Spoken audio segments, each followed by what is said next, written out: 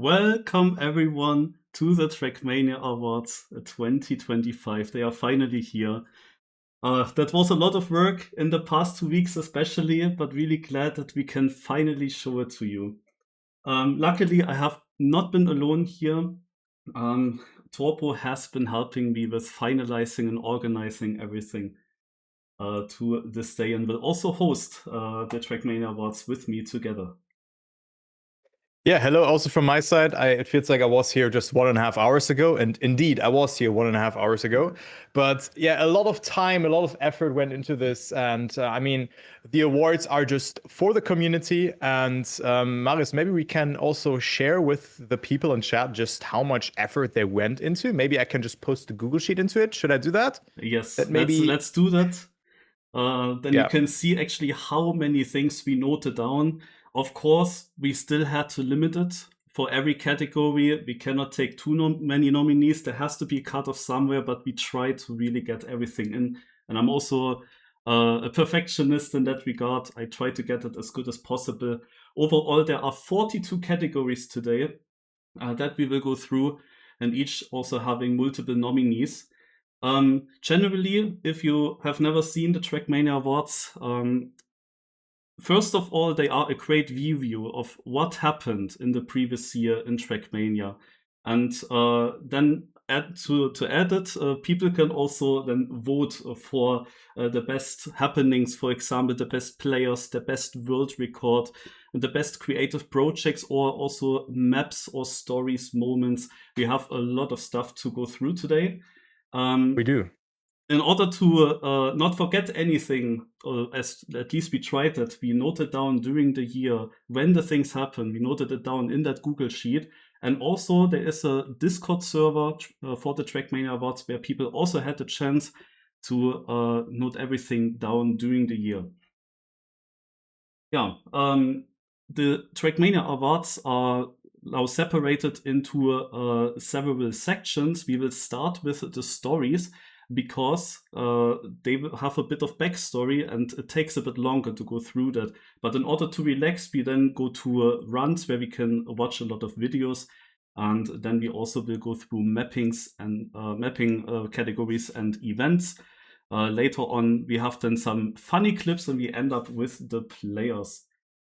And I guess we're gonna switch the scene now. Yeah. And So we're gonna start with the first category under the group stories, and it is also the story of the year. Yeah, so Story of the Year has been the first of 42 categories, and the first nominee is the 5 years anniversary update and 2v2 matchmaking. I mean, 2v2 has been like kind of predicted from the community quite a lot. It has become a meme. The meme has kind of, died with that, but also the update had a very, very cool trailer with a lot of insights, like Cam is in that one as well with fixed matchmaking, and it brought back a lot of memories from just from the past. Correct. And let's go to the next nominee. Yeah, the next nominee is all cheated world records have been beaten in TrackMania United forever. And there was one record in particular where Virtual put a bounty on, and that was Snowbee 1. So Rinte has beaten that time, and that's really made it that all cheated records have been either tied or beaten by the community. So GG's to the community, and that also marks the end of an era.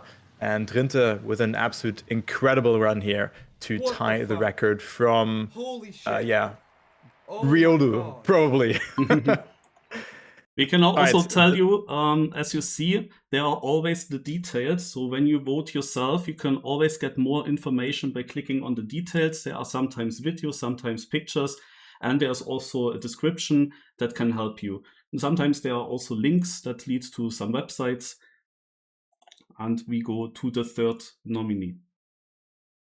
Yeah, I mean, that's also a bit of a story because Buka was nominating, was dominating so much during the actual, actually in the just TrackMania Grand League or in the season in the World Tour, and they didn't make it because they lost the match against Nemesis.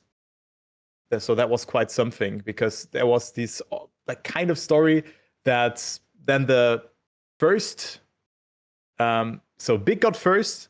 in Global Playoffs 2, and with that they overtook Boca, who got third in that event. So Big qualified directly to the World Cup by having the most amount of points, and the other team that qualified to the World Cup was the team performing the best, which was in this case Team Nemesis, who has beaten Team Boca. So despite Boca being second in the ranking, they didn't make it to the World Cup. I think that made sense, right? Correct. And Boca was generally very unlucky. We will see that later in Comeback and Snipe of the Year. They have been losing a lot of close matches. So they could have had many more points during the season as well, but always falling short. Yeah. So the next one is that all matches in the World Cup tournament were clean sweeps. Both semifinals were 3-0, and also the grand final ended up in a 4-0, which was surprising to me. Correct. Very one-sided matches throughout the whole World Cup. Our fifth story of the year will be the last Team NF Kaki event. Yeah, I mean, Kaki, Kaki is Kaki 10, marked the last Kaki event in TrackMania Nations forever. There will still be Kaki Reloaded, of course, happening, Kaki Remixed. There's also now an addition, I think, which is the complete opposite, that TrackMania 2020 maps will be put into TrackMania Nations. But Kaki is Kaki 10 is the last official Kaki event in TrackMania Nations forever. 07 in the chat. As you can see here, I also noted down for streamers that hopefully also go through all these nominees when music of the video is actually copyrighted. Yeah, the next nominee, Ryulu's alt accounts. Yeah, I mean, I hope it was the third and hopefully final chapter of the TrackMania cheating scandal that started in 2021, and Virtual and plenty of other members of the community solved the riddle around the suspicious Smurf accounts. I mean, one could really say like that. So much theory crafting has been put together and was made sense of. And I think that was just hopefully the statement at the end that finally closes the chapter. Okay, the next nominee, the penultimate nominee in this category is Stolen Yami Map. It was one of the most controversial tracks of the day of 2025, and this map has already been built by Yami years ago and got uploaded by review by another player, and it also became track of the day. Yeah, and got an incredibly bad karma of minus 3.0, and also many more votes than other track of the days get. And now comes the last nominee for Story of the Year. The Zerator Weekly Shorts. It was a sponsored Weekly Shorts campaign on a stream, and it got released a week later. Options were a mix on it, but I think a lot of people exaggerated with that one. I think it's just a good idea to just put a sponsored Weekly Shorts campaign out there. And if it's not for you, well, just play the next week. By the way, a special thing that I just remember, this year is a triple tie for first place in the Weekly Shorts, which is the first time that it happened. I just noticed. Yeah, so this is the first category. We have here 8 nominees, and now I can explain you the voting. Torpo will now in the background open this category. I already did, yeah. So now you will be able to vote, and you have 2 votes. In every single category, you can have up to 2 votes. You can also decide to only do 1 vote if you think that only one nominee really deserves it and then there's a big gap to the other nominees.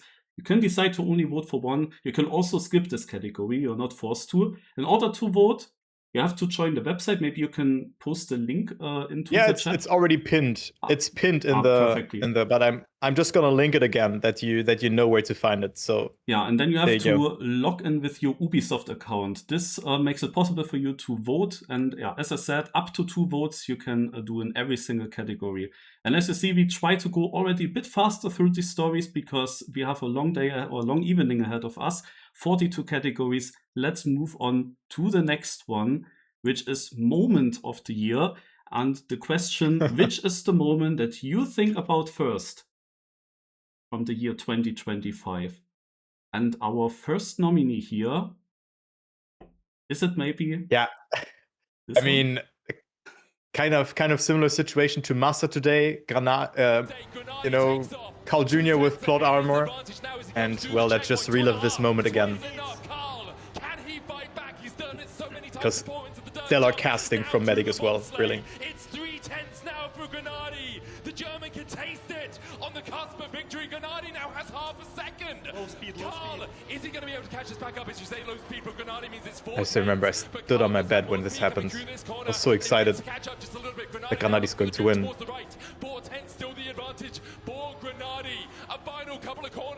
I showed that to my father. He didn't get what happened here. My girlfriend even understood that, but I mean, she's a gamer, so. Unstoppable, indomitable, it's Carl Jr. in the final moments that claims the trophy. Yeah, Okay. I can tell you already that all of these nominees here in Moment of the Year will also appear in other categories. This is basically an extra category here to really think of the best moment, like the strongest moment of that year. The next one, Schmaniel. Yeah, I think this is probably my favorite moments because there was such a nice grind from Schmaniel. Schmaniel finishing Final Enigma, and this is the hardest map to be able that you can finish in TrackMania Nations, and Schmaniel was able to do it after 45 hours. He was able to do so. Just an absolute incredible performance. So much practice went into that one. 15 hours on checkpoint, like 15 hours just to reach checkpoint 8, and then additional like almost 30 hours to clear the last checkpoint here. Incredible. Our third nominee is gonna be Virtual setting a world record on Deep Dip 1. Yeah, there was also a lot of hype around that hunt. There were a lot of Twitch streamers who were just going for that world record. I think it all started with, I think it was Nebula, alongside with friends who decided to give this cut a try. And then Virtual was able to get this incredible run. And this was just a very cool thing to watch on Twitch back then. Like, incredible run here as well. Sub 3 minutes. It's done! Oh my And the run is really good. It's really fast. God, Yes. it's the best run I've ever driven. Our fourth And now moment of the year. Grave. Is that, yeah, Grave setting the world record on Deep Dip 2. I mean, that's literally Grave's constant, right? He goes for Deep Dip constant all over the place, now trying to finish Double Dip. But he got the world records, and he was really grinding for it. I'm not sure how many hours. I was not able to see that, but he streamed almost every day and now finished it in under 35 minutes. So good. That was a bit loud for me. Such a nice moment, really. And I wasn't there. I didn't watch it live. I missed that stream. So, we have another deep moment. Yeah, and that is Deep Slip. That was the most fun time on Twitch last year, when everybody went for the Deep Slip finish, the race between everybody there. And Virtual was the first one to finish Deep Slip, and maybe the sound also speaks for it. He was so nervous.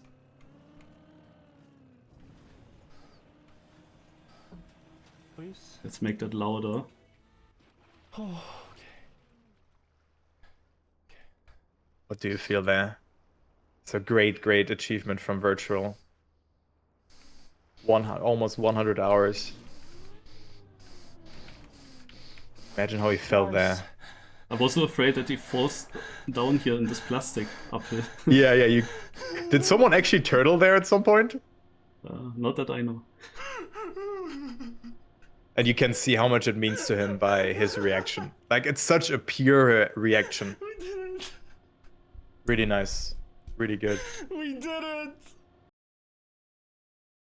Such a good moment. And our last moment of the year. Yeah, I mean, another duo World Cup Pack is in second. comes to an end, and that's just the winning moments. Because also the what a round that was! What a map, right? It was a crazy round here as well. Pack will do another snipe here in the identity in the end. He was extremely good there, like extremely risky, but always overtook. And with that draw, they secured it. Is in second. Back over to Bren. Yeah, so good. I mean, too bad that we only had 3 matches in that event, but Solary was just steamrolling. They played so good, really. And yeah, Pac becomes the world champion again. So GG's to them, of course. Let's see what 2026 is going to bring, because this year looks very, very promising. All right, I also published a category, so you can vote for that. You, again, have 2 votes in this category. And I mean, here we only have 6, 1 to go. But make sure to vote for your favorite. So now to the next category, which is one of the few ones that has 7 nominees. The next category is the Achievement of the Year. And we will start with the Cheated Records Clean Sweep. So there's also a video to that, but quite long, of course, as it showcases all the tracks. But yeah, it's a massive community project, and 108 cheated world records in TrackMania United Forever and the Star Trek campaign have been beaten. All right. And the second nominee, it's another TrackMania United related one. Exactly. This is Krayun, an island player mainly, and he managed to clean sweep all TrackMania United Forever island world records, as you can see in this picture. That's quite a crazy achievement, and on many of these tracks he's using a very interesting technique with the island car, the so-called teleport slide, where he, also super difficult to control, but he gets a lot of speed out of that. But he's not the only one doing that. Still, he managed to get all the world records. Now to the third nominee. This is Alcon's Random Map Challenge World Record. Yeah, Lars uploaded also a video on YouTube about the run. On Alcon's Twitch, sadly, the link doesn't work anymore. Did expire. But yeah, it was a competition, the Random Map Challenge Break the Record competition. It lasted 1 week, and multiple streamers tried to beat the world record from the Random Map Challenge. And Alcon was in the end in front with 43 other times driven in 1 single hour on random maps. He was really grinding for it. Like, it was also such a good challenge to watch. The fourth nominee is now related to Granadi, which is the perfect cup of the day and the 100th win. Yes, let's go! Suck, we got it, guys! After so many tries, Against whom? we got the Sorry. Yeah, also Granadi, not only he got a perfect cup of the day victory, which meant winning the seeding, winning the no KO round, and winning also every single live knockout round. It was also his 100th cup of the day win. It was at the same time. And he actually, many people forget that, got a second perfect cup of the day on a desert car map, but not on snow yet. All right, the next one. The next achievement is Chestastic. And he also did a clean sweep on the IC Summer campaign. Let's listen to Virtual. Summer campaign has just finished, and also the icy So summer the- campaign. I played the half this campaign and They're still did on there, a lot guys. of okay records. The I was trying to altered beat campaigns. the altar medals, which are already very difficult. Link started with One them. player in this campaign did something insane. Only That's been just done incredible. by Mika, by Toyflume, and by Medicine in the past. Jastastic got every single world record in the campaign. 25 out of 25. This is something we don't. And he had competition. You saw Teuflum was in second. Also, really crazy achievement by Chestastic. Yeah, to also monitor 25 records. Like, it's just crazy. So, now we have once again Schmaniol finishing Final Enigma. And yeah, as Torbo already said earlier, after 45 hours of grinding, he was the first one to beat this track. And that's, of course, a crazy achievement. I also added that this is not the only difficult map that he finished. He also finished Fallen Angels by Intex in Team 2020. We had that map in Map of the Year last year, I think, in the TrackMania Awards. And I think he's still the only one that managed to beat that map. Also crazy I think it wasn't achievements. that much played, yeah. I think there was a checkpoint version of that as well. Yeah, exactly. But I think he might be. Maybe there's another person. And then, of course, another moment that happens. Virtual finishing, deep slip. Yeah, it's a great achievement because it was just a whole content for, I think, like 2 weeks on Twitch. Or like 1.5 weeks. I think that's my goal going in. If I can reach halfway up the tower, I'm pretty proud. Yeah, halfway. Without any tricks. And then he ended up there. You've seen the clip already. Let's move on to the next category to not lose too much time. It will be a long evening, guys. We try to keep it as short as possible, though. The next category is the performance of the year. And this means a standout performance in a specific competition or match with a huge lead for the player or for the team. And our first nominee here is Carl Jr. in the Red Bull Faster semi-final. So if you don't remember how the semi-finals worked, people had a health bar and it started at 3 seconds and you lost time of the health bar depending on how far you were behind the winner of each round. And if you, after 7 rounds, had the most health bar left, then you won the map. And in the semi-finals, the player that wins 3 maps first directly qualifies into the grand final. And what Carl Jr. here did, he just won directly the first 3 rounds and was immediately qualified. Everyone else was still at 0 after 3 maps. Also very dominant in that semi-final. This is how he qualified into the grand final, which you surely remember how it ended. Yeah, the next one is also Carl Jr. In the TrackMania World Tour Global Players versus Swifty. This is now a different kind of performance. Here it is basically, it's also about his performance in the match.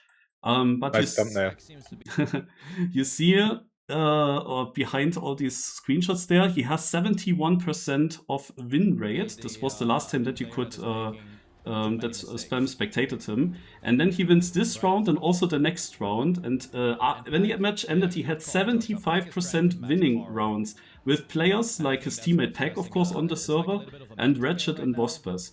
He was basically almost every time first or second, but mostly first. Yeah, incredible performance. I mean, that also set the tone for the World Cup in general. So very, very good performance. And then we have another performance, this time from a different player, from Elcon at the Big Yak Monthly Cup. Correct. Yeah, Elcon was generally extremely dominant whenever we had knockout, surprisingly. And in the BYMC, he was able to win many editions. He often qualified into the final directly with the first edition in the month. And then in the finals, he often won. And sometimes he kept all the lives, like he did, for example, in this clip. And this is the April edition. And we will see this clip also later once again in another category. He was also, by the way, I was thinking about including that as well, very strong in the Red Bull Faster qualification knockout, where he kept also all his lives against people like Massa and Bren and so on. Also he didn't lose a single life. This is how he qualified to the offline stage of Red Bull Faster. So also this multi-life knockout, Elcon performed extremely well. Yeah, then we have the 4th nominee, and that is Epos. Yeah, Epos. Yeah, Epos, he performed so well at XP. I still remember talking to him on day 1. I think he was sick even, and didn't know if he could live up to the expectation. But he was so good, and look how far ahead he is. If maybe you can. Yeah, I don't know if this full screen. So, there. 137 points. And now he goes into a finalist, where you can go back again. The other players, when Epos goes into finalists, are not even at 100 points. Like he's over 40 points ahead of second place and 60 points around ahead of third and fourth. Sadly, it took a little bit until he really closed it out. It made it interesting. Still, we added it here because until that moment when he got finalists, his performance was outstanding for a grand final. And a different nominee? Quick. Exactly. Here we have an image for you where you see the positions of the 6 Formula E races. 100 points means that he Quick won. He won 5 out of the 6 races and got once a second in Berlin behind Granadi. And with these results. Yeah, Quick got actually 5,100 euros. Yeah. That, like, for every because he map won win, money for map win. every race win, and the season win that he obviously got with a huge margin. You see how close it is then for second. But yeah, crazy performance by Quick in the Formula E. The next one is gonna be Scandia. And this is the mini RPG of the week season final. Always after 25 weekly editions, there's a season final. And in this season final, they use the reverse cup mode. Everyone starts at 100 points and you lose points regarding your position. And what happened here is that everyone went to 0 points into the last chance and got eliminated in the last chance. And Scandia still had 79 out of the 100 points available for him. He basically won almost every single round, and he has Morpio as opponent and Artis as well, and No-Pix. Also very strong opponents, but he just dominated. Also crazy performance by Scandia as well. Moving on to the 7th nominee, and that is Solary in the World Cup. Yeah, we have talked about it already, that were only clean sweeps in the World Cup, and Solary then of course also had a clean sweep in the semi-final 3-0 and against Nemesis, and then 4-0 against Jetlag in the grand final. Yeah, no, like the teams didn't know where they stand with their practice, because there were new maps that were coming out just for this 3 matches, and Solary was just on another level. And okay, next and last nominee. Exactly. Now comes the last nominee, and this is Teuflum. Teuflum at the side event in XP Evo, the XP Ice, where he was also absolutely dominating it. Sadly, Twitter links are having very bad, or videos have very bad quality for some time. Now it's better. Also he is winning now, while second place is still at 106 points, and Teuflum still already had 140. Dominant performance by Teuflum. This is what very good performance from Teuflum indeed there. And also now this category is open, so you can vote on performance of the year. And we're gonna go to the next category, and this one will be Battle of the Year. And the first nomination, and I think that's one that's quite recently, is Wosa versus Bren, not in the 3rd iteration of the Elite Cup, but in the BTC Grand Final. Exactly. Yeah, why did we add it here? Basically, it was also a multi-life knockout in that grand final, and Wosai used this cut to survive on this map all the time, and he and Bren ended up in a 1v1 when everyone was down at 0 lives, and Wosai and Bren still had 3 and 4 lives actually, so they still had almost all their lives, and from here on there were many rounds to come, but it was only those 2 players. And this battle actually went into a final round, where both players had only 1 life left. And to reach this round, Wosai was consistently getting this cut to beat Bren on this map here. The next battle of the year is Schmaniol versus Flex on Final Enigma.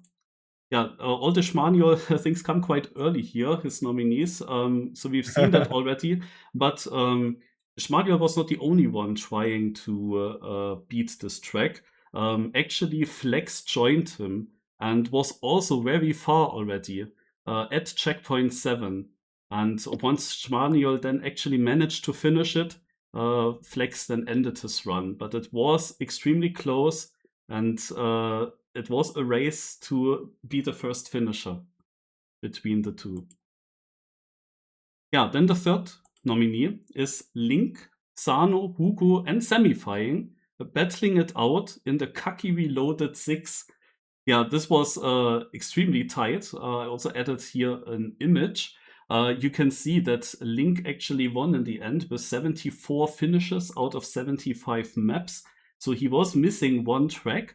But then we have Hugo and Sano both on 73. Also right behind Link, and also very close in finishing more than 73. And also Semifying has 73. So all of them were battling it really hard to get first place here. There was also quite a lot of prize money on the line. It was such a nice battle to follow. But yeah, it didn't go too well for the one or another player, but like it was still open up until the last moment. Our next nominee is Raizo versus Narcor in the Pro Race A0. Yeah, here we have a normal track from Nadeo, but those two players switched the world record multiple times. Actually, 7 new world records were driven. The old world record was by Raysans, and then it was always a switch between Raizo and then Narcor, Raizo, Narcor. In the end now, the world record is held by Raizo. And here is a comparison between Raizo and Narcor on the track. And maybe skip here a little bit forward. They just pushed it to the absolute maximum on this map. But who also pushed it to the absolute maximum and had an insane battle is our next nominee, which is Scrappy versus Pag at Red Bull Faster Qualification 2. Exactly. What you will see here is the last round where they are not alone in the 1v1. It is Coco getting knocked out. And in this qualifier, the thing is there were, I think, 30 people in this knockout, and only the winner did directly qualify into the offlines event of the Red Bull Faster. And both Pack and Scrappy have kept all their lives while everyone else got eliminated. And now it was a 1v1. And also this 1v1 went into the very last round, where both players had only 1 life left. In between there was also a golden round where one of them actually gained a life back. And this last round was also decided by only 400s, so extremely close battle. Pack was then actually the one getting through. Now we have the next nominee, which is Carl Jr. versus Granadi in the Red Bull Faster Grand Final. What could I mean with this? I don't know, maybe you can explain. Yeah, also the special thing here is of course that the grand final went over 8 maps, and it was Carl Jr. and Granadi both winning 3 maps, and because of that, because they were equal there, they went into a final 1v1. And this 1v1 couldn't have been more close or dramatic. So we had to nominate it also in this category, obviously. So we saw the clip already. Let's move on to the next ones. The 7th nominee is Kreth versus Scrappy. Something very different now. Here we talk about the Spring 2025 campaign, and it was Kreth and Scrappy basically hunting for the first place. And you can see that it was actually decided in the last day, and Kreth is only 6,000 or 5,500 points in front of Scrappy in the final standings, and won the campaign. It was very close. And let's go to the last nominee, also campaign related, but this time from summer 2025. It was Muda versus Josh on map 22. That was just, look at the gap that they had in comparison to third position. Third place at the point 21 is also quite ahead of the others already. But then those two, Josh and Mada, with the sub. And yeah, this is just another world record battle, where the world record changed multiple times during the season. And Josh here in the final PBs that I actually had. So Josh is winning this battle. He had a great start, quite far ahead of Mata, actually. So there is actually still room for improvement, theoretically. But probably just start is close to perfect. And then comes this part here. And from here on to the finish, Mada is gaining a lot, but it's just not enough to overtake Josh into the finish. Yeah, so incredible battle from them. Also, the category is now visible, so you can vote. You have 2 votes, of course. If you connect the Ubisoft account, you can now vote. And let's go to the next category. Also, we had a lot of just great matches in 2025. And the first one to start off things is the big duo dash, the consolidation final of that particular match. Correct. Yeah. Big Duo Dash. Yeah, the second to last match here, where Big played against the team with Scandia and Vosai, and it started extremely dominant. We have 3 maps, you have to win 2 of them, and Big started with an 11-1 on the first track. So looked very good for them, but the second map already went into overtime to an 11-11 score, and then in a very close round it was actually Scandia and Vosai acing 500 ahead of Massa, and getting the 14-11 point score, winning the second map, and then came this map. And we have this clip also later in Snipe of the Year, can also tell you already, because Scant here manages to snipe in this round, and he was 4/10 behind, forcing a 9-7, and then follows an ace for Scandia and Vosai, which made them also win this map 10-9, and reaching the grand final. The next match of the year is from the big TrackMania Cup, and it is the winner bracket final. This is just a mega chaotic match, I can tell you. And it was like the most interesting match almost, because the grand final was in knockout, so people had to save. But this match here had the best 12 players from the winner bracket, and they played together in rounds mode with finalist. Also cup mode with finalist, basically. And so they went for pace. And only 4 of the 12 players went through to the semifinals, where they have guaranteed prize money. And the last rounds here were just crazy, completely chaotic, back and forth. We will see this round also later in, or not sure if we see this round. We have here funny rounds from this moment. For example, here, Heath was in front, Nitek as well, both crashed. Then it is Naiko now aiming for that 4th place to qualify into the grand final. And he almost failed it as well. But this match was really something. It was one of the coolest matches of 2025, that's for sure. But also the third match, EMA 3 grand final. That was also a match that was paving the way for Boca, kind of. Yeah, this is now one of the examples where Boca was quite unlucky. We have here in the match of the year Swift versus Boca, the grand final of the regional event, EMEA, the 3rd edition of it. And you can see that Swift started good with 10-7 and 10-5 on the first 2 maps. Then Boca came back, won 11-6 and 10-9 on the 4th map, forcing the 2-2. And in this 2-2 situation, we have a double match point, where it is 9-8 for Swift. And now have a look at this round. I go a bit forwards in the round. We basically, and I can wait. Look at this. That's it done yet again. If Epos wins this, he forces a draw. It's just not enough.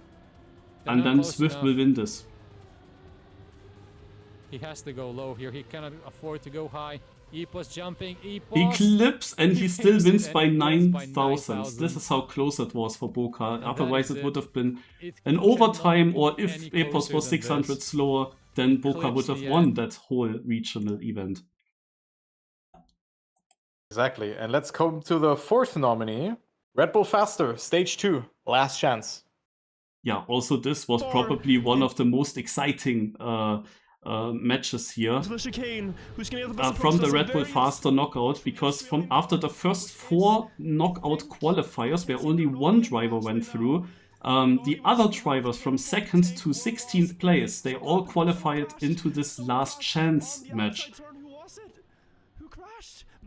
And this is the final round of this last chance match, where Mime actually made a mistake and got eliminated, meaning that Carl Jr., Spam, Affi and Granadi came through. But it was crazy, the rounds beforehand, how Massa got eliminated, Scrappy got eliminated, how Spam got actually saved by Granadi. The level was just insane. We had also a Roundermind with Semifying. He got a life loss in the top like 28 round or something, but he drove a really good run. Also the level was insane in this last chance match. And yeah, this is why it's nominated. Now let's go to the next nominee. This is the Red Bull Faster Grand Final, which of course has to be here as well, and I wrote a lot of text to it. Marius. How much text did you write there? Yeah, this is the I most didn't even extreme see one. that. Marius. It was so much that I didn't want to read through if I did typos. But yeah, basically you can see from the 8 maps that were played, the first map was won by Carl Jr., then followed by Granadi, then Peck, then again Carl Jr., and again Peck, and then again Carl Jr. At this point, after 6 maps, it was Carl Jr. at 3 map wins, and Peck at 2 map wins, and Granadi only at 1. So Afi was out of the winning, and if Granadi wanted to win, he had to win map 7 and 8, and he actually managed to do that, and just by 100 he won map 7 against Peck. And with that he qualified into this final 1v1, which we of course have seen now multiple times already. But yeah, Peck was extremely unlucky actually. The 2 map wins from Granadi were basically overtakes in the last round against Peck, and in both of these rounds Peck had a high flip, which cost him basically the time. So Yeah, it actually was definitely Granadi a great was match. also lucky before he got unlucky in the last round. One could say that, but who certainly, I mean, not unlucky, I wouldn't say that, but TrackMania World Tour Global Playoffs 2, I was casting it Nemesis versus Boca. Like, this match still lives rent-free in my head. This was absolutely incredible, really. Yeah, also this is really one of the crazier matches in this year, I would say. It was basically the match for the qualification into the World Cup. Whoever wins this match was guaranteed to be qualified.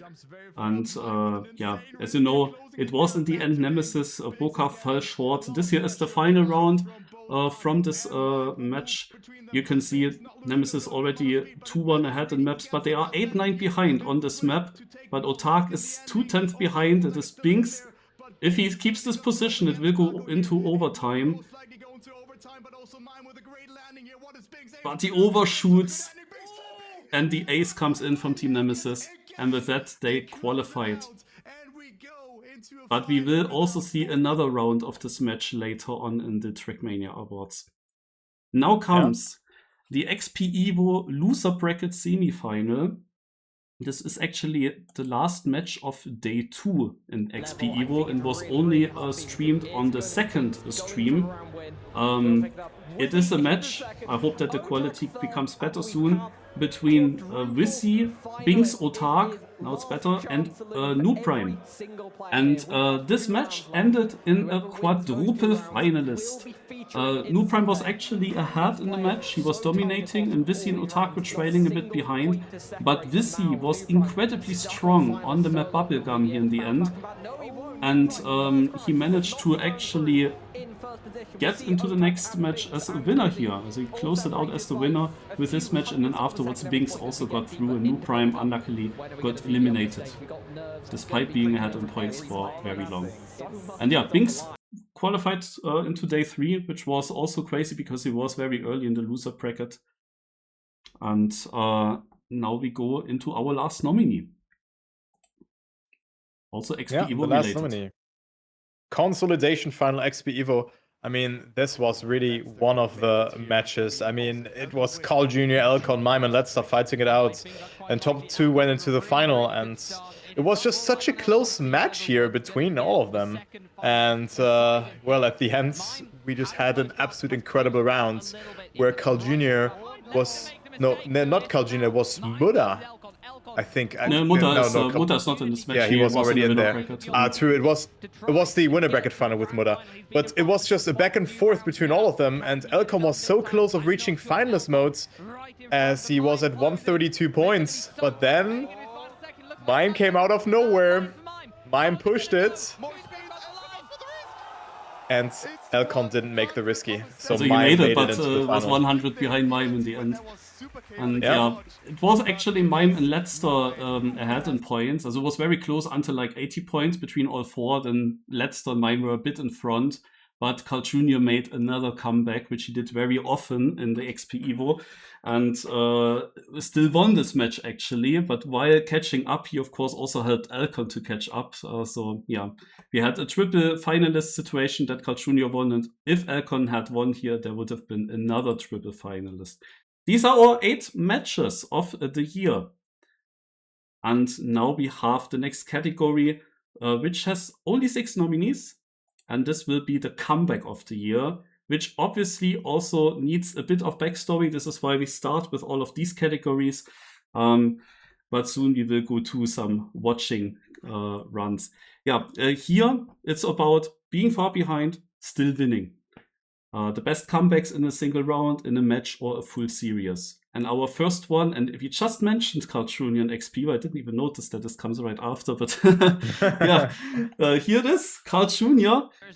again against Letzter and Noob Prime. And you see in the top left that Carl Jr. is down at 99 points. Finalist mode was at 120. Noob Prime and Letzter are right in front of finalist mode. It looks extremely grim for Carl Jr., but he did make the comeback. And he did get a top 2 placement behind Epos, which made him qualify or stay in the winner bracket. And we will see one of these rounds later on. This timestamp is just to show you how far he was behind at this point. Then we have the second nominee. The second nominee, Dawn. Another Boca related. Exactly. There will be 2 Boca related nominees. This is number 1. This is the very first regional from the Europeans, the first EMEA. And in this match, we had Boca winning the first map 11-6 and the second map 12-8. But then Dawn made a comeback and won the third map 10-8. Then 12-7 and the last map actually 12-2 pretty clearly. So from 0-2 down, then actually to a 3-2 victory, getting the first regional win. And then the third nominee, and I think that's also a good opportunity to talk about that this one came from Discord as well. So if you want to have influence at the awards and just pick up or just give any ideas into the awards, make sure to post them on the Discord. It was Alcon during the Big Yak Monthly Cup of October. Yeah, this is just a weekly cup now, a weekly edition. But it was very special because when Alcon decided to join the server, the first players were almost finalists already. And finalist is like at 7,000 points. And you can maximum get 500 in a round, and you can much less if you don't win. And yeah, Alcon somehow managed to still get a top 3 result, which qualifies you directly to the grand final. He was already qualified for the monthly final, but like he still made that comeback. He started at 0 when the others were basically finalists, and this is a full server. And the last round was absolute cinema as well. No, that doesn't look good. I don't know if he can catch this up. This is a difficult one here. Speed sliding here. He does get more speed that way. Link in first place right now is finalist. Alcon is still in like third, fourth. Has a more superior line here. Has more speed. Is coming closer. Is coming closer. But another one crashes. It's an equal. Like what? everybody just makes a mistake in the end. Alcon takes it in an equal. Also, yeah, what a round and what a comeback also in this round, but also in this match. Now the fourth nominee. And yeah, it is Granadi in Red Bull semi-final. Because we talked earlier about the fact that Carl Jr. won the first 3 maps immediately in his match, as in the semi-final, and was qualified into the grand final. But what happened afterwards? The 4th and 5th map were both won by Mother. So he was also already at 2 map wins, and 1 more map win for Mother is basically his qualification as well. But what happened is that Granadi then won the remaining 3 maps in a row. And this here is the very ending. Mother versus Granadi. To explain it shortly, Granadi has a little bit more time on his health bar than Mother. So Mother needs to beat Granadi by quite a bit. And Mother is trying hard. You see, he is ahead. And this is how close it was between the two. But Granadi gets an incredibly good ending, like a very low flip. And with that, he is 3 tenths behind Mata, but it was not enough for Mata to overtake Granadi in the health bar. And this is the way how Granadi won 3 maps in a row and qualified into the grand final here. Crazy comeback. The next comeback. I agree. Solary. Solary. Yeah, I already talked about that already. On the last map of the World Cup, Solary was behind by quite a big margin. They were behind 1-7 on the fourth map, and there were just so many snipes, so many overtakes in the end. And eventually, Pack and Call, they turned this map around and won, and eventually became world champions. Yeah, here for example, Bren goes too high and gets aced, while Pack drives a new world record, Carl Jr. drives a PB, and Carl Jr. Pack did that from here on basically every round. So that was crazy to watch. And then ending like very, very nice. And then the last nomination is Swift versus Boca. Once again, Boca falling short, as mentioned already earlier. In this grand final of the 4th EMEA match, cup, we have again Boca winning the first 2 maps, and also very strongly, like with 12-4 and 10-4. But then came a 10-6 defeat from Swift. And on the 4th map, there was a match point for Boca, but also here Swift still won it 12-9. And yeah, on the last map, also a 10-6 for Swift. So also here a comeback from 0-2 behind, ending up in winning 3-2 and winning the regional. And this here's the last round. You see Swift is 9-5 in the lead, and yeah, looking at the score, they then probably equal here. Just kind of makes it, but I think he just lost more overall. It's still so Tark lost here a bit of time. Yeah, he needed the ace. And this is it. All right. Comeback of the year is done, and now we have, I think, only one more category in the stories, which is the snipe of the year. Overtaking right before the finish line and stealing the victory away. And this is how you get nominated here. And the first nominee, Tobo might still remember that well, is from the TrackMania 2 Nebula RPG Cup. And it is a snipe by Bolle against Raistlin. Yeah, that was quite something. Like, Bolle was behind there, and the finish line just comes up there. And the thing is, the first person qualifies to the actual finals. And what happens in the end? Well, Raistlin with a slowdown, and Bolle overtakes right at the finish line. Yeah, on a map, of course, that is 4 minutes and 49 seconds long. Also it's not guaranteed that you have such a close round on an RPG track. And it got decided on the last meters, and it had actually a quite important impact as Bolle qualified into the grand final with that. Okay. What category did I mistakenly unlock, guys? What did I do? Sometimes the site just isn't loading. What did I snipe? Okay, why? I wasn't even on there. Gonna figure it out. Whoops. Okay. Now we have Coco. He snipes Granadi's 100th Cup of the Day win. Now you might be confused because Granadi won 100 Cup of the Days. Yeah, but he could have done it here already. For him, maybe even better that he didn't win, because then his 100th win was on the perfect Cup of the Day. But he actually would have won a few days earlier in this Cup of the Day final. But he did get sniped. The site is just so laggy right now, so bear with me. GG pre-typed. Because how could he possibly choke this away? Why does Coco have so much speed? He missed the wall. Granadi? Yeah, the site is a bit slow right now. Okay. What? Apologies on that, but I'm gonna... Holy snipe! GG.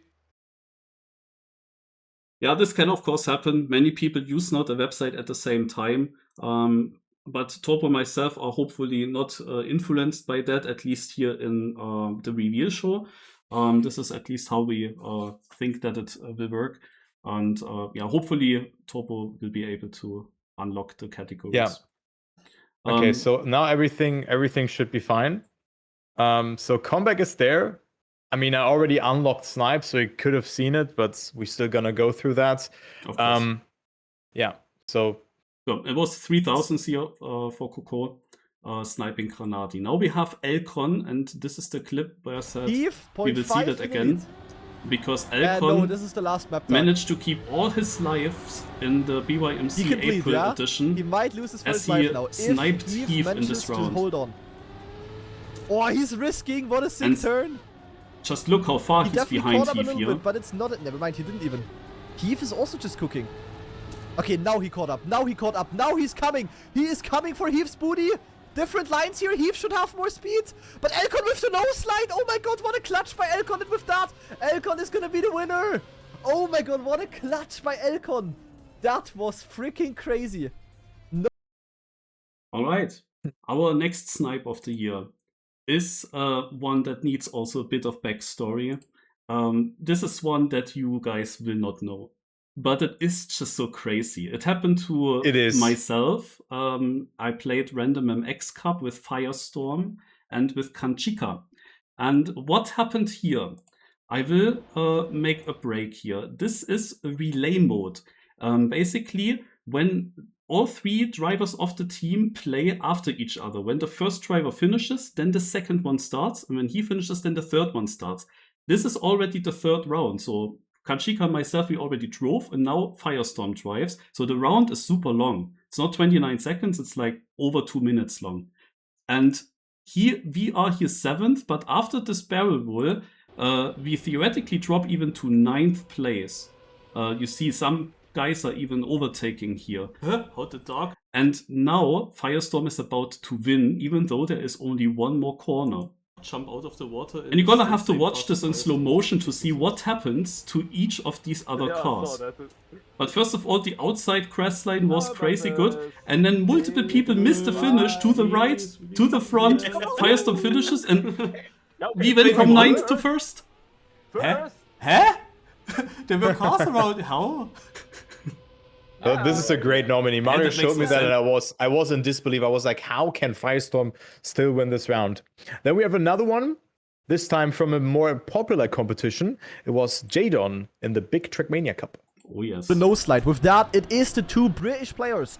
Wizzy he needed the top Who 3 is gonna here. get The top 3 of this match qualify into the semifinals. Neck and neck. Wizzy with 0.1 of the lead going into the last turn. This is gonna be a photo finish, but I think Wizzy will deny if he just hits the last ramp, and that looks pretty...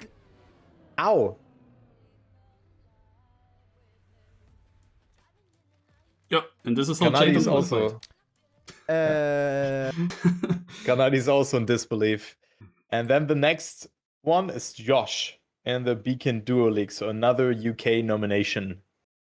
Exactly, yeah. Here it is, I think, a battle. The transitions are going very, very well. No clues as we saw in the last generally round. Josh is in Queen last in the place lead, in this Elcon, round. Bozbez, Josh. That's Josh is in last place in this round. Into the jump onto the and then plastic, comes Queen and the Elcon. identity. The dueling continues yet again. Bozbez waiting for a mistake. Same with Josh. But we are going to head into the risky finish here. Can Orcs find anything to close this match out, or can Elcon deny? We go into the risky finish. Elcon's going to fail it. Twin gets the overtake. Bozbez with him. It's Josh.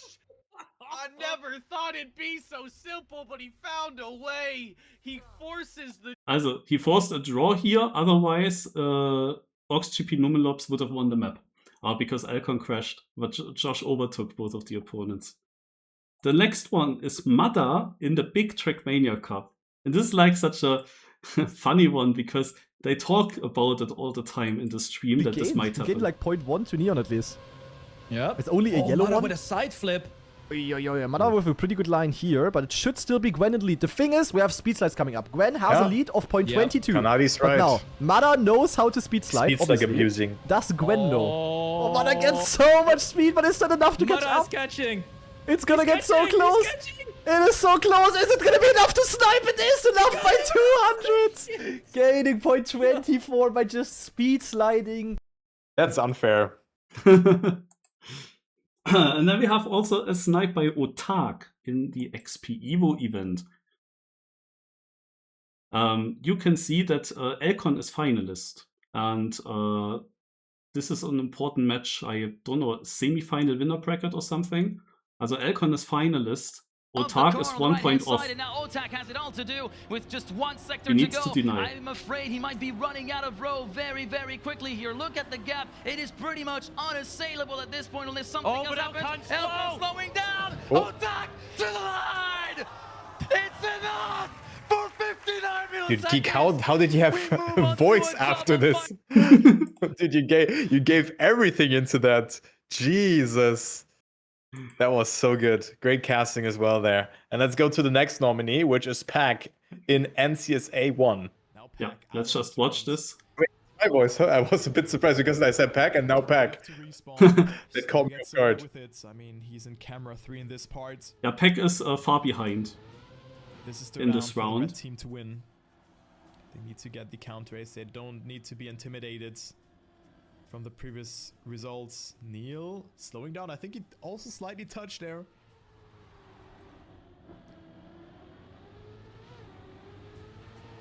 So Carl Jr. moving up ahead. Great line from Richie. He looked very strong in the end, and also from like just the ice that exit was so nicely done from him. But where's Pack, guys? Jr. surviving it as well.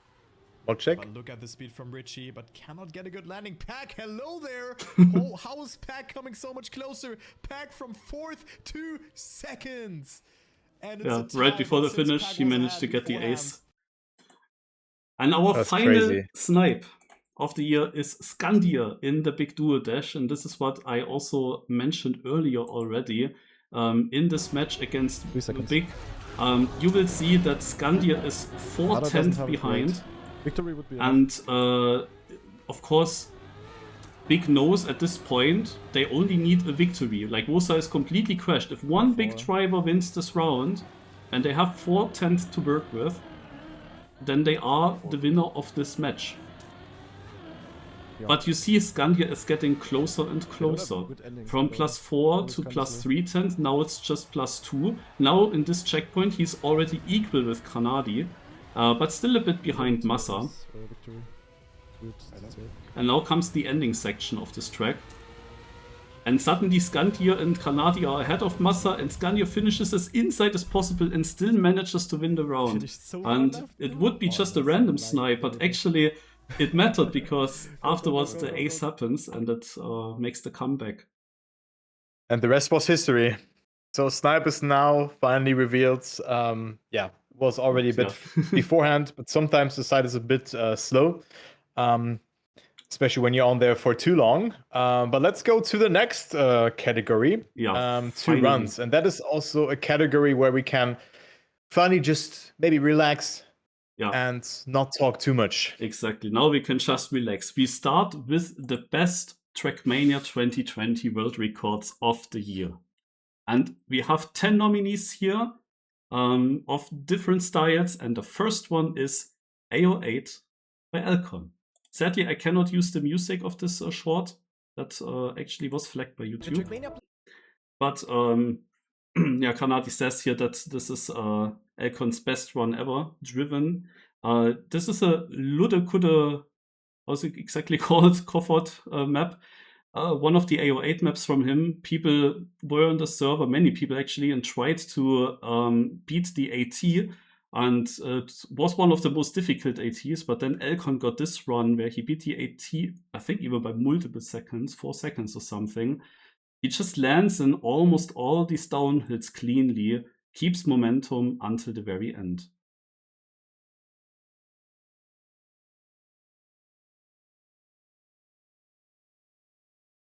He set himself one of his favorite world records.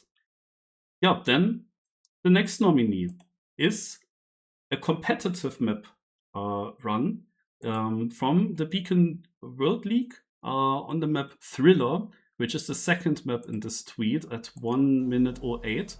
It's this run here.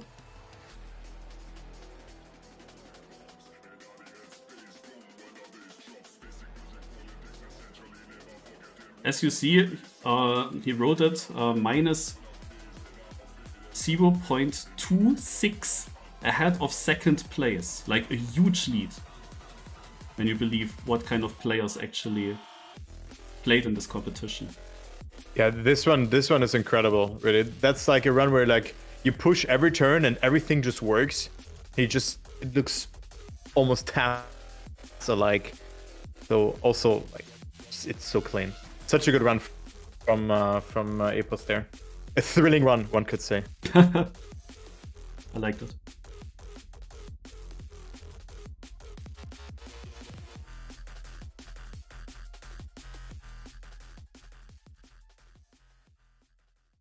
Yeah, mega clean. And the next one is Deep Dip by Virtual. We've seen it earlier. Because of time issues, we cannot watch now the whole world record here, as it is, of course, long. Even though it is less than 3 minutes long, it is still a bit too long for the stream today. But you can, of course, watch it yourself. I can tell that this world record was crazy. It included also, if I skip a little bit through, it included this other cut, which he somehow survived. And basically the whole one was extremely strong, extremely fast, used all the tricks that he knew at this point, and it all ended obviously with the famous jump, the setup here to the reactor flight, also as quick as possible. Like he barely aimed for anything, he goes backwards, he stands still, one moment, and now he goes. Also really not much time to waste for Virtual, and then he gets even the direct finish. Yeah, also this is... Also Marius, you're like, we don't have much time, still proceeding to explain the whole run. The next one 2 is the next one. Yeah, by Java. We've seen that also. He grinded that, of course, for a long time. You see here a link that you can open. There you see the whole run. That we will not watch now. But yeah, Rave beating the record here with an amazing time of 34 minutes. Let's go! Vamos! Such a nice moment as well. Okay, next one, a bit of a different... What is happening outside? I'm like in the main center this of time Dublin. I also hear it. Yeah, it's Kaki Reloaded 386 by S-Kush. Yeah, actually a Kaki world record, but I included that because like he's so far ahead, he's like faster everywhere.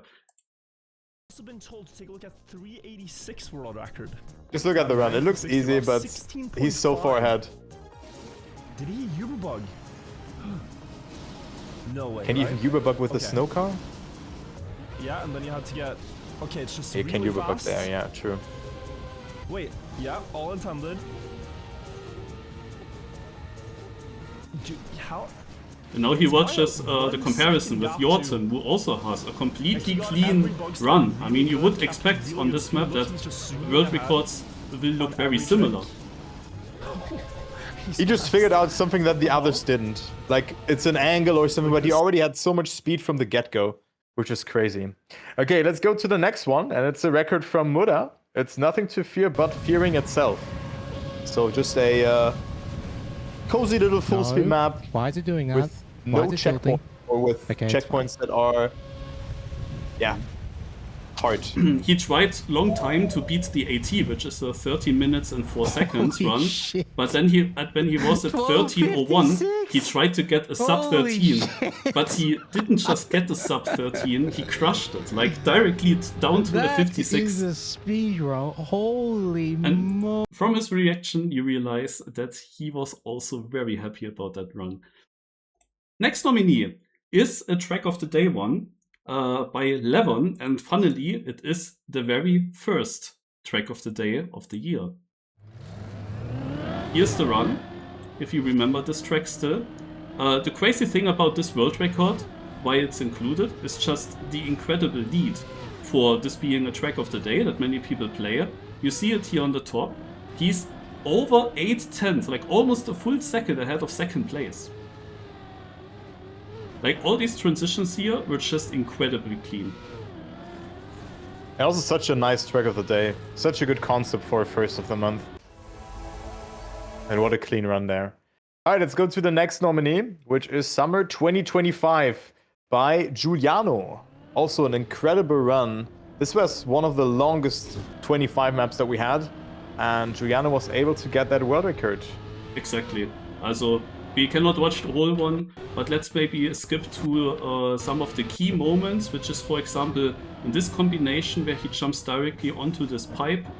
This is crazy, he gets also the pipe extremely fast. And then, yeah, a bit later, there is, for example, this long section, a big jump, where he lands in a backslide.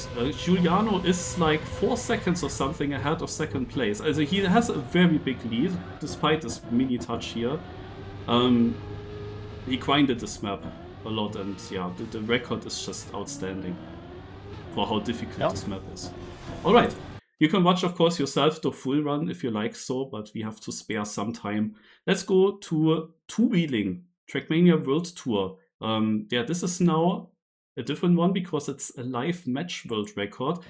We of course don't know about the private times that all the players have, as it could be that someone is a faster one. But look at the lead that Pushito Paco has and how it changes from checkpoint to checkpoint.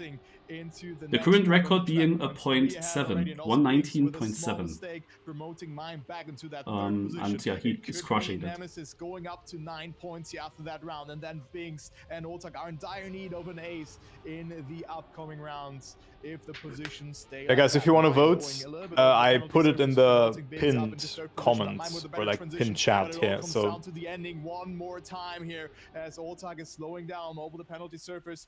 Paco still in the lead, and I think he's on a great time, even getting a good turnaround. Oh, Binks sliding a bit, but it doesn't matter because Mime will not overtake Otak. And let's take a look up to the time. A new world record at 119.416.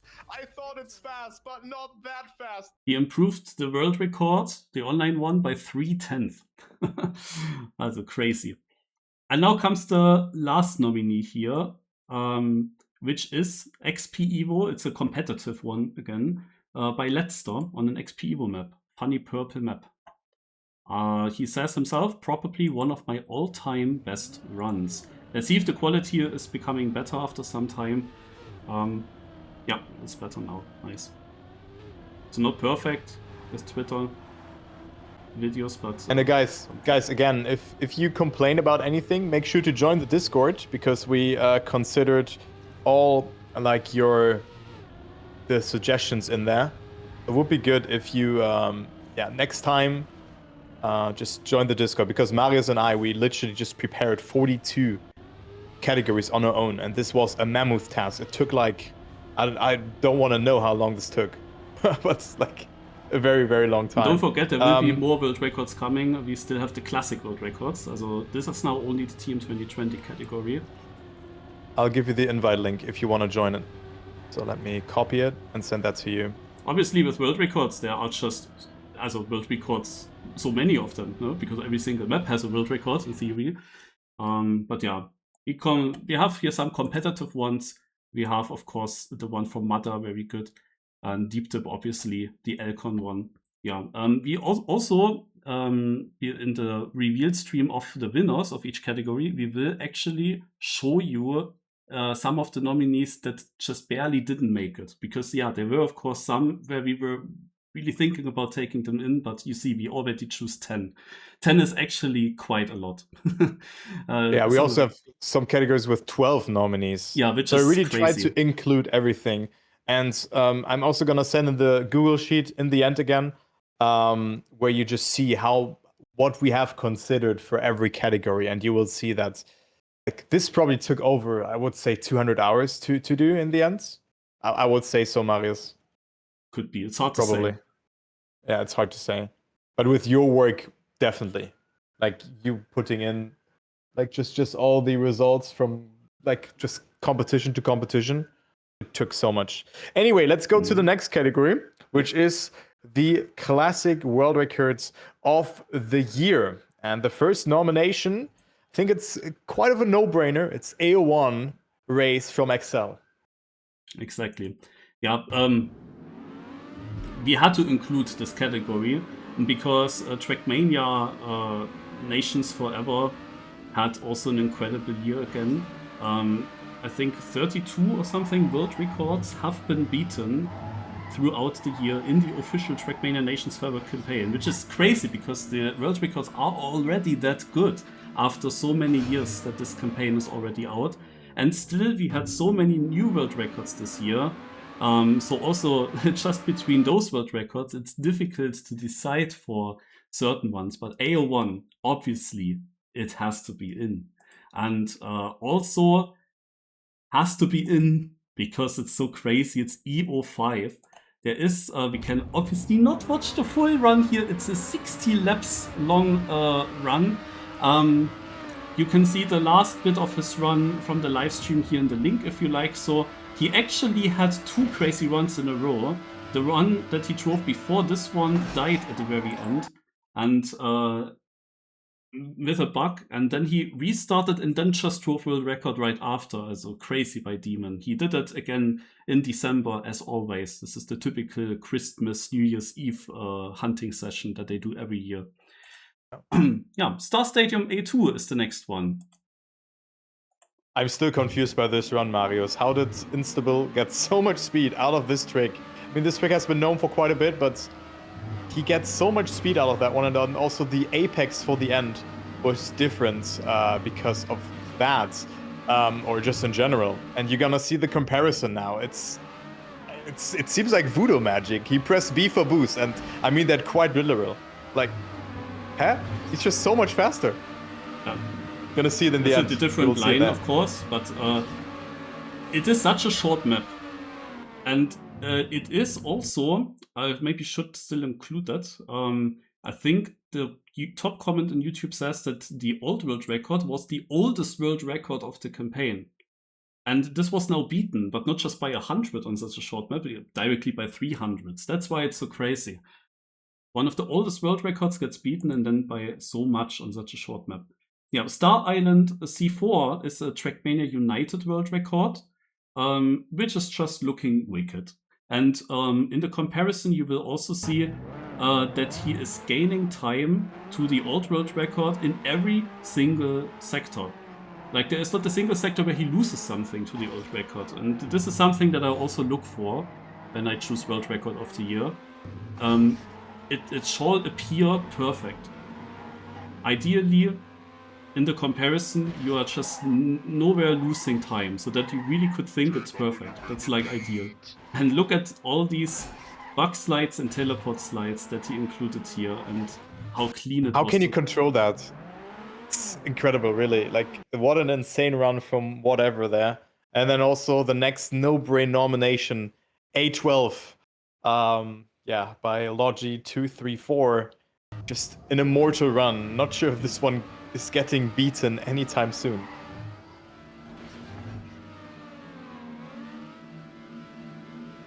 Beauty.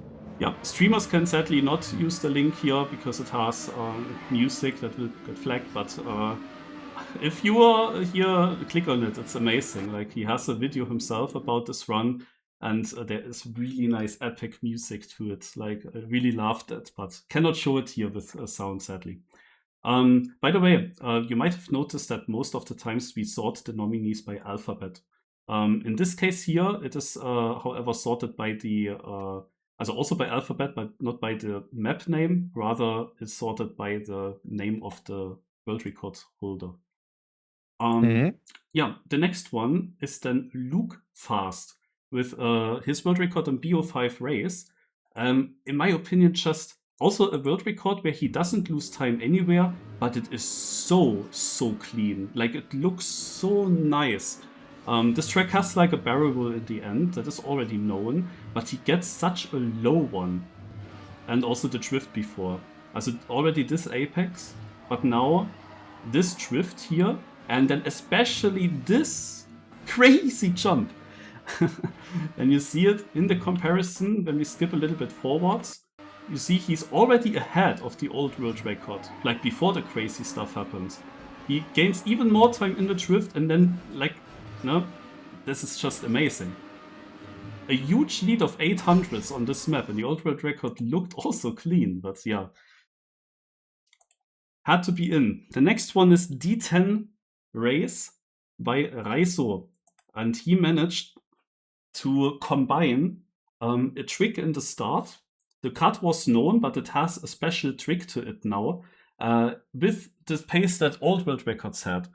The map is a full reroute, and it starts with this overwall, but he lands in a nose bug. And this is something that was found at some point in the old world record before him, used that as well, and it gained like 7 or 8 tenths, but the old world record was losing those 7, 8 tenths to the record before that, which didn't use that start trick. But Raizo got now a great start and included an amazing run afterwards, beating the old world record by a huge margin. I will show you then in the end of the video what the margin is, but it's like 7, 8 tenths. And also not losing anything anywhere. In not a single sector he's dropping time. If we go back here, it's like over 7 tenths. Yeah, that's just crazy. Let's come to the next record, which is District 13 by Schmanio. I mean, Schmanio was very active in TrackMania amongst all the games. In TrackMania 2 and TrackMania Nations, and also in TrackMania 2020. Just a pure talent, and he was able to beat District 13 as well. So very, very good run from Manuel. Yeah, a map by Virtual. He also made a video about it. And Schmaniol used a cut here, a very difficult cut to hit. And in this run, he combined getting the cut with the same pace that the old world record by Levon had. So he beats a basically perfect world record by Levon by 5 seconds, because he didn't lose anything to him, but added a very difficult cut. Yeah, you can watch the whole run if you like. So we move on to the next one, which is a surprising world record, because Virtual actually got a world record in TrackMania United on Rally A3. And this record, like, you think, oh yeah, it's just renominate Virtual because it's Virtual. But this run is so fast in comparison to the second world record. It's 500s faster than the second place, and he has beaten his own world records here. So this run is a very, very good run, really. Correct. So he beat first of all the other players by 100, and then he has improved that record by another 400s on such a short map. And I can tell you that these short rally maps, they are hunted. But like 500s ahead of the United players, that was surprising. And our last one is gonna be Raizo with EO2 Endurance. Put him here in the back. I didn't want two of him after each other, if you ask, because of alphabet. But yeah, EO2, Raizo got a lot of world records. We will mention it later in the award show as well. And here got this very known one with multiple Überbugs. Or, naja, not Überbugs. With multiple overwalls, I meant, obviously. Yeah, we will not watch the whole thing here as well. Überbugs will come in 2036. Yeah. Then we're gonna sit here and have world records of the year with like 10 Überbugs and nose boosts. And maybe show you here in the ending. This jump here and this landing is very crucial, and he got an incredibly good landing, which allowed him to take a different path than the world record before. Because he was so fast, he could jump to this spot and drive this circle the other way around, and has then a different line for this overwall, which makes him land very far on this road already. You see that in the comparison then in the end. You see the old world record, he did an overwall here and drives this the other way around, but then you see that he has a different angle for this and lands much further back. Yeah, and there are of course many more overwalls in this run included. Yeah, you can just watch the run. Exactly. And this is it with the world records. We will now go to the cuts. And I can tell you, there are so many cuts. Maybe some of you have seen that. I went through it in the stream also sometimes. And I managed to shrink it down to one single category. Also, there are many more cuts. But I did shrink it down to just 10 cuts over all the TrackMania games. But all of them are like very high level now. We will start with the first nominee on a track of the day. The track of the day is called Before, and the world record is by Virtual. It starts here, it's a full speed map, but he leaves the track here, jumps into a bug slide over the reactor, gets reactor down, however, gets that checkpoint, jumps with reactor over this hill into this respawn way with the red Gets boost. a good setup with the wobble as well. Yeah, So then another jump to get done towards the finishes. Like a crazy run. And he got that basically in the last 10 minutes before the... he improved his record in the last 10 minutes before the track of the day ended. Then the next one is CO9 Race.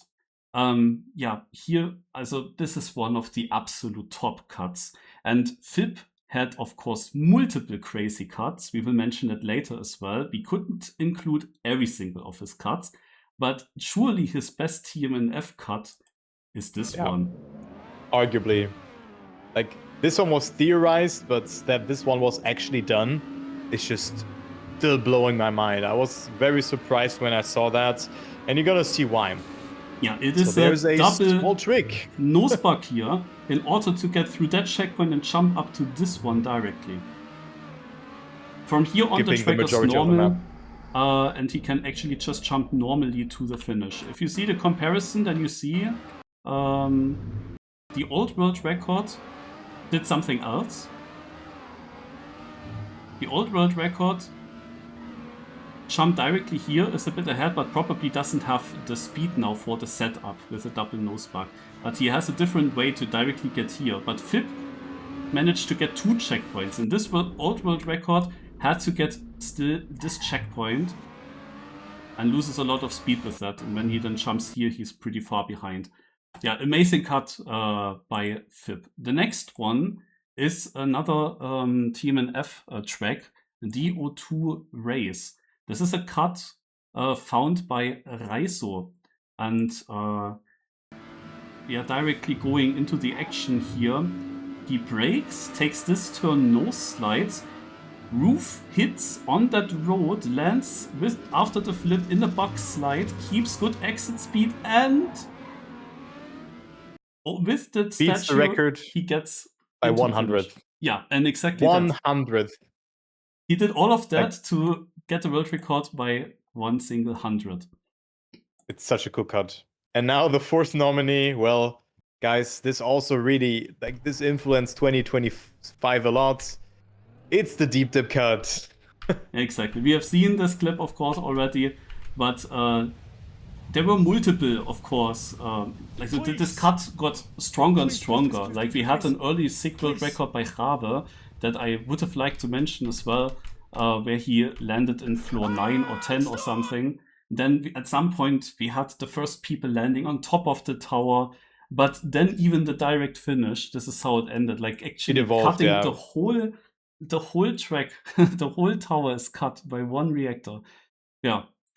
The next cut is Deep Slip Floor 18. And this is Elcon. Burly Pog Type 1. Stream. I'm gonna watch scrappy stream right now. I think this was even one of his first attempts doing this cut. And he made it. I still remember I was on his stream, if I recall it correctly. And he made it almost effortlessly. It's doable. The fuck yeah, the Burly Pog clip we will see later, but I just remember we forgot to add the other one that I wanted to add. I swear but that's fine. This was a crucial cut because it skipped the most difficult floor, and in order to finish the map, everyone did that because there was also not much risk involved in trying that, and it just cut a lot of risky stuff.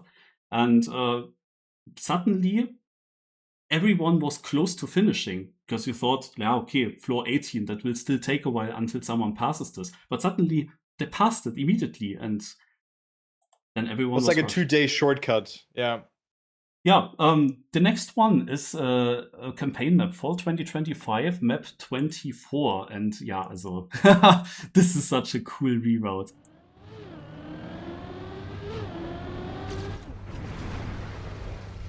Yeah, I love this one. This one is just one of the cuts. Like, there's so much happening here. Also with the reactor boost. Like, holding this reactor boost so long is already hard if you don't know the line. And then getting this overwall, it's not easy. And well, they skip one part here. Yeah, they skip one checkpoint that they still have to take. Wonder how you do that.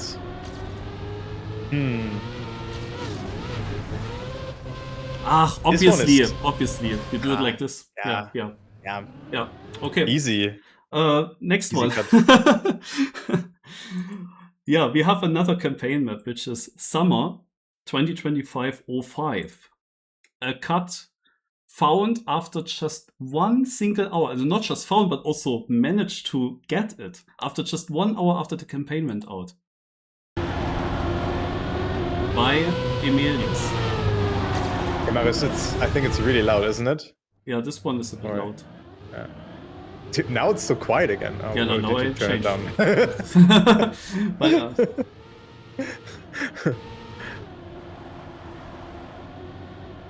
now you see the comparison. I know here people already did. Yeah, because I show, of course, the world record. We have here also early cut reactions by Granadi in virtual if you want to watch them. The next one, Super Cross Country, is a track of the day. And it was a track of the day, the first of the month from October. And yeah, by X Hookert, and he managed to get this Überbug in the seeding and qualified into Div 1. He won the Cup of the Day seeding with this plastic Überbug. And finally, such a clean one. Granadi saw this and tried it in the no elimination round and got it first try. You can watch it here, and you can also see the virtual reaction again. Yeah, the next one is TrackMania 2 Stadium A13. This is now the second FIP Cup that we included from TrackMania 2 Stadium now, where he also managed to find some cuts. And this one is extremely clever. It has a freewheel skip that looks like this. But this is still losing him time at first. He needs to catch up to the old world record. He does that by a barrel flip there to still keep the speed, and now he has still more speed, overtakes the old record here, I can tell you. But with his speed, it's very difficult to hit this jump and still land in the downhill. You can see it now in the comparison, where he is quite far behind. The old world record is not doing a barrel. He is not fast enough to jump into the downhill. But FIP is. Because they're freewheels, yeah. Yeah, because they are still freewheeled. Now they are not freewheeled anymore, but FIP has the over speed. But you have to go for that side ramp in order to land smooth. Because the speed is like kind of equal in the end, as you can see. So he had to go for this side ramp in order to just beat the world record, else he would not have a lot of speed. Okay, last nominee in this category, it's Treeline. And this was track of the day. This was mentioned by a lot of people. So obviously it is in here. Push the Topako, also the only one to make it and the only one to find it. And everyone was in disbelief when they saw this reroute by Push the Topako. Yeah, just enjoy it.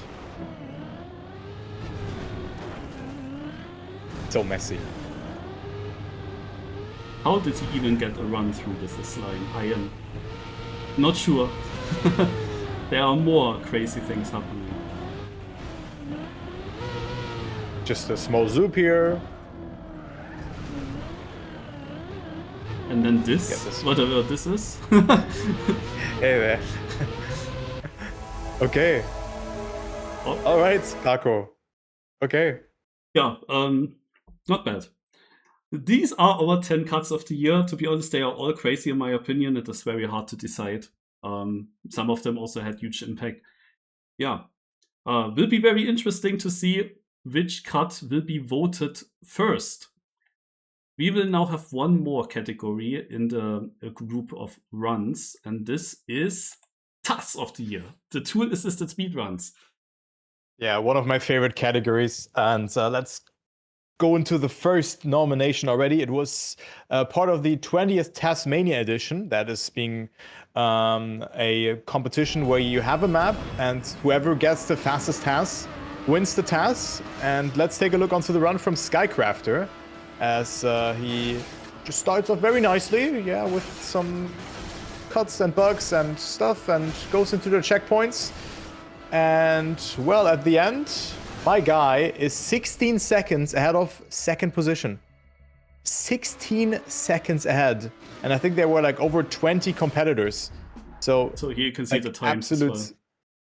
Absolute stellar performance from him. You can see there 34 seconds from Mufatiam is second place, and then 18 seconds from Skycrafter wins him and the also competition. These 34 seconds were already crazy TASes that had some crazy things. The standard was around 44 seconds here. You basically have to watch the whole video to understand like how crazy that is that someone comes up with such a TAS here. So we wanted to get just one TAS in from a competition basically. And this was the craziest one. The next TAS is AO1. I mean, pretty self-explanatory. With AO1, there was a new kind of trick found. We can get a bug to do this landing full speed. And with that, of course, you just trigger way, or you have much more speed onto the map. The S4D gets more efficient, or the S4Ds. And then the TAS even jumps against the finish here in the end. So just an amazing TAS, 23:48.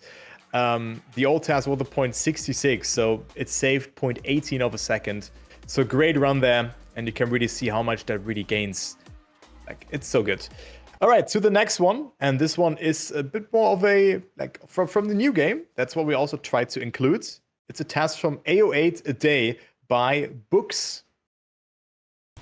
I'm requesting a TAS for this map. Granadi, we got you covered. Here you go. TAS on this map. I mean, Granadi played a lot of AO8 maps on the stream, and Books created a TAS in TrackMania 2020. I don't know how.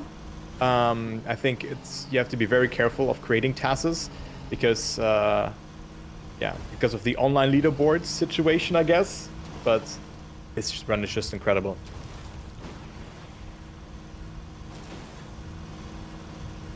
Look how close it will get here very soon. Also, getting everything very, very nicely. And look here, the slow-mo camera barely dodging the checkpoint entry there.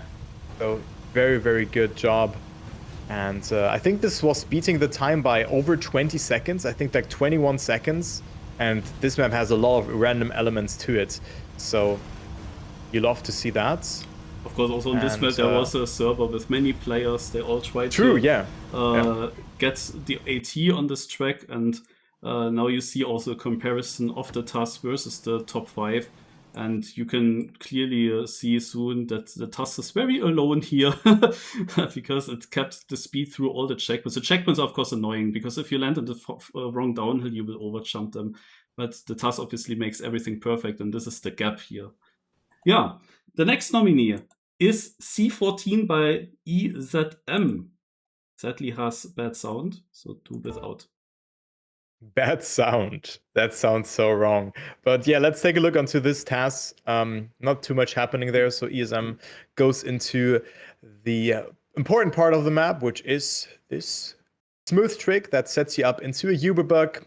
And with that, you have a lot of speed going into the next lap. But since the checkpoints are aligned in such an order that you cannot really do a nose boost or Uber bugs, you just have to go around the map and just do this over and over again, as opposed to just do nose boost after nose boost. He just does that into a nice setup here and goes into lap number 3. I really like those TASes that are just going out of the ordinary, you know, having not so many nose boosts. Lap 3 is different here. Yeah, it is. And I can explain you why, because you have a different setup for the end, because here you can actually Uber bug and you don't need to transfer the speed into the next lap. That's why he was able to cut the loop on the last lap. Yes, and this leads us to the 5th TAS in this category, which is a TAS on D14, the collaborational TAS. And I love that one. I love that one. It's like, yeah, just watch. Yeah. So just what I mean now, I talked about nose boost and all that, but doing that on a 3-lapper and taking also the most efficient checkpoint order is quite something. Already the setup is so creative. It's so good. Just like one of the greatest tasks that I've seen. Just very good task, yeah.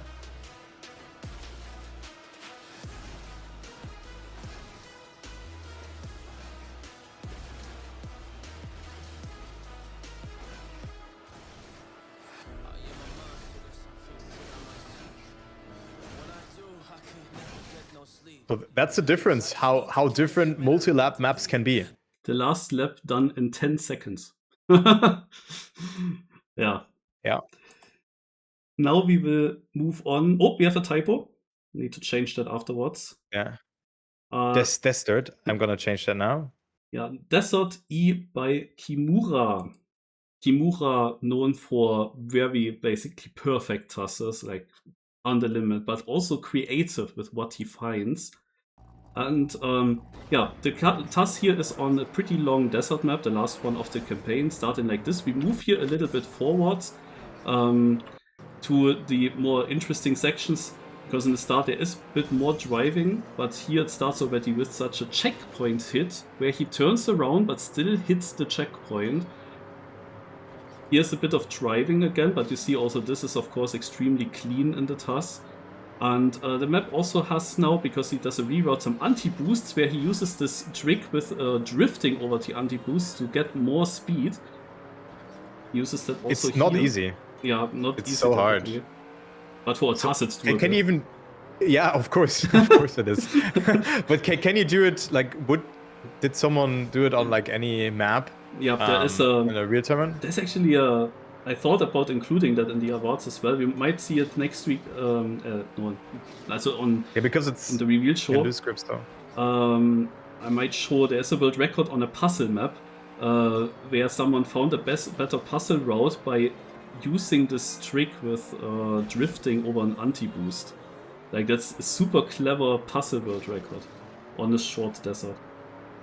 Yeah. Anyway, but let's just go to the next one, because this one still takes some time. You can watch the rest on your own. And let's go to the next one. The Art of TAS. Also a very cool map to be included. Just shows the possibilities of a TAS run. Just a lot of nose boosts, a lot of bug slides, a lot of stuff that is happening here. Uber bugs. Everything this run has you covered. It's just mesmerizing with all of those rings. Of course, this map was created for a particular task like that, but I think that still makes it great. And I think we had a nomination like that last year already, or the year before that, with a map like that. Just this one is a bit different. Correct. You can also watch the whole task if you want. It's also a bit longer, like 2 minutes. We're gonna spare the time here. Team and Pro Race A1 by Mufat. Yeah, also a crazy task that gets a very early setup into the nose boosts. Already here. That's always so hard. Gets a bug checkpoint. And now look at this.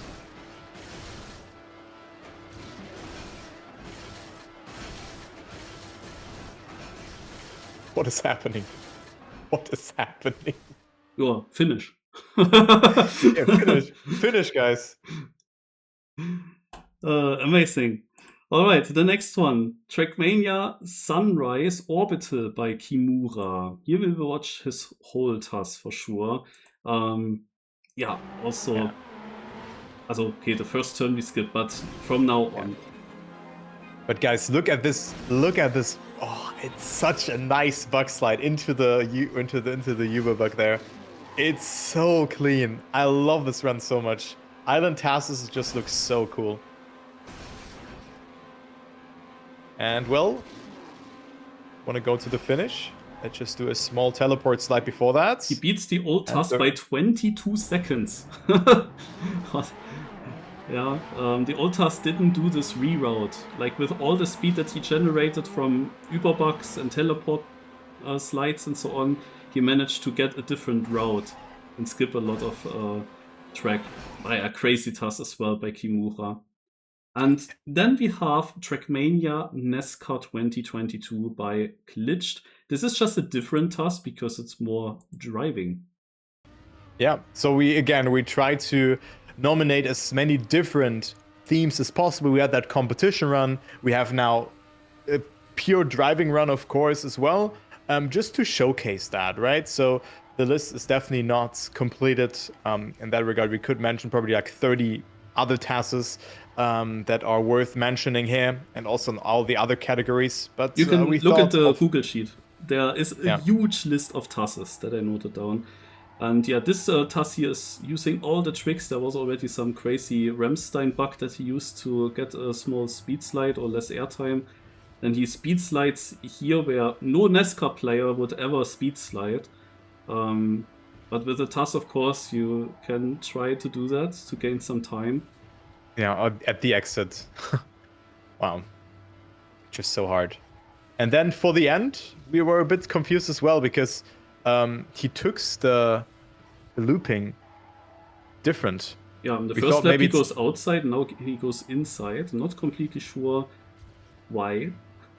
Maybe it's the speed difference that you have, but I don't know. Maybe the TASer will tell us. Yeah, maybe you have actually more speed if you go outside before, because then you have still another lap to come. Yeah, these are our 10 tasks, guys. Also, try to choose tasks from different people. The different tasks are mentioned here. Yeah. Now we go to the next group, and this is the best events that we had in 2025. And we start with the offline events of the year. Our first nominee for the offline events is the Comic-Con Baltics. Yeah, Comic-Con Baltics, an offline event in Vilnius, organized by SOK and Cam. It was played in the TrackMania World Tour Duo mode and had a prize pool of €3,000. So that's the first nomination. Let's just go a bit quicker through that. We will not sit here and I can't catch my last bus, and the alarm in this office will not go off, Marius. Okay.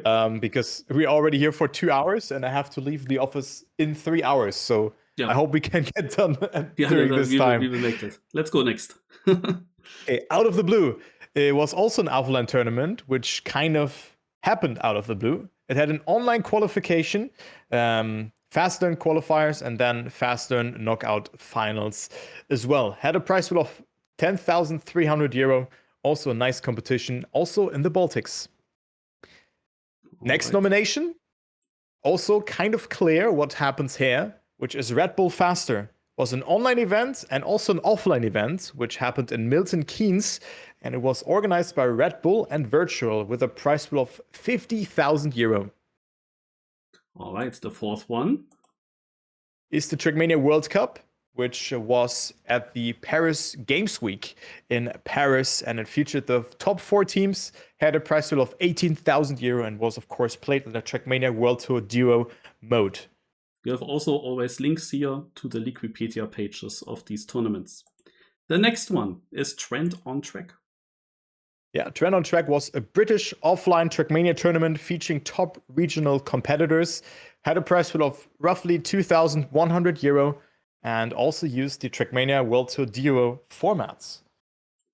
And the last nominee obviously had to be XP Evo. I mean, this one is probably a no-brainer. The biggest community gathering of 2025. Everybody came together. We had a huge and stacked solo competition, but also a lot of other events, a lot of side events. We had the XP Ice, we had the RPG Cup, we had the Kaki event, just to name a few. A lot of community activities to do, and also had a prize pool of €10,000 in the main competition. All right, and those are our 6 offline events of the year. Yeah, let's directly go to the online events, shall we? We have 10 nominees here, a bit more. Let's start with the America's Master Season 1. Yeah, I mean, they used Reverse Duo Cup mode, which is a complete different format.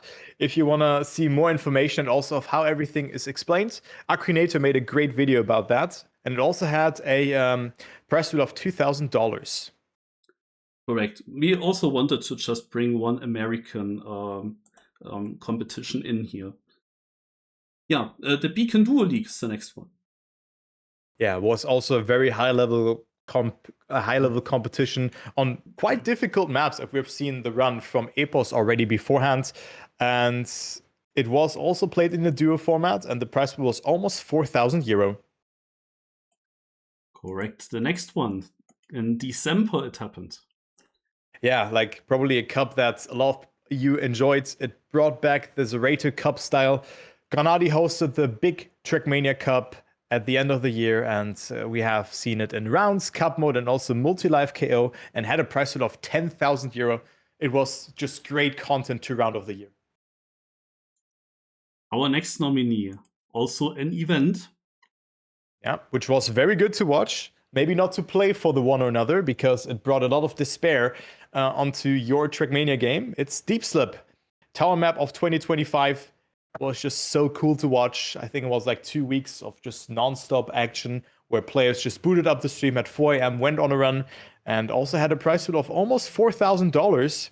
And the format was the first to finish. The top 3 got prize money, if I recall it correctly. And now we move on to Kaki. Kaki is our next event. And Kaki 10 was the last Kaki and TrackMania Nations Forever. And Kaki Reloaded also has taken place in TrackMania 2020, which was the 6th edition, and also had a huge prize pool of €7,500. So 2 events happened in 2025. Correct. The next one is a TrackMania 2 competition. TrackMania 2, and it was the Nebula RPG Cup with a prize pool of €4,000. There were different formats that have been used in just for the whole event to qualify to it.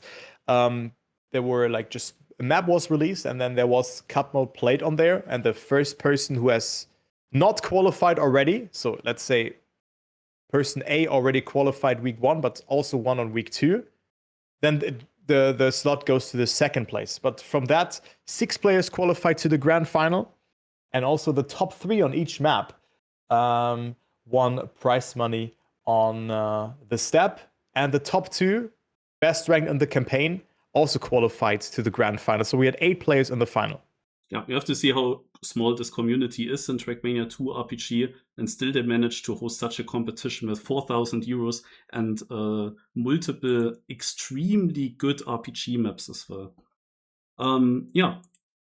Then comes Puzzlemania. Yeah, that also existed last year.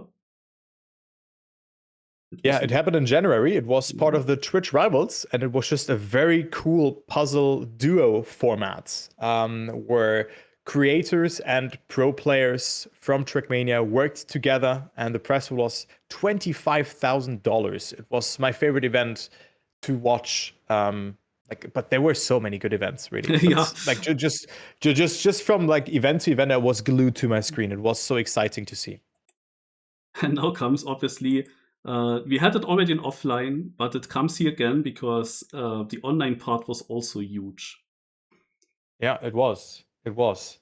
Yeah, Red Bull Faster. Exactly. The top 100 qualified to it, to the online qualifications, because there were limited slots for the offline finals. And if you were in the top 100, I think after a 2-week span, you then not only got €100, but also were able to play the qualifiers. Exactly. 4 knockouts with 30 players each, and then a last chance knockout, as we've seen earlier. Out of the 100 players, it went down to 8. Now we have, of course, again, the 12 and 24-hour races. Yeah, I mean, those were just really huge community gatherings as well. They were a big success. The Endurance multi-lab modes brought you a cast as well, just very professional, and just a worth nomination. And our last nomination on this list is the TrackMania World Tour, which of course used the TrackMania World Tour duo format and consisted of 3 regional events, the APAC, NCSA, and EMEA events, and then we had the 2 global playoffs as well to determine who goes to the World Cup in the end. It's hard to determine the prize pool because there was prize pool for the second global playoff event, but the whole like just season didn't have any prize money and was just all tailored to go to the World Cup. Yes, and that is it. Our 10 nominees for online event of the year. You can then vote now. As said earlier, you have up to 2 votes in every category. Yeah. It will be difficult. I also didn't think myself yet what I will actually vote in most of the. So it's it will be tough to decide. There's so many good ones. And you see, we have another 10 nominees. We actually wanted to keep it at 8 maximum, but at some point, like, it was easier to just take more, because the decision to go down to 8 sometimes just takes more time, you know. Yeah, we have, and now we have, of course, also more covered in the regular Cup of the Year. And here I can, of course, tell a bit about it. This is basically the perfect week for Marius 89. We start actually with Monday and end at Sunday. So what would Marius do on Monday? He would try the BYMC, the Big Yak Monthly Cup, hosted by Granadi. It's in the club Granadi's Wheelhood, has on the main server 115 players around. Some of course, are whitelisted, and there's also a second server. Cup mode with finalists with 3 rounds per map. Maps often sent in by the community. Each Monday, the last Monday of the month, is a grand final with multi-knockout, also multi-live knockout, and also with prizes. Yeah, then afterwards, on Tuesday, we I actually here's the next one. Yannick's of the week is also on Monday. You can play that later in the evening. The start time is a bit unsure because Yannick's is building a themed map in his stream, and then when he's finished with it, he opens the server and there's a knockout. It is not on TrackMania news, but still it usually has up to 100 players on the server, even though it's a normal 1 live KO. But to be honest, also the maps that Yannick builds are extremely creative. Also definitely worth to also try out once. Yeah, now I also leaked it already. We have the United Ultimate Learning Cup. This is a new cup, so very special here. It is hosted by Ovra. There were times where streamers didn't play, where it was still rather small, but by now it has, as Granadi plays it often, Yannick plays it, it has 60 to 100 players on the server. And the format is difficult. We have here 3 rounds per map without any warm-up, and the first round is always the most important points-wise, and then there are boni for consistency and fastest time. And we end with finalist mode. Now we go to Wednesday, the mini RPG of the week. Maybe you can do the turbo shortly, then I can drink something. Yeah, let's just go into the next cup, which is the mini RPG of the week. Also has a different format in this way, where we have 15-minute warm-ups on a new unknown RPG map, and then there's a special plugin that is being used with Safe in the Danger Zone, and usually it has 80 to 100 players, and there's also a club that you can join, which is RPG and Trial, and just a cool event to play, especially with the format, and the maps are always a bit different. Sometimes they're using vanilla blocks, sometimes they're just having custom blocks. It's a good event to play, and also with the Danger Zone and Safe Zone, it gets quite interesting to play, because sometimes you can get eliminated even though you may be in the midfield of a round. Correct. So I'm back then. So this was Monday, Tuesday, Wednesday, and we have another Wednesday Cup. This is the Survivor Cup. Happens right after Mini RPG of the Week at 21 o'clock. It's hosted by Chakalu, and it has around 50 to 80 players each week. And we don't have that somewhere else in this game. It has the time attack knockout, so basically 3 minutes on each track, and always new tracks, and the slowest players get eliminated. Yeah, then we move on to the Bonk Cup. Now we are at Thursday, 8 p.m., right after Cup of the Day. Yeah, hosted by Shenga. In the club, really high quality. And the players, also I don't even know how many there are. On the main server, we have around 120, but there are also multiple other servers opened. And I don't know how many of them are full each week when I'm playing myself. Yeah, 3 rounds per map, finalist mode, and very special bonky maps. Yeah, we move on to Friday. On Friday, we have the Weekly Shorts Cup. That was first hosted by Granadi, but now later taken over by Giuliano. Here, the current Weekly Short maps will be played in a multi-live knockout format in the Club Golden Tribe, hosted by Giuliano. 30 to 60 players are participating here. Friday is actually, also sometimes a day where there's not really a cup, but sometimes a lot of cups. In this case, I have 3 Friday nominations here. The second one is the Yannick's Platform Cup. This is now the first cup that is not weekly, but only monthly. It is once per month, usually. And somewhere in the evening, when Yannick's finished his map, again, Yannick's builds the map himself. And the special thing here is that he uses the platform game mode, where it is about having the lowest amount of respawns. This gives you a better position. In the case of same amount of respawns in a tie, then the tie matters, but otherwise it's the respawns that matter. And we played it in knockout format. And this is extremely exciting, I can just tell you. It has players from 45 to 80 players, and it's hosted by Yannick and also in his own club. And there were additions also with prize money sponsored by Holy. Yeah, and now we have the Under 10 Seconds Cup, and this is the third one that is also on Friday, very late at 22 o'clock. And this cup uses 20 maps out of a huge map pool of under 10 second long maps that were built by Everius. He is also the hoster of this cup. You can also find this cup in his club. And there are actually also, this cup is not on TM News, but there are 45 to 80 players. The maps were basically most of them, 15 of these maps you can already know if you play them on the server, these maps regularly, but there are also often new maps in each edition. Yeah, and it is finalist mode in the end, but difficult to reach. You need to score very good to reach that, otherwise it's just rounds. And now we go to Sunday.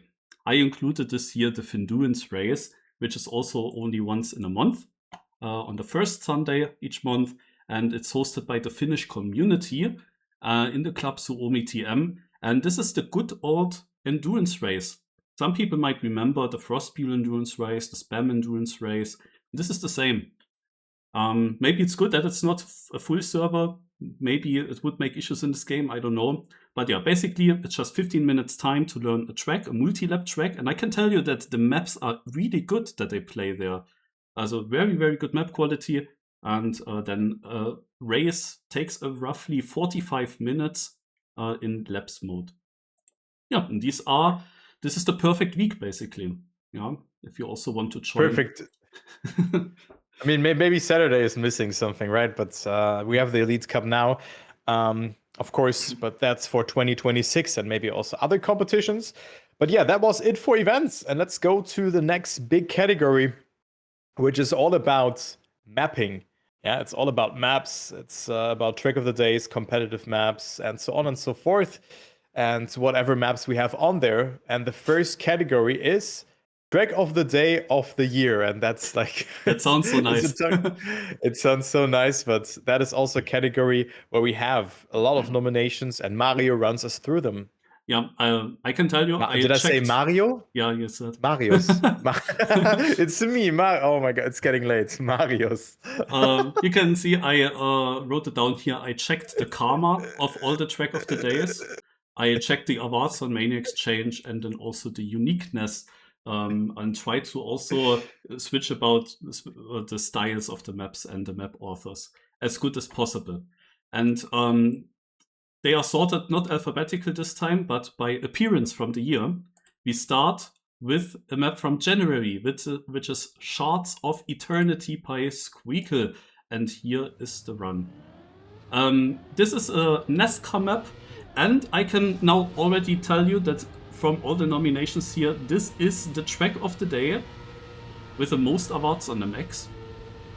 And now I can also tell you that the User Choice Awards were already hosted on MX. This is similar to the TrackMania Awards, but is solely focusing on mapping.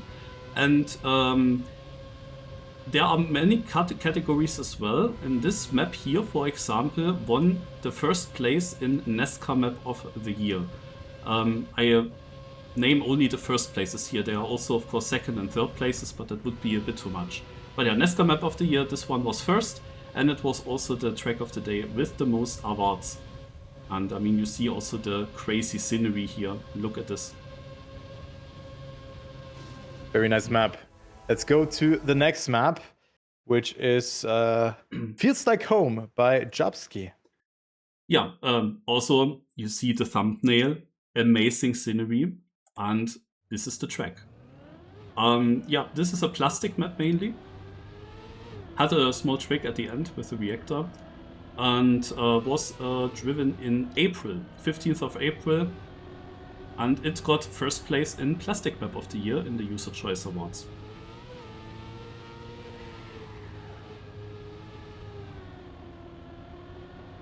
Also, the scenery here is just, for me, it's so beautiful. It's so creative. So great job there from this map. The route is also super nice. Of course, the zoom at the end was not liked by many of, or like all the players, but I think it's a very cool and also different addition to a map.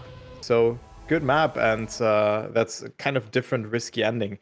Let's go to the next map. Another nomination from Jobski and Jacob 3. It's Fraction. Yeah, from the 17th of May.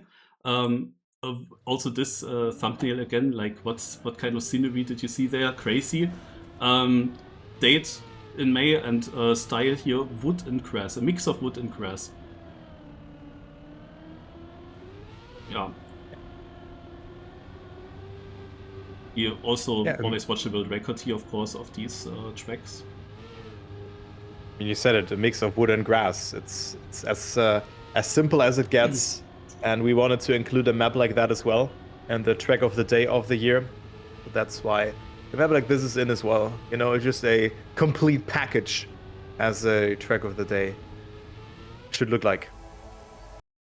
The next one is actually Silent Wings by Spec and Entry Lag, and this is now, before we get to some maybe more specific maps, this is now another last one that is like typical track of the day. It is just a grass map. Yep. So similar to the previous one, but this one is also just, you know, your grass track of the day. Yeah, nice, if you're looking, of course, for was high in awards. Karma, I don't remember yet now from this track especially, or specifically. You have here, of course, also the track page linked. If you like to award the maps still, then you can do that there. But I had to also implement some normal tracks. Now, actually, we had now 3 kind of normal tracks in a row, but I can tell you the others are then more specific than this. And here we go to the next one, which is Muspelheim by Ellipse and Tunay. And this track here is an ice map with a mod, as you can see. Yeah, by Ellipse and Tunay from beginning of June. And it also got some first places in the User Choice Awards. It was the best ice map of the year and the best custom scenery map of the year. Just the ice is so cool here. The textures are so nice. Just complements so well on this map. And I think this thumbnail on this map was also incredible. Very cool ice map. Ice is in general a lot of fun to play. Even though I'm skill checked on it, but it's great. So the 6th nominee is VCC Showcase 14 Airborne, built by Vanilla Mapping, a group of people. And like you see already the thumbnail, everything is vanilla mapped. So just vanilla blocks used for this scenery here. And the track is also a bit special. It's like mixed stuff of everything. It's a bit RPG-ish, but it has like everything in it. Especially there's a big jump here with a bumper that you don't see often during Cup of the Day. Also, a question to the chat. How did we order that? I think it should be quite clear by now. If you I mentioned it earlier. Okay, you did. Never mind. Okay. Yeah, also this is now a map that is maybe a surprising pick, because I can tell you it was not in the best Karma maps and also not to be found in awards. Also not at all. But this is a map that I noted down myself during the year, because I was missing this Cup of the Day and I was sad when I saw it. And I feel like this is actually, like, I thought that people really liked it, but I didn't see it in awards somehow. Anyway, we have Hydro Core as next one, and this is definitely very known. It's built by Squeakle and Prof. And this is the map with the best Karma in-game. It has a 2.1 Karma, and I can tell you the second place of the whole year in the Karma rating is only at 1.7. So there is a huge gap. It's a bit sad, to be honest, that people vote maps generally so negative. When you see that the second place is only at 1.7 plus, I can tell you the average of the Karma must be far in the minus then. But yeah, this one has the best Karma, and in the User Choice Awards it also won the Speed Tech map of the year, and it has also some really crazy scenery, like all over the place, but there is this rotating tower, which is crazy. Like I saw it probably somewhere after this corner here this one. Yeah. Absolutely crazy. Yeah, this was now end of July. And now comes the 1st of August, our first LOL track of the day. A crumpled up piece of paper. Such a creative map. Like, perfect fit for 1st of the month. And that just shows the possibility of Blender. Very, very cool. But of course, a bit frustrating to play, unless you get a run like this. Yeah, actually we didn't have many LoL maps in 1st of the month, but this is actually one where anyone had a chance as well. And it was also winning LoL map of the year in the User Choice Awards. Now we go to Nosedive, built by Moss, Tatauna and Adnipal, from also early August. It is a dirt map. It uses custom dirt. Since it's custom, it was... What was it? No, it was just second or third there. It, however, still got some first places in User Choice Awards. First place in Dirt Map of the Year and in Speed Fun Map of the Year. Interesting.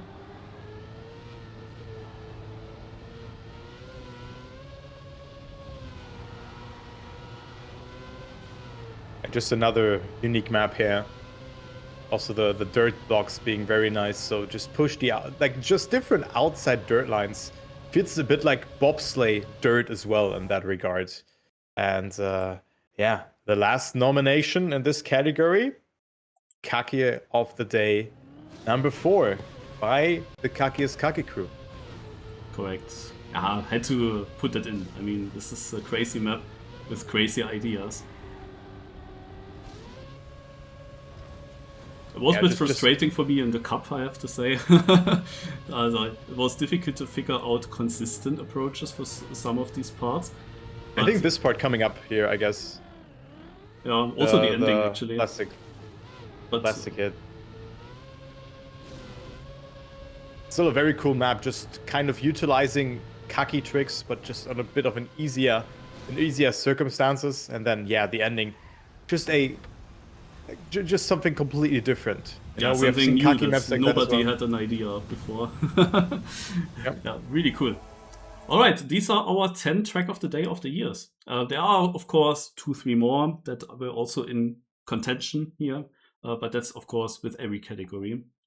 And we will now move from the track of the days to the competitive maps. Oh yeah. Yeah, let's start with the first competitive map, which is Agrippina by Roxy. Maybe we can still add runs to that, actually. It's difficult to find. Yeah, so runs here are difficult to find, but we're going to add them. But this map was used in the XP Evo 2025 map pack, and it was a very nice map from Roxy. Yeah, that is our first nomination. Second nomination is another map that has been used in the XP Evo 2025 map pack, which is Bubblegum by Envidim. So 2 from those maps have been nominated. Then number 3. We have a video for that one, but I think, yeah, we can just quickly watch it. It is Kingslayer by Poupette and Wizzy. This map was used for the 24-hour race of last year, and it also won the User Choice Awards, the first position in Endurance Map of the Year. So great map, was nice to watch, nice to cast, nice to play as well, and well-deserved nomination on this list. Next nomination, we go to a map that has been used in the TrackMania World Tour 2025 map pack, and also in the it was used there. It is Sideswipe by Vixa. Yeah, you saw the map earlier on the Push Dito Parkour world record. There we have a clip that we can add here for that map. Next map? Yeah, Snack Attack. Yeah, Snack Attack by Wizzy had incredible scenery, just using Doritos as quarter pipes and also as just normal blocks, normal platform blocks and all of that. And it was used in the TrackMania Comic-Con Baltic map pack of 2025. But guys, we're gonna add videos to that, so don't worry about that. The next nomination is from Red Bull Faster, and we wanted to nominate one map on there. And I think there was the track of the day that we had on our list, but there was this incident where you could bump further up and had a very slow landing. So that's why we decided to not go for that one. And we decided to go for a Splash by Wizzy, Clear Vision, and Histo. Yeah, it's the beach map, the one where you also go over water and so on. Beautiful map. Then we have a map, Thriller, by Kerberos from the Beacon Duo League. We saw the run earlier from Epos on this map.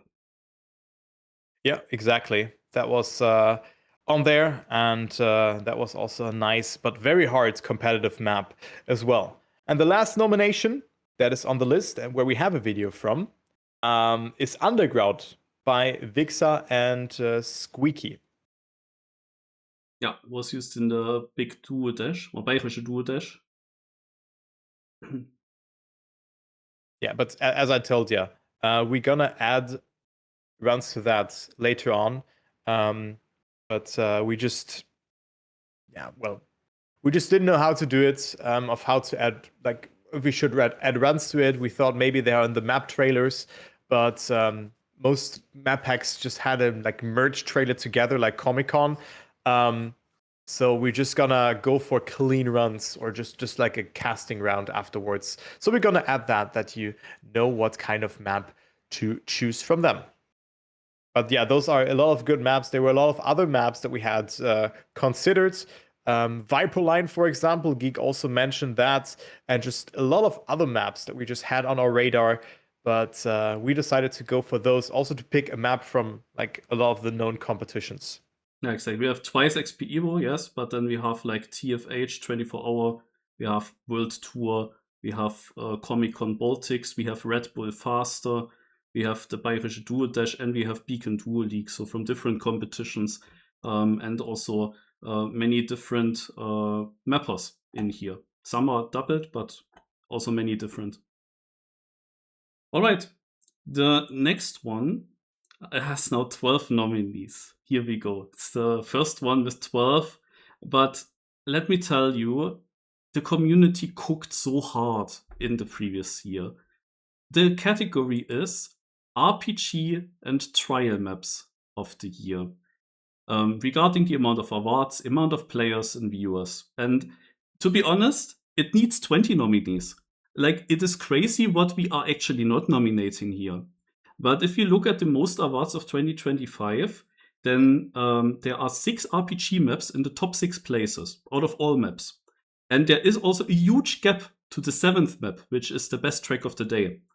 Also most awarded track of the day. But a huge gap. So these 6 tracks of RPG had to be in here. And then there are also some others that just feel like they had to be in here. But there are still more that we couldn't, and we have already 12. Also this is crazy. Like, the community was crazy last year in terms of RPG. We will begin with Animus Project by Raikus. This is one of these top 6 awarded maps. And yeah, we have here a video from a channel that basically just shows a world record replay of the track. So that's basically no sound issues. Yeah, it is inspired by the Assassin's Creed universe, and I checked a bit the author comments from the mappers. This one wrote it took him around 250 to 300 hours of mapping. We, of course, are not watching the full run here. The next one is Black Sialoon, Neon Chrome by Simo 900. So now we are actually, there are 2 nominees here that are not Team 2020. One is from Team F, which is this one. This is a trial map, a very, very hard trial map that only 3 or 4 people have managed to finish by now. And the theme on this map is, when you go a little bit further, late 90s, early 2000s video games. You see it here with the scenery. And yeah, it got 2nd place in most awarded maps in the TrackMania Nations Forever Team X. Yeah, and it has also, of course, many crazy trial tricks. As I said, very difficult track by Simo. The next map is Darakun by Kiraj. And this map is also one of the top 6 awarded RPG maps. You also might have seen this track in a big streamer event. Also many streamers discovered this map together or against each other. And it is part of the Frontiers Discovery event, and there was also a hunting competition as far as I remember, and it also took 220 and more hours of mapping. If we go a little bit through here, this is the map. The next one is Deep Slip. Yeah, has to be in here, of course. It's a trial map, I would say, by Perlipock and also many other mappers that built the floors. And this trailer is really amazing, but sadly, the music is bad for the stream. Yeah, we have this huge tower map here, full of ice, and there's a crowdfunded price here up to $3,820. You can still change actually the dollar sign. Yeah, 18 floors for this map, and here also a link to the sector run, which you will also see later in another category, I can already tell. Yeah. The next nominee is Frostguard Citadel, one of the most awarded tracks as well. This one has its inspiration on the lore of League of Legends, and more likely Freljord. Copy-pasted that out of the map comments. 500 hours of mapping over 3 years. I mean, that's crazy. And in the User Choice Awards, it was also doing well. 1st place in Map of the Year and in RPG Map of the Year. And it Demacia. Sorry, nothing. Okay.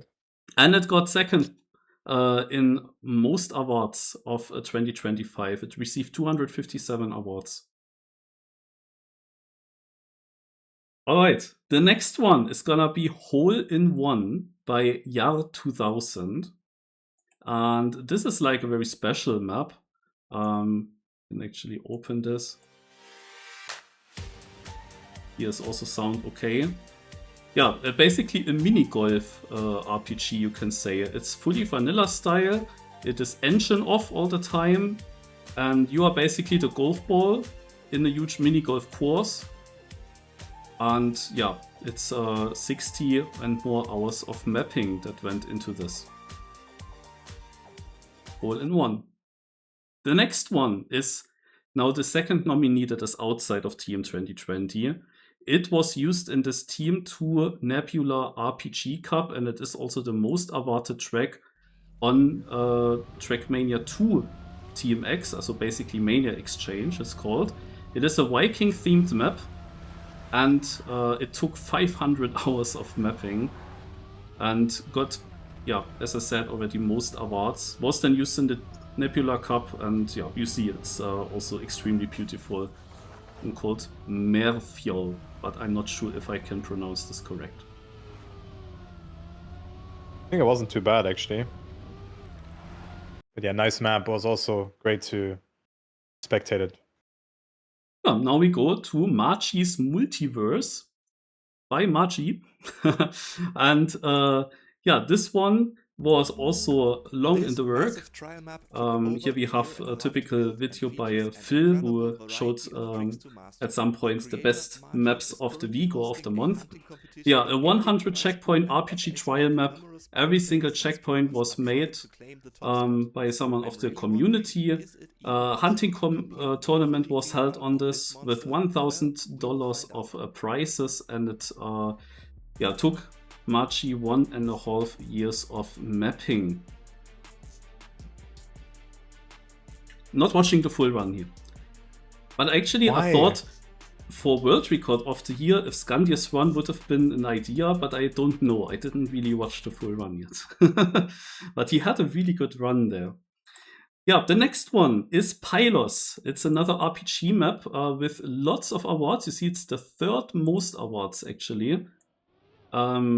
With 244 awards. There was also a gap from third place to fourth place, a small gap. It's an ancient city that witnessed both the Greeks and the Roman Empire and took more than 200 hours of building. Yeah, as I said, people cooked. Also, it's really crazy. It's also that just the first 6 maps and most awards are all RPG. And like, how could we decide which of the maps we would take out here? Like, I cannot decide that. So they all go in. Yeah, there was a huge gap from the 6 RPG maps to the next one. Yeah, now Quack 100 by Bacon Patroller. A trial map for all skill levels. Took 200 hours of mapping. So basically a bit different here, as this is an easier map. Yeah, not so difficult like many of the other maps that we have in here. And yeah, here also a run, probably not current world record, but when this video was made, it was world record. And had to be in as well. And now 2 more nominees. We have Red Rock Redemption by Saphiron and Lakur. And yeah, this map here, with very nice desert car music from the old TrackMania games, is a canyon-themed map using only vanilla blocks. So everything that you see here is just vanilla. And it took 5 months of mapping, and it also won the first place in vanilla style scenery map of the year in the User Choice Awards.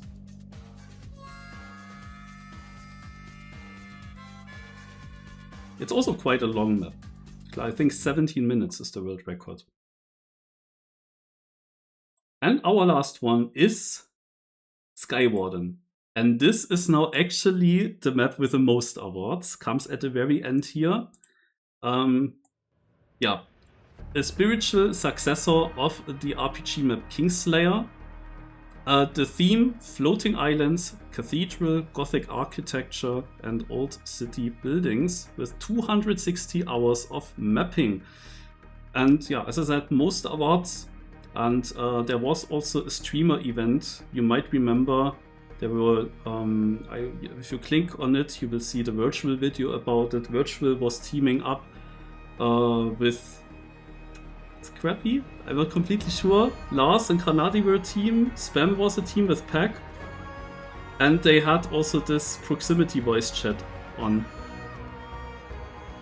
That was a very fun, was amazing. A very fun stream. And that was happening on this track. And yeah, this is it. And yeah, there is one nominee even missing that people might actually write now in the... But there are actually even more. Like, it is just crazy. We are already at 12, and yeah. We will now move on to the next category with unique map of the year. Basically, this is just all the other maps that existed, because when we scroll up, you see we have the track of the days, we have the competitive maps, and we have RPG and trial maps. but now we need everything else.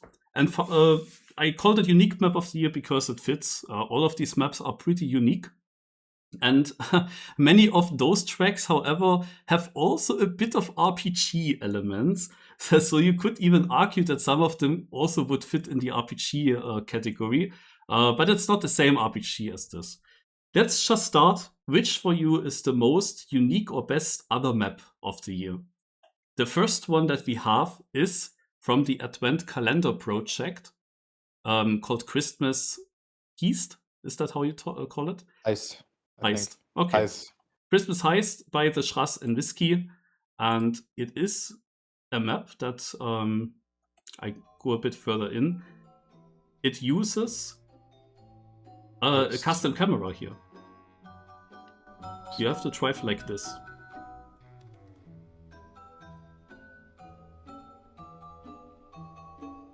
So it's also a bit RPG based, as I mentioned, but also very unique. The next one is Cluster Fog by Vixa.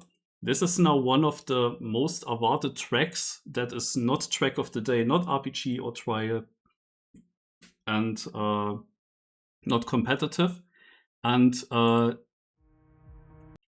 this one here is a full speed map. Let's go a bit further. With stunts. Also basically the combination of full speed with stunt. A crazy map by Vixa. Mapping and validating took 100 hours, especially the validating took also a big part, because this map is obviously extremely difficult to finish.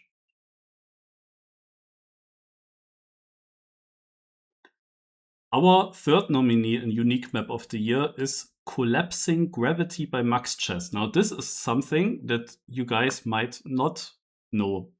Surely not know unless you actually watch the YouTuber Edge. Because Edge has a competition, the one-of-a-kind mapping contest. So this was basically a mapping competition with a theme. And the theme was that not a single block was allowed to use more than once. Every single block in this map that we will see now is literally unique. And you would not believe that such a map could be created with only different blocks. Yeah, this one is just a great map. Also cool competition, and here we have our competition map in there as well. So absolute incredible stuff. And you might wonder, do some blocks look the same? Yes, they do, but sometimes they exist like multiple times in the editor, just in a slight different variation. So very, very nice map there from March CEST here. Yeah. And also the map afterwards, it will be this one. The map after that will blow your mind even further, I guess. All right. Yeah, March CEST is really doing very well in many of these mapping competitions that Edge is hosting. Very creative mapper, but he didn't upload this map to MX somehow. Yeah, every single block that you've seen here was unique. But now comes something that is, out of the world. It is in TrackMania United Forever and uses Unlimiter. You need to use the Unlimiter to play this. There was an Unlimiter competition, actually. And this is TrackMania, guys. Real people play this Carson. Yeah. I still wonder how this works, actually. I can't play Carson. So how does it work? So he can now go further to the next room, and then you more have to aim enemies at the will door, bro. I spawn. was just shooting. Also TrackMania became a shooter. just There's also a moment where he finishes. Insane, bro. This is how it looks from spectating view. Not the best experience this back. Huh? So good. Insane map. Like how? Crazy. What the fuck? I have Doesn't no make idea. any sense. I have literally no idea, but I think it fits into Unique. Yeah, now we go to the fifth nominee, which is our a weekly shorts map actually by Heravan called Elevators, and was week 38, map 5. And it's this Nadio office. where you had these elevators and you could reach actually this one, turn around quickly and go into the finish. Yeah, from the outside, it looks just amazing, this Nadeo office. So included it here into the awards. Then we have one that I have to show you in full. A press forward map, but not just press forward, it's press forwards, back and left. And this map here, built by Nebula, is featuring many of the Kaki tricks from Kaki Reloaded 6. Actually, it uses tricks from 21 Kaki maps. You will notice most of these tricks. And this is just crazy. Like this, I really love this. It's also so creative and I would not think that it's super easy to build. However, I have to say, I'm surprised that there are not more press forward maps in Team 2020. Because in older TrackMania games, press forwards were pretty annoying to build. You always had to put your car to the start block and drive everything until the part that you are just building to see what happens. So you always had to wait. But here you can of course just place some checkpoint gate that you fly through, and you can use that to have like a much faster respawn close to the part you're building. So it should be much better in this game. But somehow, not many people use it, I feel like. If you check out the best maps in TM United TrackMania Exchange, you will find out that most of the most awarded maps are actually press forward maps, but in a game where it is more annoying to build them. Maybe that was also the challenge to build more annoying stuff. Just imagine back in the days where you had to use Block Mixer. You had to actually close the game and select the file and open it in a different program. So like we've come a long way from block mixing and all of that. And yeah, just a beautiful map. A lot of tricks have been used, a lot of tricks that you recognize as well. Just a great creation, and also of course no steer makes that possible, no brake as well. And yeah, also the ending is quite funny on this one, as you will see here now. But especially, very cool map. As you said, these effects blocks, that makes it so much better in this game, that you have like a no-steer block. So you can basically have a PF map with bug slides, but also going PF at some points. That's very, very good. Alright, this is the 6th nominee. Now comes the 7th one. Mission Skyfall by MCYMC and Yo Tamjo. And I can tell you that this year is actually the intro of the map. Like, I actually opened the map 2 days ago, and this here is the intro of the map when you open it. And it is like an action-packed adventure map afterwards, from the style NASCAR, you can say, and a getaway mission. And MCYC did here also a very nice video. Then go a little bit further.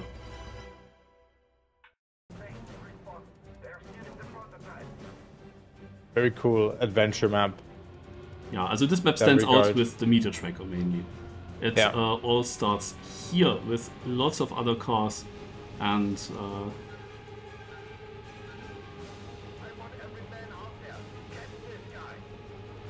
he tries to dodge all of them. Map. You don't need to dodge them, I can tell you, but it looks of course much Imagine cooler. they would have a hitbox. Yeah. Maybe that, but I think then it would be like very hard to do that. It would be very hard indeed. Reminds me of course, like, I don't know, the first thing comes to the James Bond movie, of course. Yeah, because but then of the also sound have to think about yeah, and then also like Need for Speed with the cars and the radio. Very cool map. I can go a little bit further to the ending here.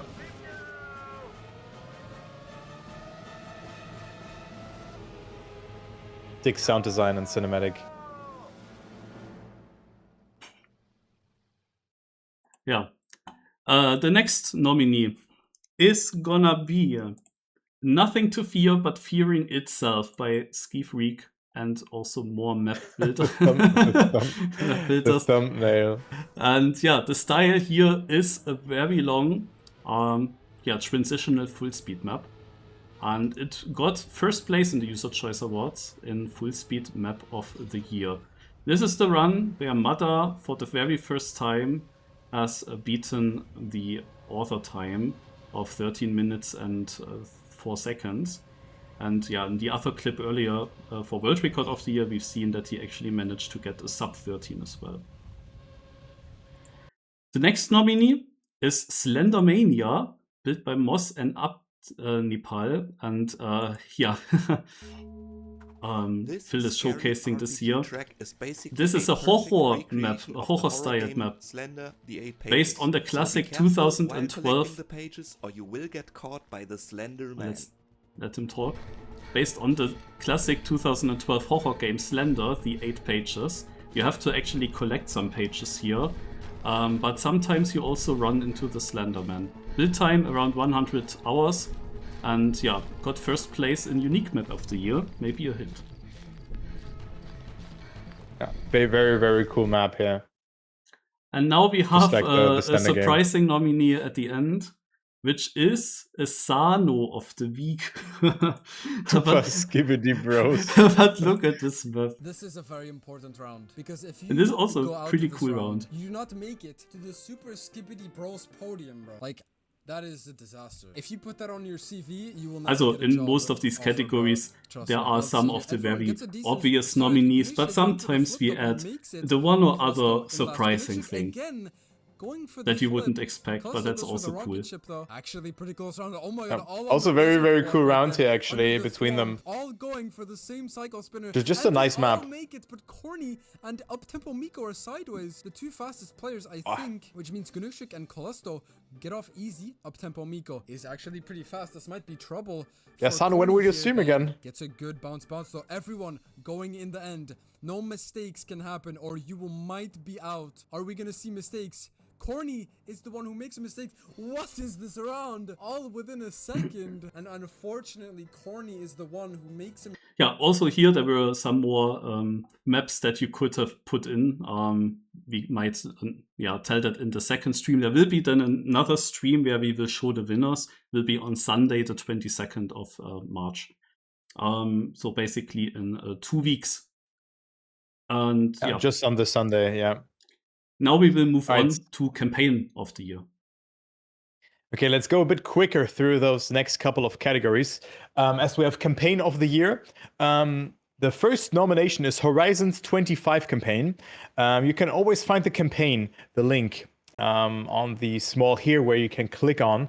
But Horizons 2025 was a community-driven TrackMania campaign which featured 25 tracks, and it just was reminiscent to the 2023 Nadeo official maps. So very, very nice campaign. Second nomination in there is the Mario Kart 8 campaign by Loco, which is a 1-to-1 remake of Mario Kart 8 maps in TrackMania. So great campaign. A lot of streamers have played it. It's a lot of fun. And if you haven't played it already, make sure to do so. Third nomination, and we already had mini golf. This time we have a mini golf campaign by Evarios.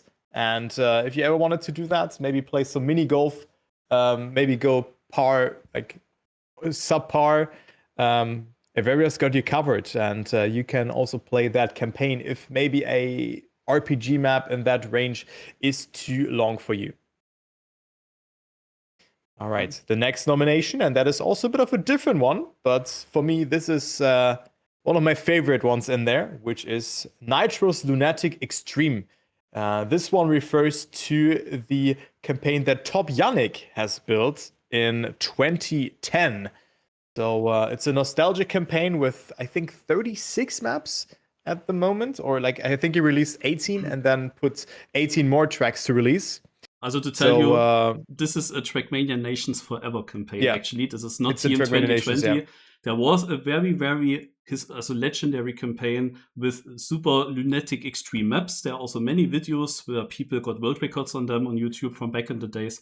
And this is a new campaign made that is very similar to the old classic one. And there is also a video that we might add here to the details after the awards. Next one, Project Synergy. Yeah, Project Synergy is the next one, and this is also a campaign where 49 creators from 5 different mapping teams have produced a 16-map campaign. And this is just a great campaign. And I mean, this one also got 2nd place in the Creative Project of the Year in the User Choice Awards. So make sure to check out those maps as well. And I think one of those maps were also Cup of the Day, if I recall that correctly. The first one was a Track of the Day as well. It was also a very special one. Now we have Retro Nova by Arian, a campaign which consisted of 15 maps, and it was solely built by Arian. So amazing campaign, a lot of different things, just old school style to it, and you've probably seen your favorite streamer playing this campaign. If you don't remember, you can click on here and get thrown to the TrackMania side of the campaign, and you maybe realize quicker which campaign it is. Yeah, the Star Trek 2 campaign and Team United Forever is the next one. Yeah, and this one just is also a community-made campaign, similar to Star Trek 1 or Star Trek, which was released, I think, in 2010, 2011, 12, something like that. Something there, maybe.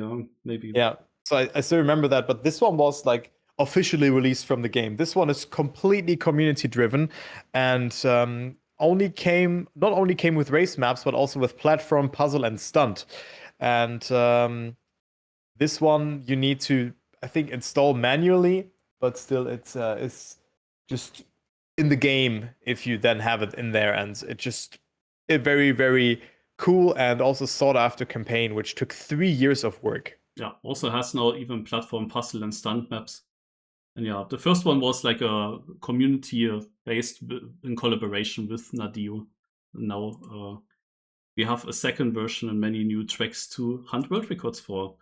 And yes, and yeah, that is our last nomination in Campaign of the Year. This TrackMania campaign adds a new rule for every to the progressive maps. I think there's a typo in there. Every of the progressive maps. Well, I'm gonna figure that out afterwards. So the Yes and campaign is also being released in here. So there's a rule added to every map that comes up afterwards. So you have then 25 rules at the end of this campaign. Yeah, exactly. All right, these are our 8 campaigns of the year. So now you will be able to vote for your favorites. And now we go to the next mapping themed category, which is the competitive mapper of the year. The first one is Xedos. Yeah, and I think I should have enabled all of the categories now. So if you can maybe confirm it, that the last one that you can see is Campaign of the Year. The mapping one should also be clear for now. So Track of the Day, Competitive, RPG Trial, Unique Map, and also Campaign. Okay, so it does work. And yeah, let's go through the Competitive Mapper of the Year. Small side note, if you click on the information, you can find what the mappers have actually built. And I think to just accelerate that a little bit, we can maybe just run through the nominees. Yeah, I would also say, also you guys can then click yourself, like one small click on the Here button, and you will see the list of maps from the map authors. And yeah, we have Xedos, we have also Link, then we have Mime for Competitive Mapper of the Year, we have Roquette, we also have Tunei. I added something for Tunei. User Choice Awards, first place in Competition Mapper of the Year. Yeah. And Vixa, we also have here without anything added. And then we have also our 2 Ws. I think we had them also last year. Whiskey and Wizzy. Yeah, those are nominees. And also Wizzy was first place in Endurance Mapper of the Year. Okay. So yeah, I think alongside the other mapper from the 24-hour race map. Yeah. All right, let's go to the mapper of the year. another category where we just read out the names. Our first nomination is Japski. And also here again, you can click on the link and then you see what the mapper has actually created in the year of 2025. But Japski also has been voted as first place in Mixed and Plastic Mapper of the Year and second most awards received in 2025 with 703 awards. Second mapper is Ellipse, and he also won the User Choice Awards of first place in Custom Scenery, Mapper and Item Maker of the Year, as well as TMX Lifetime Achievement. So congratulations on that, Ellipse. You Third can nomination. Also sort by awards when you click on the link if you want to see the top maps then at the top. But yeah, that was just a small side note. Third nomination. Yeah, is Key. And you should not confuse Key with the Polish Key, formerly known as Keycam. Those are two different guys, but Key's also nominated. He did a lot of RPG maps. Notably a lot of RPG maps. Yeah. Then third nomination is Link. Fourth nomination is Link. He is also on there twice as Mapper and Competitive Mapper of the Year. And Link won first place in Tech Mapper of the Year in 2025. So, next one is Ryuganshi.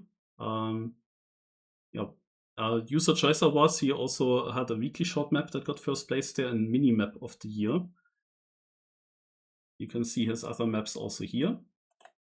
The mini map was, by the way, also a weekly shorts track. Yeah. Then the sixth nomination is SQLC, and he also won the first place in Dirt Mapper of the Year, and also the friendliest user, MTM Apps Helping Hand. Okay. Yep. Let's see if we get... Yeah, maybe that's true. Is he the friendliest? Probably. If he gets that award, he certainly is. Penultimate nomination is Squeagle. He has won the User Choice Awards, first place in Mapper of the Year, Track of the Day Mapper of the Year, Vanilla Style, yeah, Vanilla Style Scenery Mapper of the Year, and NASCAR Mapper. So that is quite the achievements on there. And our last nomination in there is Thune, who also won the User Choice Awards in the first place in Ice Mapper of the Year, and also the most awards received in 2025, almost surpassing 1,000. Yeah, he is the map author that had the most awards on MX last year. Yeah. All right, these are our map of the years, and now we are relaxing a bit. Now come... no, we have creations first. Okay. Yeah. Okay. Not yet. Yeah, then creations. That is only 3 categories, though, I believe. But also some funny ones. We begin with the creative project of the year. And actually, also in this category, people cooked last year, I can tell you. There is a lot of cool stuff. Let's start. Community weekly shorts. Weekly Shorts came out last year, of course, but the Community Weekly Shorts took it even further than that. There were like rules from Nadeo, of course, according to the Weekly Shorts, but it featured more diverse and unique maps than the regular Weekly Shorts campaign. They were not tailored to a different style, and a lot of streamers also discovered them. So Community Weekly Shorts have been nominated in this year. Marius already alluded to it beforehand. The Deep Slip Sector Run by Mika, Teuflum, and Schmaniel has also been nominated this year, and this run just shows the boundaries of Deep Slip and how fast you can possibly finish it. And they found cuts like this one. Yeah, just a normal plastic cuber, right? And land there. Why not? There are multiple crazy parts in this run, so it's definitely worth watching how fast they actually managed to climb this icy tower. There's no reactor to just fly up immediately. It's an amazing sector run. Third nominee. Third nomination, I also have to quickly make the nominations visible. Maybe you can quickly go for that one, Marius, because the site is lagging again. Okay. The E-Circuit Mania is our third nomination here. It's a dedicated hub for TrackMania esports that provides real-time rankings, tournament results, statistics, and also prediction tools for the TrackMania players. And then we have a link to the website. The next one is the ENG Mix Turbo by Big Bang. There are so many things by Big Bang, but this I think is the biggest one that he did. The ENG Mix Turbo lets players experience all the 200 official TrackMania Turbo tracks using every single car. So you can do that in TrackMania 2, and you can play all the 200 TrackMania Turbo maps with all the different cars, from the old Snow Rally Desert cars to the TM2 cars, but also the Traffic car, a car that wasn't even released. And yeah, he did also many other projects as mentioned. Yeah. So Big Bang did so much last year. He was incredibly active. He contributed a lot of things. But yeah, we put him in for the ENG Mix Turbo in there. Okay, the next one, which finally concluded. This was a massive project, the 100K project. It took almost 9 years, and they couldn't do it without my, I think, 8 replays that I submitted to the 100K project. I don't even remember. I think it was in 2016 when I submitted the replays. I kind of forgot about it, and well, they finally released it. This was just an absolute banger of a video. It had so much storytelling with like cars going different routes, you know, small little stories, but also just the whole mass of cars. The rendering took so much effort, and yeah, multi-layered rendering, so complex, and it took 9 years. That's incredible. Yes, also amazing. There are also many cool camera shots. This is something that happened on YouTube some years ago more often, that people uploaded such videos with many cars. And 100K cars, that's it was never that much. Like, that was a huge project, and yeah, many cool camera shots. Yeah. Next nomination is TM Revolts by TrackMania Research and Development. And as the title says, it combines TrackMania with Revolts, which was also a racing game. I mean, this was one of the, I think last things that Riolo uploaded to his YouTube account. Maybe remember there were some Revolt maps, but now you have this game kind of in TrackMania itself. Yeah, you can also build maps here. It's like from the oldest TrackMania, the map editor. It's also here you can see that. Very cool. And then the cars, of course, have also their own physics. Also pretty cool trailer with nice sound, but sadly bad music. Also here bad yeah, copyright issues if you upload it to YouTube. But that's why there is a music warning then for the streamers. Yeah, also here, TrackMania Blender. Yeah. So for this one, Marius and me, we are not really the biggest Blender pros, but I think this just opens a lot of possibilities for videos, for everything. And I think not anyone really, or not a lot of people know that, because I haven't really seen that too often. But you can, with a TrackMania plugin, I think, or with a Blender plugin, you can import replays to Blender with one click. And I think if you're into Blender, I think this is just probably a must-have if you want to go into replay editing. I think this could be, this has a lot of potential. The next one is TrackMania Highlands, and this is a community-made environment that released last year. That you can, with a certain mod, now also add to your TrackMania United Forever game. They created basically a whole environment themselves, the modding community. The car here, also completely different physics to any other car, and then also all the blocks and so on, everything self-made, just another environment, an 8th environment for TrackMania United Forever. We also played some cups on it already. Yeah. Really cool. So the airtime is a bit clunky on that, I would say. Yeah. But it's just cool that TrackMania United, like, you've seen the map, you've seen Star Trek 2 getting released, you see TrackMania Highlands. It's like just a playground for just different things. There are so many possibilities. And the next one is an 80-page document about TrackMania mapping. This one gets you started. It's like a master thesis or just a PhD thesis for TrackMania mapping. Text, easy to read format, from surfaces Yeah, to scenery shows it here to now. using the editor to showcase your creations. Map theory is a tool to define I wonder how and long this improve took, really. everything about mapping in TrackMania. To tell you why I made this document, first, Also, let me it's tell you a basically story. this whole video that explains also As I everything. sat in the menu, brainstorming. It is crazy, the effort that went into it. And we had a link there, as you see here, we had a link to the document. Then you can read through it if you would like to. Yeah, the next one is the Turbo Letter by FutureCat. Yeah. Last but not least, I think a lot of people who played TrackMania Turbo knew just how. I think there was a site called Marshall, like MASTHELL or something like that, where you had to like check your turbo records, and it was so slow, and I think you couldn't even see the names. But FutureCat just put a very clear and intuitive leaderboard to showcase all medals, records on console, on whatever, like different medals and all of that stuff on one place for TrackMania Turbo. It's a very useful site for TrackMania Turbo players, and the website is also just nice. So go ahead, click through it. Maybe it brings back some memories. Maybe you're going to boot up the game. But let's go to the next category. And let's, is a funny one. Let's just not talk and watch the memes. Let's just watch the meme of the year.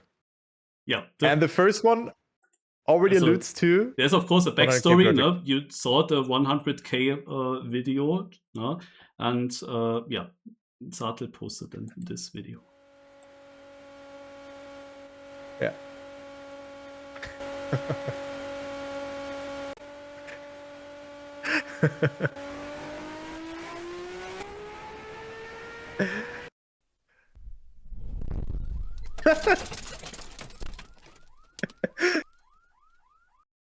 Like, this took 9 years to render. Like, you can see this things in there as well.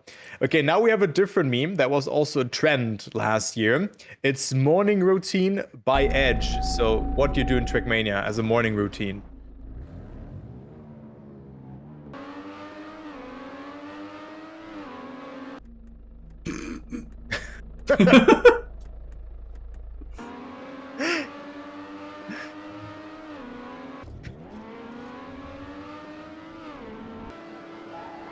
Yeah, just go for a run here, yeah?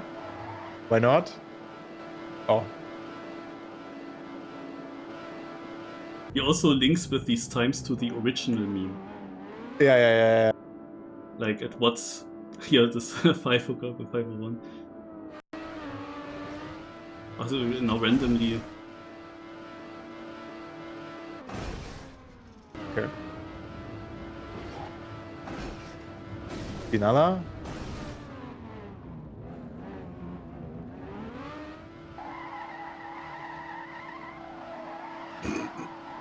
Yeah, so you need to know the origin of that as well, right? So it's great. And this here is the main meme, how it switches also from 736 to 740. Then he jumps into the pool.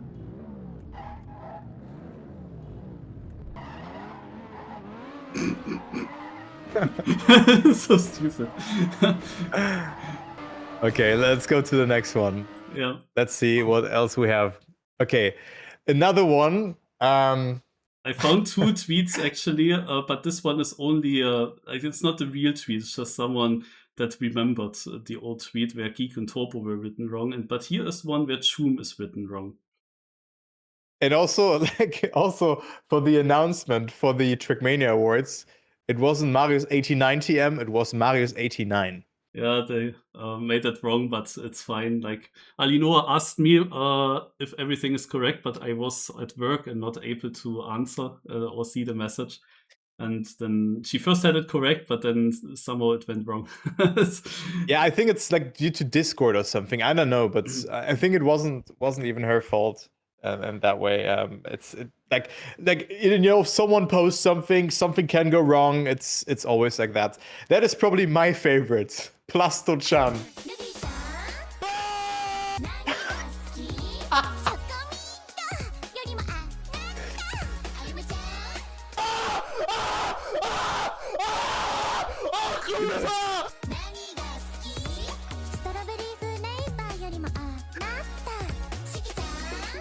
Let's fucking go! Oh, kurwa!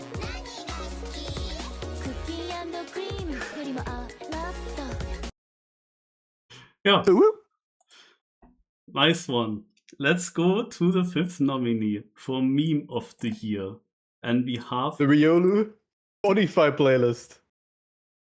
Accused me of blackmailing him when I wrote to him that I'd urge you to think carefully about the tone you speak in, as it might just make things worse when the report comes out.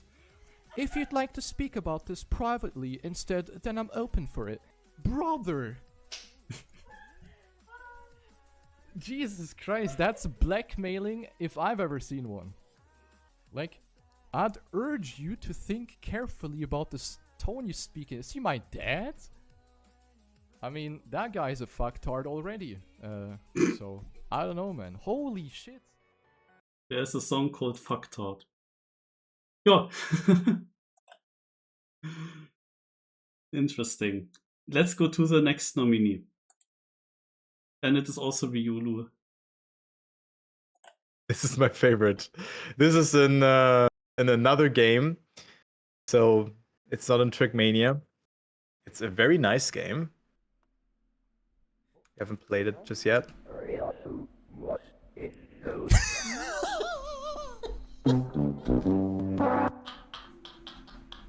They were able to communicate just like that with like either type or speaking, and Spam, his semi-bot, was not alive anymore, and then he spectated the others and reacted to that. And he can hear the others, but they can hear Spam. They cannot hear Spam. So Repo, just an absolute goldmine of a game. Like, I want to play it again. Yeah, and then Schmanuel also applied as a Twitch partner, but it didn't really go according to plan after Deep Dip, I think, or I'm not sure when that was. Was it Deep Dip 2? Was it really Deep Dip 2? Ah, yeah, true, it was. He was racing the finish. He writes here. In my last partner application, I was rejected for... Rejected because... Was rejected because Twitch thought... No! Stop! No!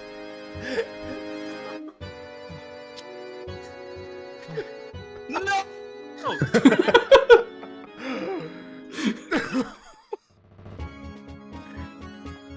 Schmanuel, are you a partner? I think he's not.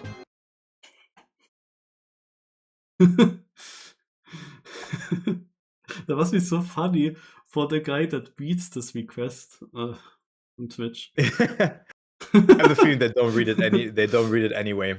The TrackMania World Tour 2025 experience. Yeah, that was, I think, the very first European regional event, and there were technical issues.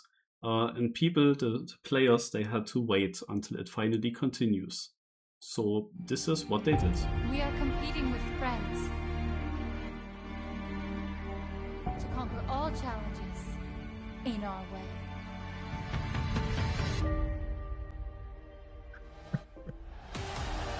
Here we are, final round on this track. Over 500 TP is picked up by the drivers to make it through the loop.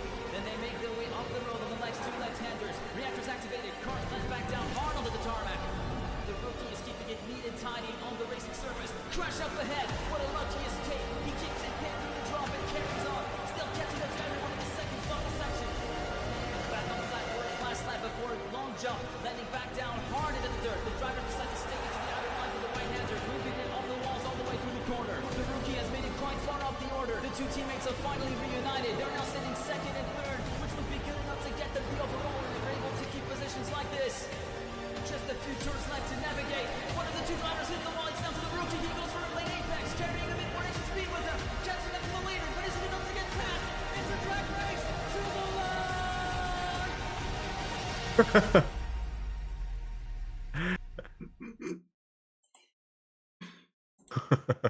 Yeah, another great meme, and we will go to TM Music. Yeah.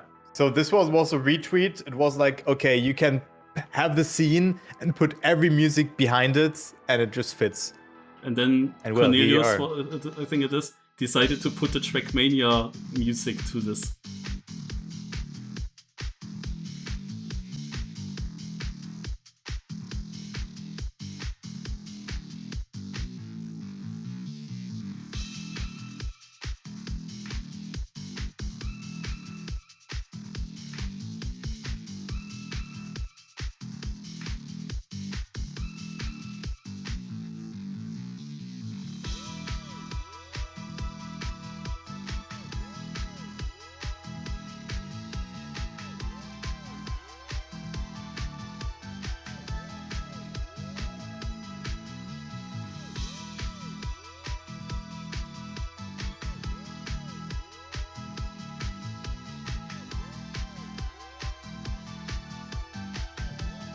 Imagine you just open the stream, yeah. You think I can? Yeah, it was also perfect with the music, actually, no? That moment when they went into the...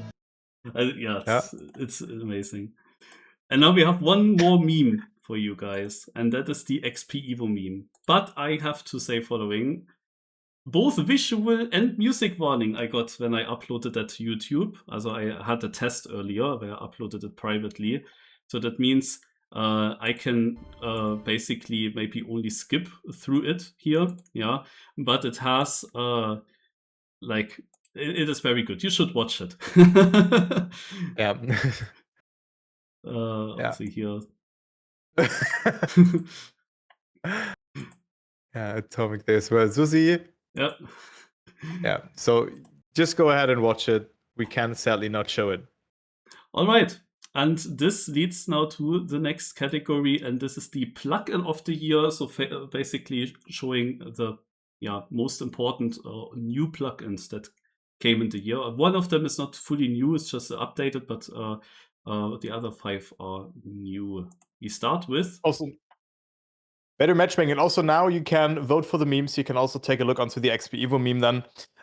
But the first one and plugin of the year is better matchmaking by Matrix and Nixotica. So adds different matchmaking types to the game, and we always added the plugin, the TrackMania, or the just the page to it.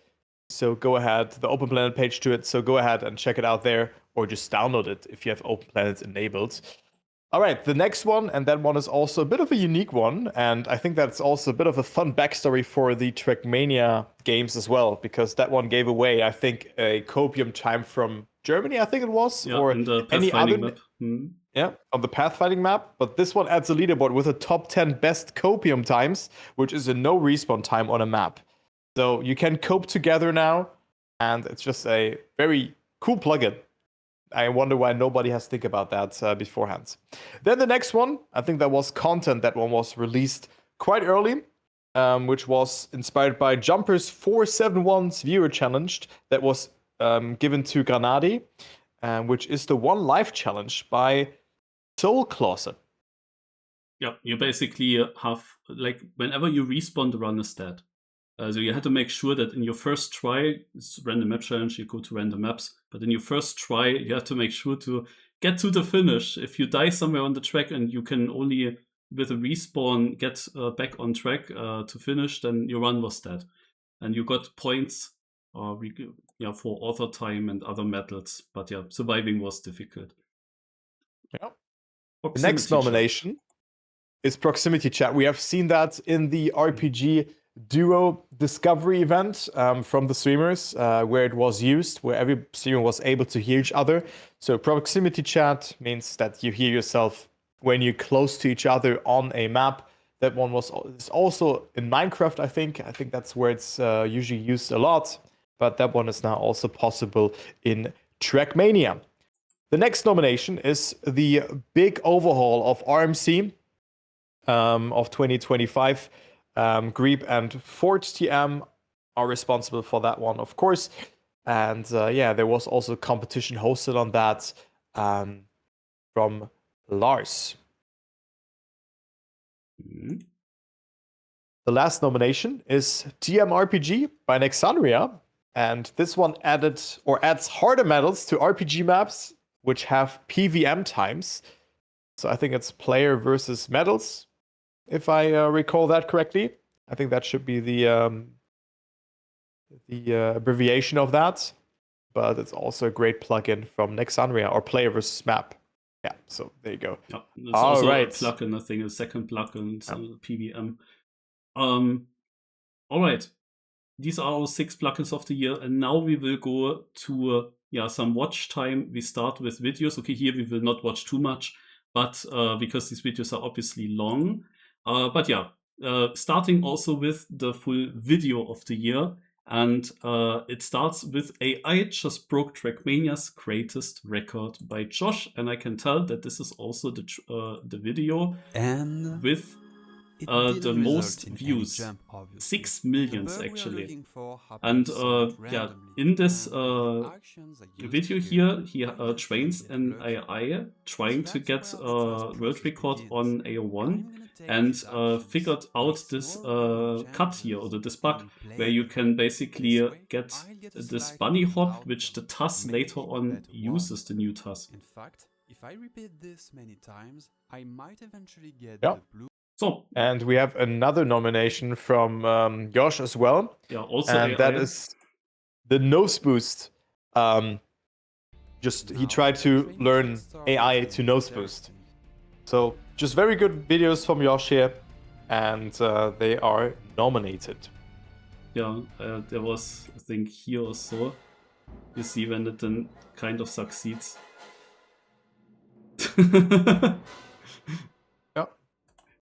Yeah, also both videos legendary, multiple millions of views.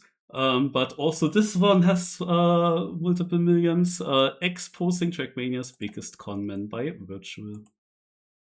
Yeah, so they put together the puddle pieces of 92 Bob, of Eddie, and also with like things that I mentioned here with a controller. Like, what the hell? They just had a similar. I didn't even know that this was data that is being stored in TrackMania. So, well, there you go. You have a lot of data being written in there, and they put together the puzzle pieces, and hopefully this is the last time, the last year that we like actively talk about this kind of stuff, because this one, like, there's a lot of real stuff that is in this award still. And let's go with the next nomination. And this is a nomination from Schmanuel, which is District 13. He got the world record on this legendary RPG map, as he claims it to be. And we also nominated that run earlier as well. Yeah, this is basically a full video, also a story of how he, with the cut and so on, and how he then actually got faster and faster and beat the world record. Has also lots of views. Then Summer Update 2025. This is now shorter. It's almost like a trailer, but it's not really a trailer. There is a very nice part here where it shows a bit of the history of this map. Like this video is just amazing. Yeah, it's very nice. Like earlier competitions, and when I have to be honest, when I watched it for the first time, I got a bit emotional. Yeah, you know, so many things have happened in this game. It's just great, right? It's there for almost 6 years now.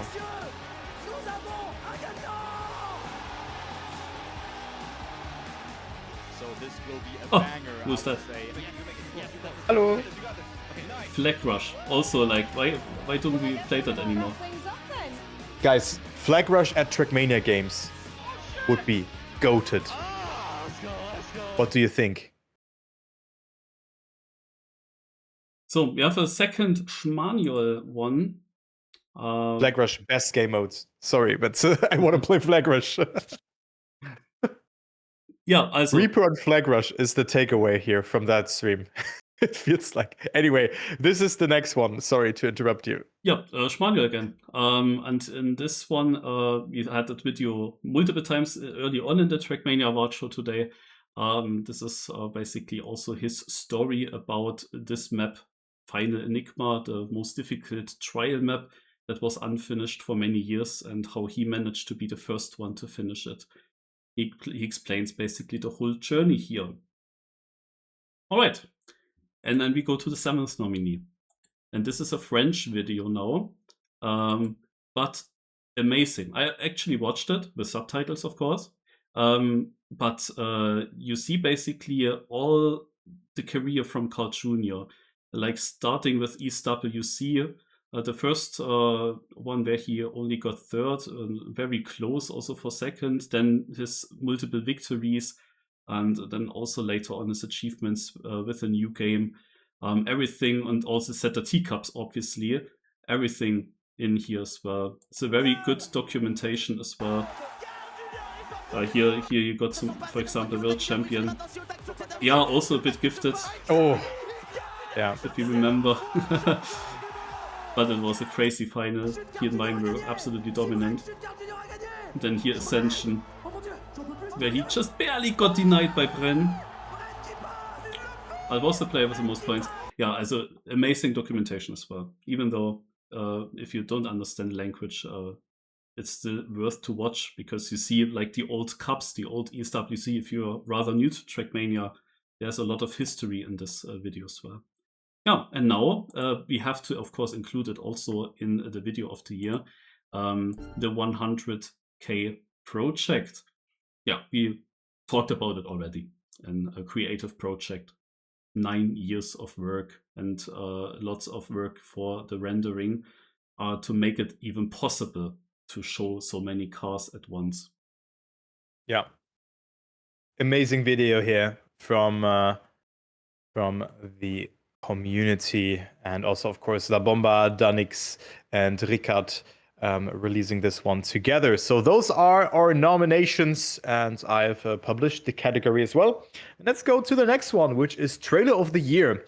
So just trailers to hype up events, for events, and the first one just does that. It is a hype trailer for the TrackMania World Cup from Berlin International Gaming to hype up the events. So sadly, multiple of these trailer videos are using no music that I cannot show you here. I advise you to watch these trailers yourself. They are, the music is often extremely epic and nice. Especially also this one is really a hype trailer. You can really say that from a big for the World Cup.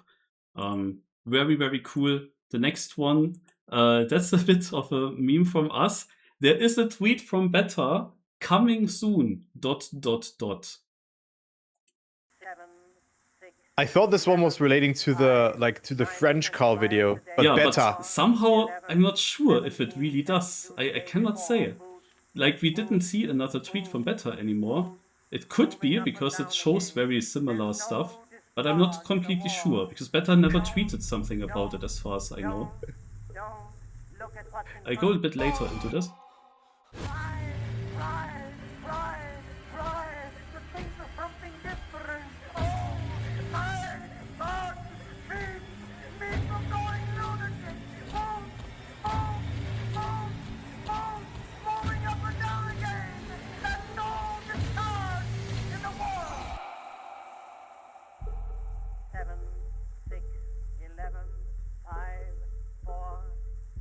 Oh yeah, February 2025 apparently. Yeah. Yeah, but the trailer was quite quite interesting. Yeah, it was that epic. It creates. Nebula RPG Cup, also an incredible trailer. Sadly, also cannot show with a sound, but yeah, showcases basically many of the old TrackMania 2 RPG maps at first. And then it transfers to showing the maps that were extra built for the Nebula RPG Cup. And it is also very hyped up, especially towards the end. I really like the song. So yeah, listen to it yourself. It's worth it. A very nice trailer. The next one, Red Bull Faster, this one we can listen to. Countdown starting in 3, 2, 1. It's also a short one.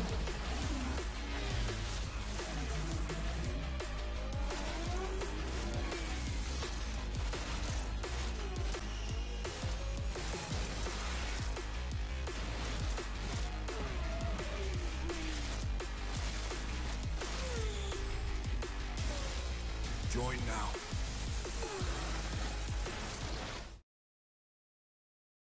Yeah, a bit different, this trailer. to the others. And now we have the trailer for the 12 hours RPG race. Also here without sound, but also a crazy trailer.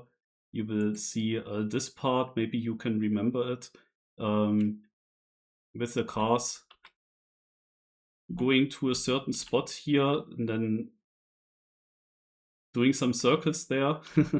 And then at some point there opens a portal, the cars also start flying for a moment. Here you see that. And then this portal opens and all the cars jump into it and jump then onto the track. Like an amazing trailer as well. You should watch it. Crazy trailer. And also for the 24-hour race they did something. This one we can watch. The third running of the TrackMania 4 hours race that occurred last night has taken. Yeah, this one is just a great trailer. It has so many Easter eggs in there, and also foreshadowing. Like just beforehand, it foreshadows the TrackMania games as well. You know, it's just so much detail in there. CCTV So footage nice. depicts surreal scenes, with cars snaking their way in between skyscrapers and drivers tearing through avenues, parks, and sidewalks at high speeds, electrifying the atmosphere all over the city in the process. So go ahead and watch that. Welcome back. We have just received exclusive in-car footage of TFH's next race venue from one of our reporters. Oh my gosh, I have to go. Oh no, oh my god, no. Amazing trailer. Also a bit different to some of the other trailers. And now comes the TrackMania Games trailer, which came then at the end of the 24-hour race. It was because only you can improve your time. That obsession keeps you pushing your limits, trying to get ready to give it all on the track. That one happened. That one was released at the end of the 24-hour race. But you're alone. So it's just a banger, like your heart races. Huge end of the year for what you really Gear 5 is to share it. You don't want another night alone. You want to unite for something bigger, stronger, something that makes. Yeah, super amazing as well. And the last one is the XP Evo map pack reveal. Yeah, I have to cut off the music again. But yeah, very cool trailer as well, showing all the 5 maps for the XP Evo event. Yeah. All right, let's go to the next category. Yeah. The round of the year. Okay, so now to explain, we focus here on good rounds. Also, this is the category about really good rounds between players with high level, close in the finish, and lots on stake. And we start with Afi versus Pack and Spam in the Red Bull Faster semifinals. So you might remember the format. Actually, Pack and Spam were both already down at last chance. They both lost their health bar. And Afi still had basically his whole health bar. But he actually managed to beat, I can skip a bit forward. He managed to beat both Pack and Spam in a super close round and knocked them both out immediately. Already in round 4 of 7. That secured him the map, and is one reason why he qualified into the grand final later. Now, Carl Jr. versus Letzter in New Prime. Yeah, this round here is crazy. But yeah, like you said, he's got to finish you see, first if he wants to Letzter and New Prime were both finalists, but Carl Jr. wasn't yet. They know what the so stakes are to secure here, and they both want to go through to the next round, to stay in the winner bracket, he had to win this. This is what happened. And it's over. New Prime leading from Letzer and Carl. Into the bridge drift we go, hitting the engine off to keep them from getting that gear. We are going to go up the hill. New Prime still leading. Carl's getting a lot lunge here, and Lester's in the picture as well. Carl making the move, starting to charge against New Prime. Lester following suit. They're all within 53 milliseconds. Carl New going Prime's for got the move. speed. It might just be it. Hang on for dear life. Is it going to be enough? To the line, New Prime versus Carl. Oh my God! For 5 milliseconds. Carl Jr. PB and all 3 players within 17 thousandths of a second. And then Carl Jr. proceeded to even win this match to make the comeback. And Geek almost passing out. So the next round. Insane cast as well from Legion and Geek. We have a Cup of the Day round in a top 8 scenario. This top 8 was extremely close. You would usually think that once you go to 1 KOs in the top 8, that the rounds will become a bit easier. But that's not the case here. Everyone is super close together. Like one driver in the finish is slightly above in front, but the others, 2nd to 8th place, is within 300s. And the positions are changing a lot in the last turn. The safe spot. It is, however, Lingo with a Maris, also we should hurry up a little bit because I have to leave 1.5 hours, else the alarm goes off. 1.5 hours. That should still be fine. I mean, here's yeah, but I still have to take a bus back for 1 hour. I thought it's 3 hours, and now we're here for 3.5 already. Yeah, we go fast. Do we? The question is, can we actually just not show these runs? That would be weird, right? Nah, of course we can watch them, yeah. So next one here, Insalan Grand Final, battle for 2nd place. There was just a great round. Insalan also happens this weekend, coincidentally. And that was so close at the end. Yep, Naiko secures 2nd place in this match by beating here Richie by 100. But we will see Naiko again with Insalan in a different category. Last round of Red Bull Faster Grand Final. I think this one we can skip. We all know it. We all know what happens here. Obviously, it has to be nominee in Round of the Year. The next one is Nemesis versus Boca. And this here is crazy. We start actually at the round before because that also How do I look? Crazy. How do I look at that thumbnail? Look at the score. 8-6 for Boca. And look what happens here. Great line, Binks and Oltag not too far behind either. Who's having more speed? Oh, the mistake. There were actually 2 mistakes. Otag wins. If Binks gets 3rd, the Boca is winning the map. Yeah. But then it's like 1/10 between Pushito Paco and Binks. And now comes the round that we actually speak about here. This round at the 9-7 score was one of the deciding moments for Nemesis' victory. Nemesis needed an ace to win this map at this scoreline. And it couldn't have been any closer. Almost. Yeah, this round was incredible. I mean, 7-9 always means last round. And, well, I mean, they paved the way right now. They're in 1st and 2nd. But Gwen and Binks and Otag definitely not slowing down. And I thought also here that Paco was going to touch there. Oh, that was such a close. Like, it still lives in my head. This whole match, for me, it was the best match of last year. So be wary of where you place your so much on stake. Be wary of your input timings and never stop pushing, but don't over push either. As Mime Paco 1st and 2nd, Binks in 3rd, Otag in P4. They're so close. It might be just enough. Oh my God! To make it for 26 milliseconds. Nemesis. And that's the ace. That's the ace. It's crazy, but now we go to Pack versus Granadi, and this is also crazy. I mentioned it earlier, Pack was quite unlucky in the grand final because he lost 2 maps to Granadi by just a hair. You will see here that Granadi has slightly less of a health bar compared to Pack when they went into the last round on this map. That means that Pack, if he is equal to Granadi, he will win the map. If he's slightly behind Granadi, he will win the map. And if he's ahead of Granadi, he will definitely win the map. He just had to make sure to not fall too far behind. So this is not a round where the two players are super close together in the finish. This is a round where the gap here became extremely tight. And Peck was unlucky here with this flip.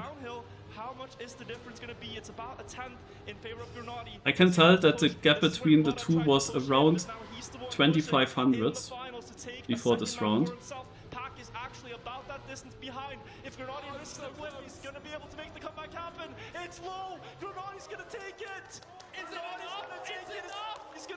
Yeah, and then it was so close in the end. Overtook Peck by 11,000 because of that. And Peck had a small touch at the finish line that might have costed it in the end.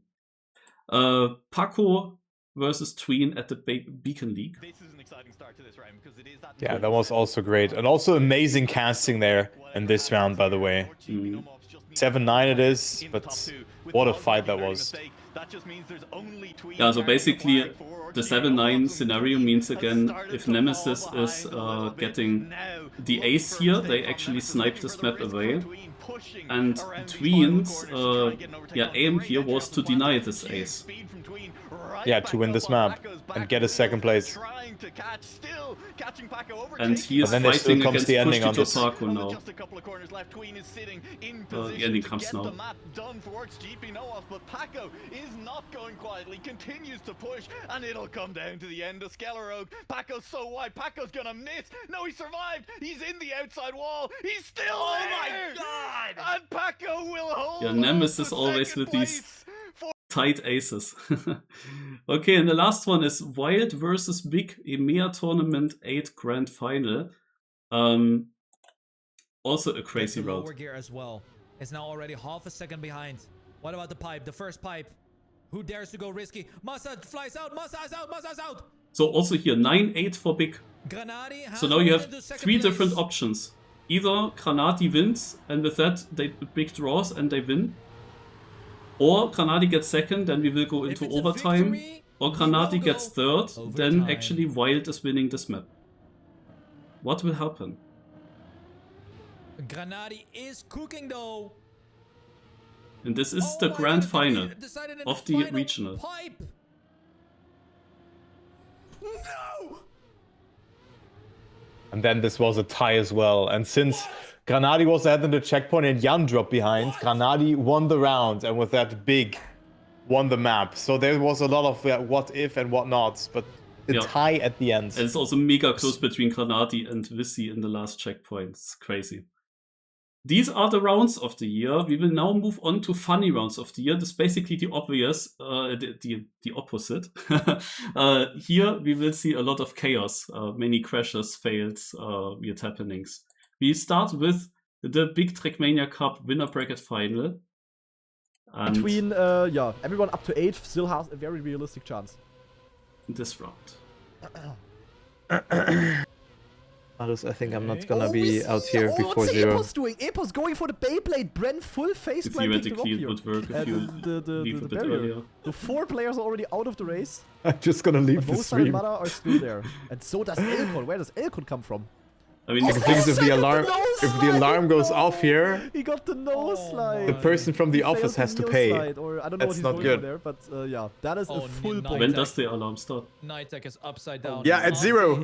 Like so, like in 1 hour and so many 20 minutes. This round. What an absolute chaos! Elkon is alive, Neon is alive, but that is basically it.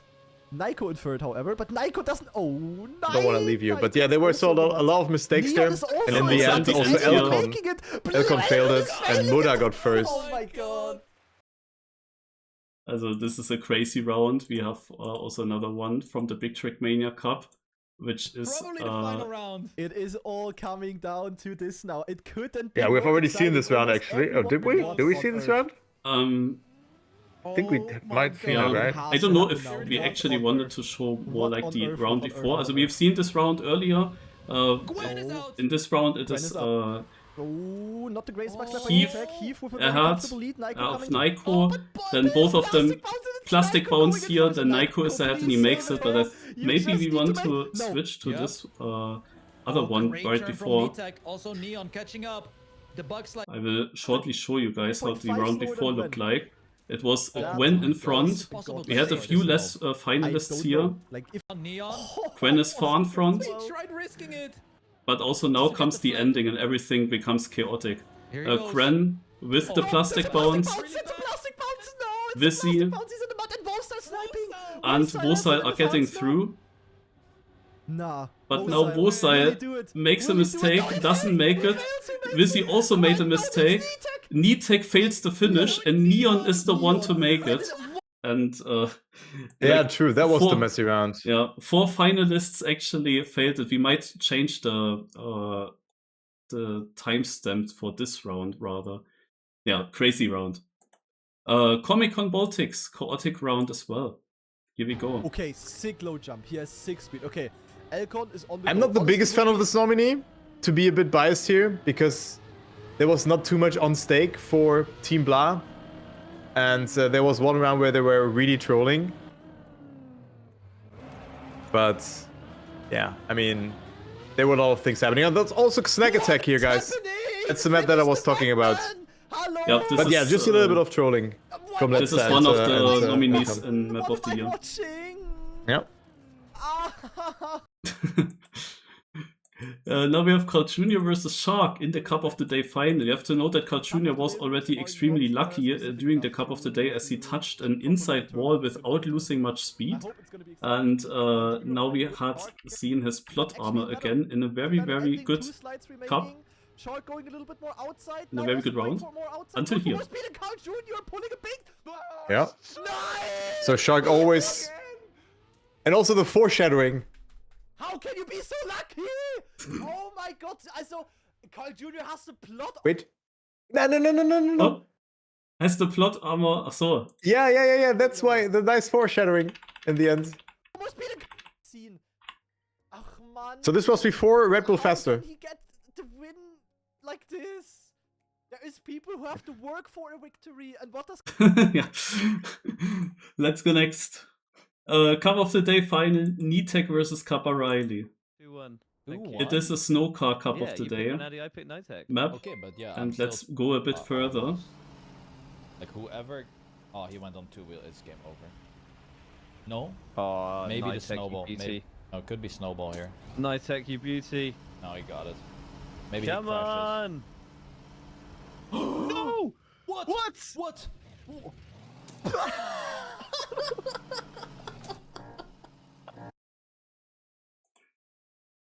Alright, that was unfortunate for Nitek, who was actually stuck in the wall. But we have more. Cup of the Morning, a funny top 3 round. Bertie doesn't even recognize what happens right at the beginning of this clip.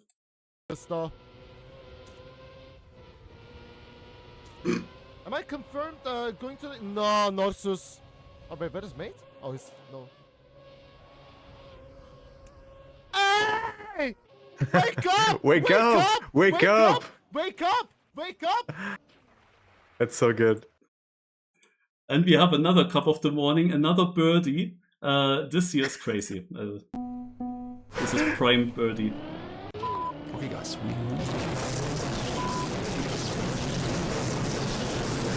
In a final against Sartel, both with Minecraft skins.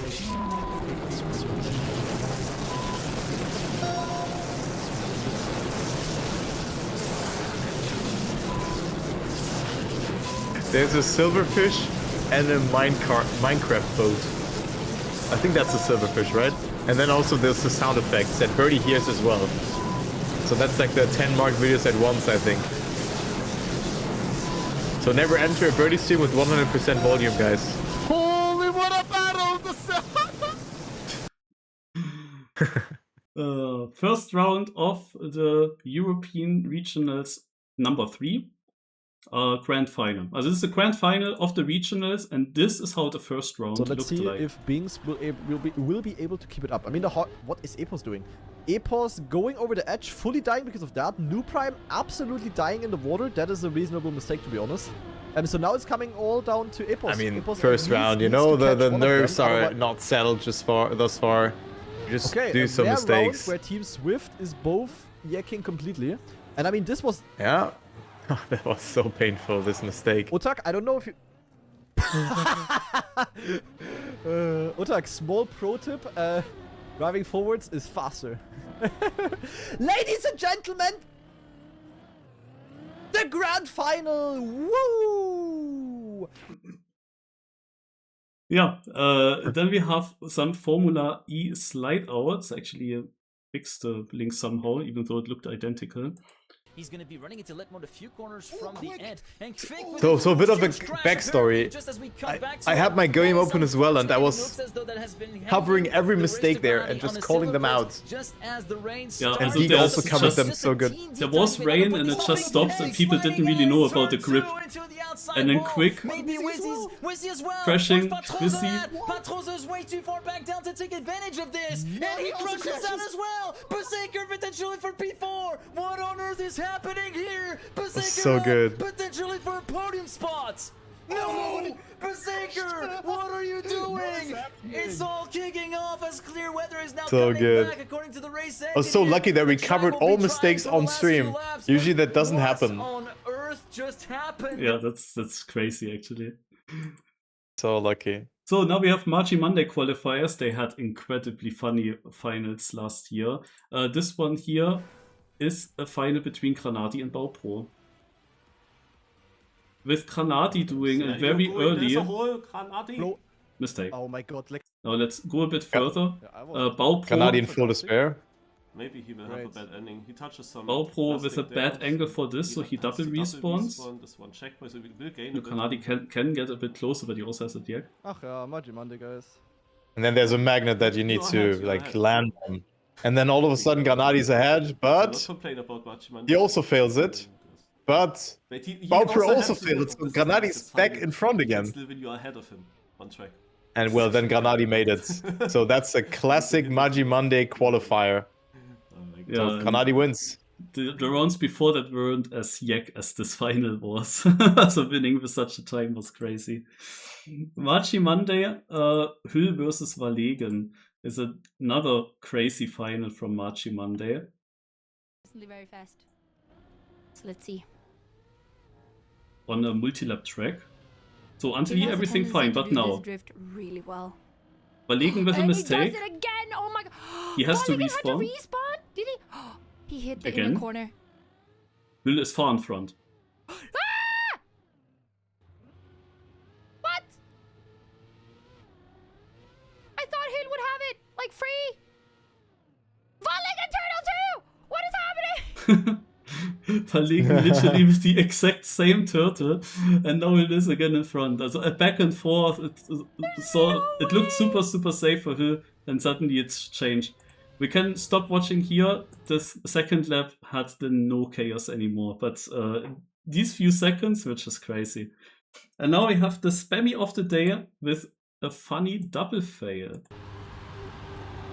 Nice. Scroll is so far ahead. Yolux with this one is so zero much speed fun. Through the bumps. This one is so good. Here we go. So bobsleigh themed. Good control. Spammy of the day. Oh no. Oh, but Yolux loses control as well as Ghost. It's an absolute fiesta. And then both land on their back. And Yolux finishes ahead. This one is so good. Also Spam's reaction. His love is so contagious. It's so good.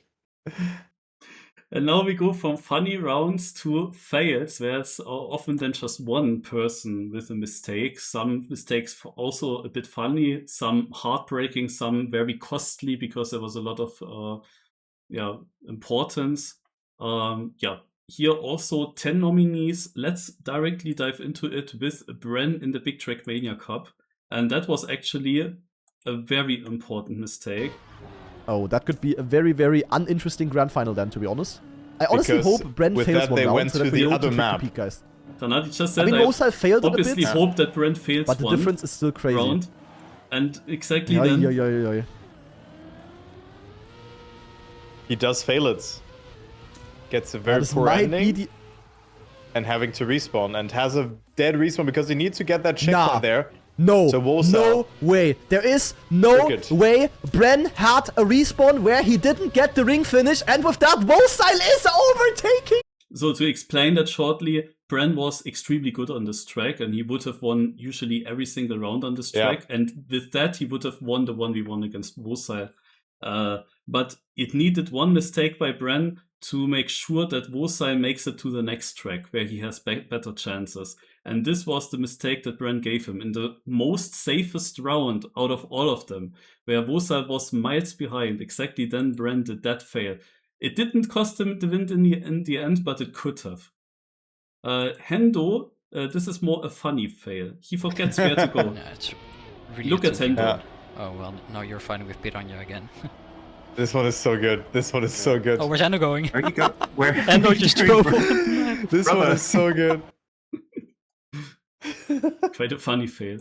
The next one is Last Type 1 by Mada.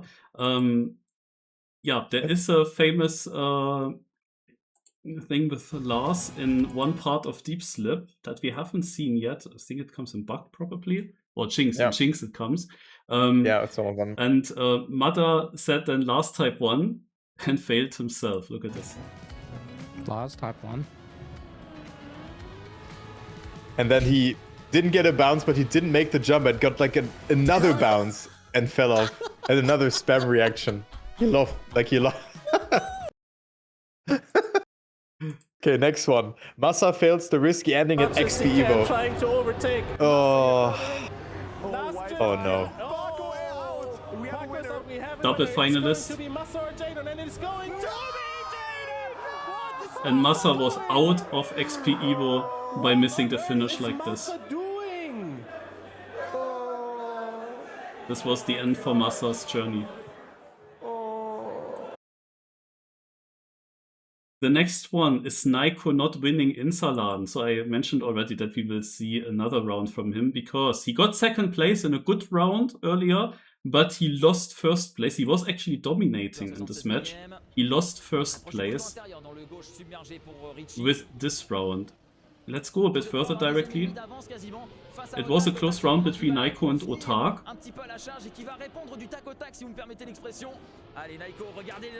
Otak is overtaking right here. They are going to the last turn now, but Naiko hits this amazing. He's ahead, there's the finish, and he misses the finish. And this fail that cost him. This fail that cost him the first place. You see here, the others are far away. 120 points. He's already finalist. The others were at 100, 103. He was extremely dominant, but he didn't close it out with that round. And Otak sniped the win in the end on last year's Insalan. Let's see who will win this year's Insalan. Semifying. Also, Semifying rated us. Oh, so Semifying. Nice fall here. Nice fall, dude. This is basically Deep Dip 1 and Deep Dip 2 above each other. Oh, it's a really bad one. Yeah, it's combined. So you need to clear both maps without checkpoints. Well, and what Semi does, he falls quite far because maybe you remember on Deep Dip 1, there's a snake. Oh, it's and just not being guess where this is going? Guess where this is going here? He was extremely high up, probably on PB or something. Also, yeah, he was like very far up on Deep Dip 2 actually. Yeah, he was very far up. Also close to the finish almost, and then he falls. You can see how many units he falls there. Are you kidding me? You see how many units he falls, and then there you go, into the snake. Hi there, Sammy. You might know me as the fucker of you, but now you got to deal with me. You fell. I know it hurts. Also that's actually crazy, that fall. Yeah, that's such a crazy fail.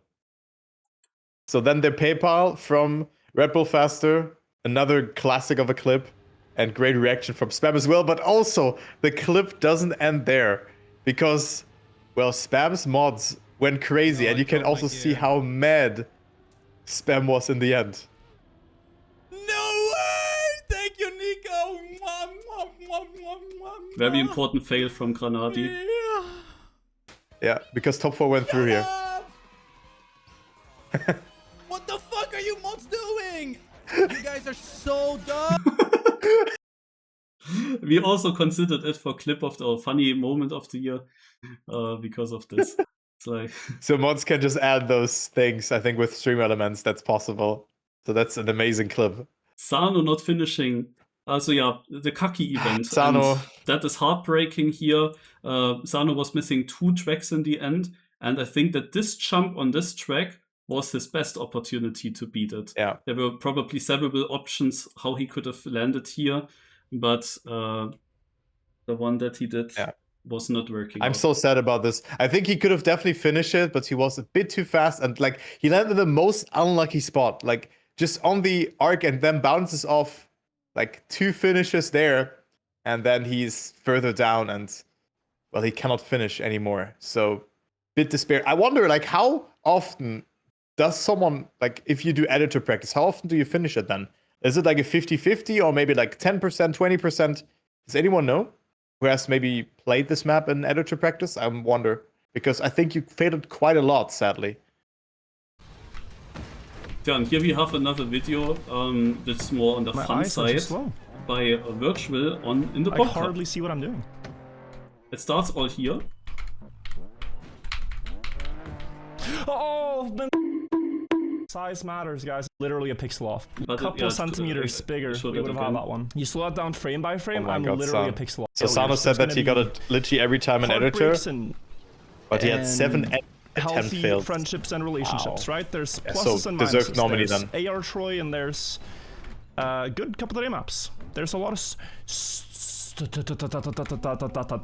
Also, Virtual didn't have a great time on this bomb cup map, I can say, looking at this. Let's go a bit further, So, he comes to the ending again. What can you do except just laugh?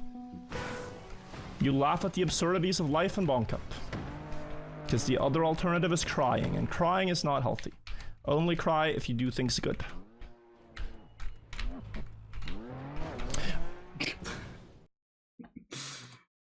Good clip as well. Okay, last nomination of Fail of the Year is Yannick's doing the big TrackMania Cup. This is also a fun nomination. Okay, Razi because not actually only that cooking Gwen right now. everyone failed here, Oh, Gwen and then almost Yannick's pulling was a Affi first. Ach du Scheiße. Razi full Yeah, bomb. also, Gwen it's also a respawn. chaotic Yannick round, safe. also a funny Razi round. safe. C But full risk. what Yannick Yannick does space at the station. finish, you What can is even really see happening? how he cannot decide Ach, between Mann. left and Can right, we and never... this makes oh it my funny. God, wait, Yannick's Here. gonna win the round. And everybody overtakes him. Like he couldn't decide between there. do I go left the risky way or no, let's take the safe way. And then he goes straight into the pole. Yeah. This is fail of the year. We go on with bug of the year, focusing on the game bugs or small driving bugs with huge consequences partly. And the first bug of the year is Alcon, who bugs through a tree, and this is one of Where the are you, saves of Alcon? the year in Deep Slip. Oh, he might unstuck himself with like a gear. So usually a very, very hard situation. The snow kind of gives you no room to work with, and Alcon makes it. I don't know how. Beaten once but again. It's also tilted, on the other this side. block here. Yeah. So Yeah. he Stuck cannot there get for away like from this 7 wall. minutes solid. Like he Yeah, bugged you through cannot with go the front upwards. So very lucky there. Well, let's watch this clip. Let's listen to this clip. dude, don't do full volume. Don't do full volume. Oh my god. you wanted to do full volume on that one? Yeah, we wanted to include a different clip of this famous moment because, like, the Trilux reaction is just incredible. How to fix camera 7 bug? Yeah, you might remember that the camera 7 was bugged, and Granati has here the helpful video on how to solve this bug. Then TrackMania. Where he explained basically how to go away. But probably, also the problem was that the camera 7 was just moving automatically, so it was really annoying. This is how you can. So if you didn't know how to fix it yet, then this nominee will help you, and maybe you also give it a vote. Invisible Wall. This is a crazy one. Yep. Demo type 1. What the fuck? The motivator has an invisible wall there. Hä? What the fuck? Yeah, also he was the only one with this wall. That was weird. Whatever happened there? we do not understand. Also others that we don't understand. But first of all, we go to Giuliano with a weird plastic bounce on deep slip. That's crazy. Oh no, Giuliano. So I don't know why he got a plastic bounce from there. Maybe because Okay. it doesn't make a lot of sense to me. That's crazy. But those are just physics, right? Oh no, Yeah, Giuliano. he touches with the front wheel at the landing the plastic wall and somehow bounces upwards. Also not away from the wall, but upwards. He got the plastic physics, basically. This is crazy. Then we have a whole map as nominee. This is the Kaki Reloaded 6 map number 404. And this video here explains how the map actually works. Like what is actually happening here. Also if you always wondered how this map works, then just watch this video. It's crazy. And he abuses a lot of glitches in the game. And this was the final result that you then also saw when you followed the Kaki event. But yeah, here you see a bit more of what happens. 100 times slowdown in the wormhole. And here's also a full run. Also yeah, if you're interested, then watch this video. Lars with a bug on Kaki Reloaded 420, where he got a bug finish. And in TrackMania 2020. In a gate finish. I have not seen that before, that this is possible.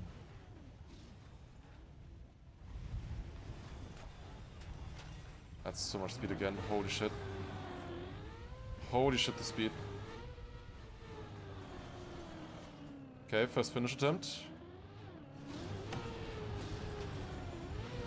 Oh, I don't know. Very cool map, actually. Why the...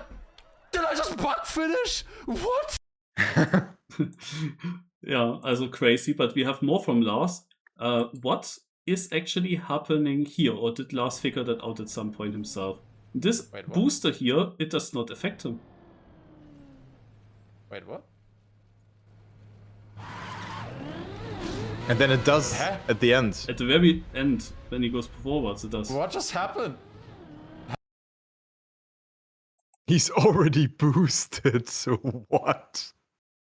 And now we have good, a small good call, actually. What by Scrappy? But yeah, it could be a bad block. Same. Check this bump. Part is... This could also be a bad block mix, actually. I don't know. No. What is this bump he got? Hey, look, he got like a bunny hop. Look at that. What? And then we have a very important bug for deep slip. Hello, friends. Virtual was here, and it took him a long time until his car is basically going into this direction while he's on his roof. And he was tapping out of the game and then tapping back into, and look what happened to his car and his position. Sorry, what? Vine boom. Wait, what is happening? And then there is Was another the car clip not closer than this? I teleported where he actually abused this bug when he was stuck at a tree. He was purposely tapping out of the game and back in to get unstuck from the tree. Yeah, also this was then also a bit abused. And yeah, these are our 10 bugs of the year. So we have 2 more clip categories. And then we have only players and names. That goes quicker, I would say. I think that it doesn't take all too long anymore. Just these clips we have to, of course, still watch. This is the funny moment of the year category. Basically, it is like clips of the year, mainly funny clips of the year, actually. And we start with the accidental TrackMania shortcut by Granati in a cup of the day, where you hear myself yapping a little bit. I didn't notice that As I was always. the camera 7 because the camera was. But that's why we love camera Marius.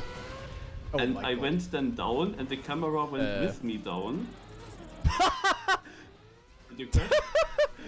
What the fuck? So show it again. You have cruise control, he didn't make the corner, and he bounces from this plastic edge up to the road here. And he's even first in the checkpoint, obviously has no With speed, no speed, yeah. but he does survive the knockout round with that mistake, which is crazy. Because usually it would have been dead. Usually he should have done a respawn and probably would have been out, but like this he survived. Yeah. Now another clip that I already alluded to is that Burly Pog reacted live to the deep slip cut. So there's also a clip from beforehand where Burly said that this is not possible, I think. Yeah, also let's watch this first. Well, fuck, man. This is a classic. Oh, that is so annoying, bro. This is a classic clip, but we might switch to another clip, clip by Elcon, where you see beforehand that Burly Pog I didn't says, find it actually. Yeah, it's not so easy to find my Google Sheet, but I will find it. Yeah, he says basically, oh Elcon, now it gets difficult for you. Ha ha ha. Oh, you tried that? No chance. So like in this kind of, and then Elcon just does it first try, and so he fast, like, no. He got it so fast as well. Elcon flies out of the map. This is also deep slip related. Look at this. Elcon. Another classic. Another classic spam reaction. So how do you save this? How could you save this? It's hard. It's hard though. But not like this. Also the insta respawn. Yeah. I think nobody expected that he gets so much speed out of nowhere. Guys, honestly, spam just saved my ass. That's not the only thing he's gonna do with my ass today. He actually saved my ass. I think nothing to say. And also this one is a classic from XP Evo. Can we get Very some? important for him. The thing is, as a caster, we didn't see the game. We've seen the clean. We have seen this face. So when I was casting, I was so distracted by the crowd cam and especially Yoso staring. It was, dude. You know, on the screen, that wasn't the game. It was Yoso staring. Oh my god. The next funny clip is Mada on March's Multiverse at the ending. You only need to finish. Yeah. Last checkpoint it is, yeah? After 2 hours and 16 minutes. And I think Mada was a bit unlucky there. You cannot see a smile. One of the finishes of all time. Getting closer, getting closer. Oh.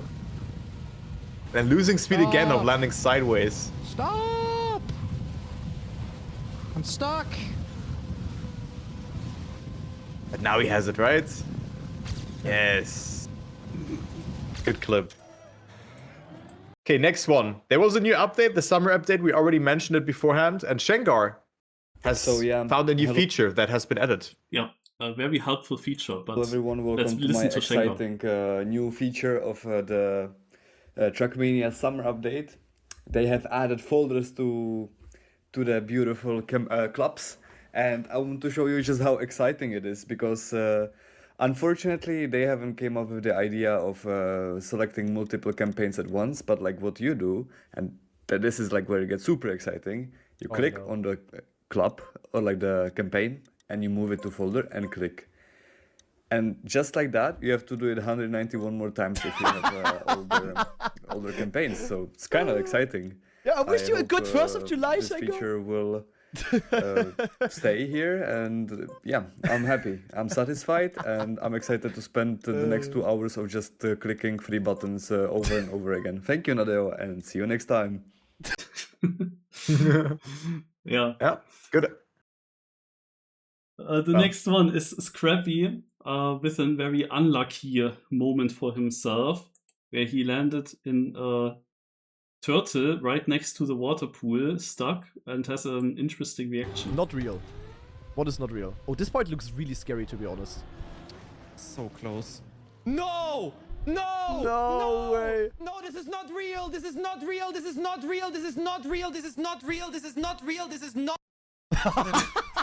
this clip ending, bro. Wait, how was it called? Like a scrappy explosive, or what was that? Not real. What is not real? Oh, this part looks really scary, to be honest.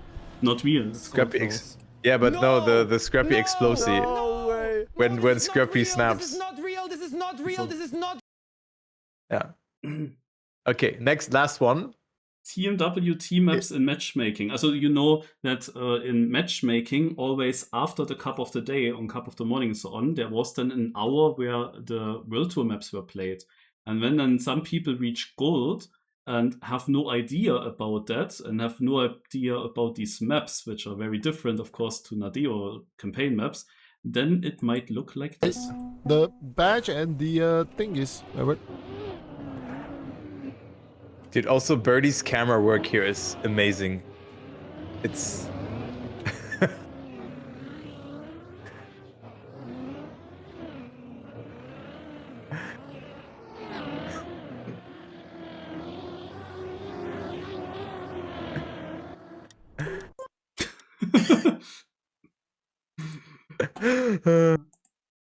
I wonder how many matches there have been that looked exactly like this.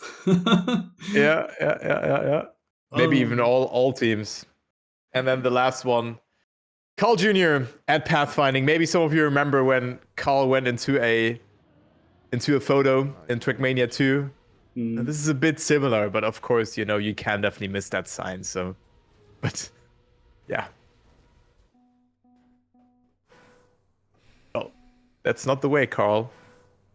It's not a oh. I thought it was 08, bro. Oh, it is, but... Good clip as well, very nice. Oh, this is bad, this is bad.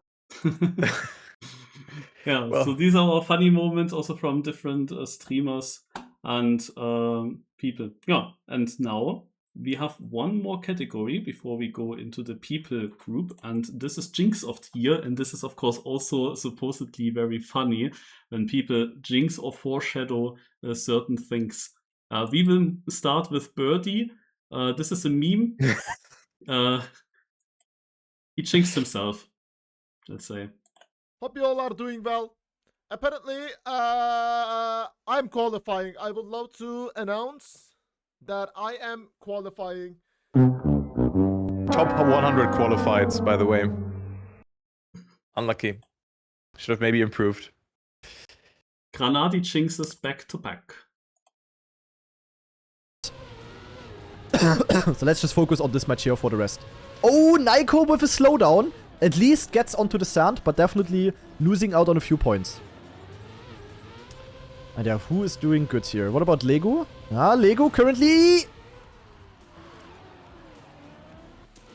Nabla! Afi! Oops.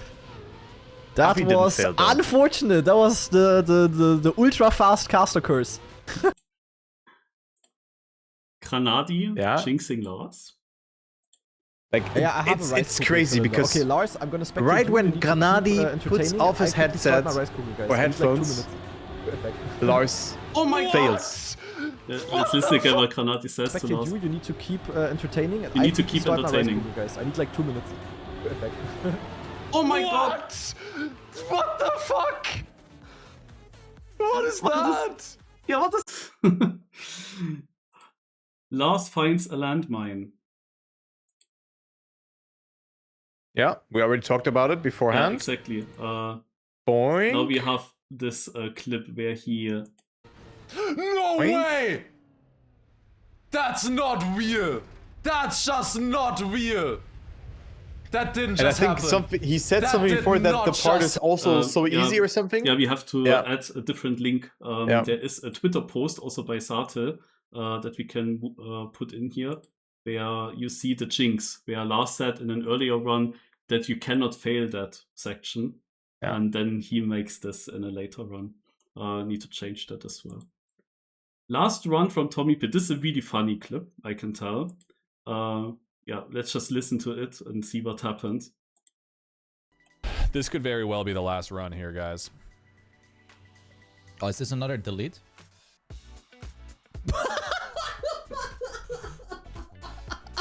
I think it was the last run. Did it hear me? Amazing clip as well. And dude, the spam reaction always makes it so, like, his laugh, man. It's So now okay. we have That one. Fuck. Yeah. This, he just needs to save one the of my end, favorite. you know, and he also wants to just save the end. I'm just saving the end. Fuck it. Yeah. No. Oh my god, what am I doing? I'm out.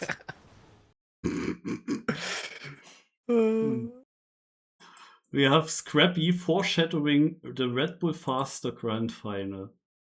Listen to Thing that can stop us now from getting an AT, and that is missing the finish, and I would never do that. Right? What? Okay, now I would not be happy to play this map anymore. What just happened? Wait. no. No, leave it. Why do leave all it? of these... Marius! Leave it there. Okay. Why is it in camp 3? Oh. I don't know. It doesn't I matter. think you though. already skipped through it. He says it at the end of the video. Okay, never mind then. Okay, sorry. Oh god. Why True, do you're all right, of you're these right, maps have scam So now he finishes says something. for good moments in esports, you know? Don't you love to see it when somebody's deservedly winning the round and then gets a scam finish and loses?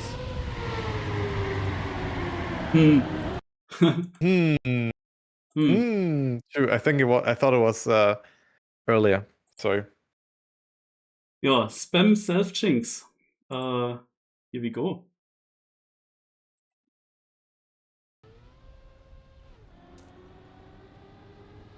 Why is my number 1?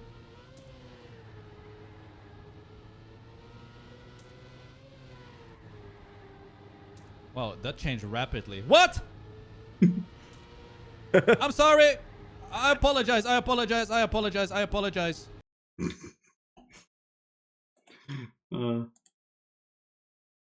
The next one is Spam, who wants to win back-to-back. Also, maybe a favorite of myself.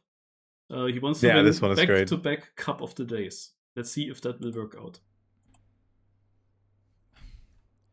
Guys, can we just let me win for my back-to-back? I want to know how it feels.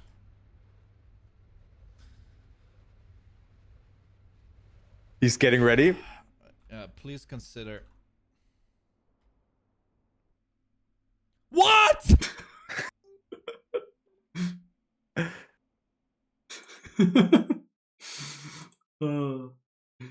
And last clip? The last clip is Sano, who jinxes Nobu in Cup of the Day. AG systems, go! Oh, Caster Curse Novu. 3, 2, 1. There you go. Go! Systems, go! Dude. Mixos knows the lyrics, man. Alright, and now we are through this whole group of videos and clips and so on, and we will now move into our last section. The last section being people, and this should go rather quick. And the first category in people is the content creator of the year, the biggest TrackMania streamers and also YouTubers by watch time. And we start with Bren. Yeah. We start with Bren. So Bren was also very active in 2025 of almost 1 million hours, as well as, just a lot of hours being streamed in there. So Bren is our first nomination. Second one is Granadi, one of the most active streamers. I think maybe even the most active streamer from the streamers. And that's why we have also seen so many clips on there from him. So he has been nominated as well, but I think he should be close with Spam actually. But Lars is our next nomination. Spam maybe comes up very, very, very soon. Lars is the third nomination here. Of course, also has a very good year of TrackMania, and he has been streaming 1,200 hours in 2025 and was watched over 1.5 million hours.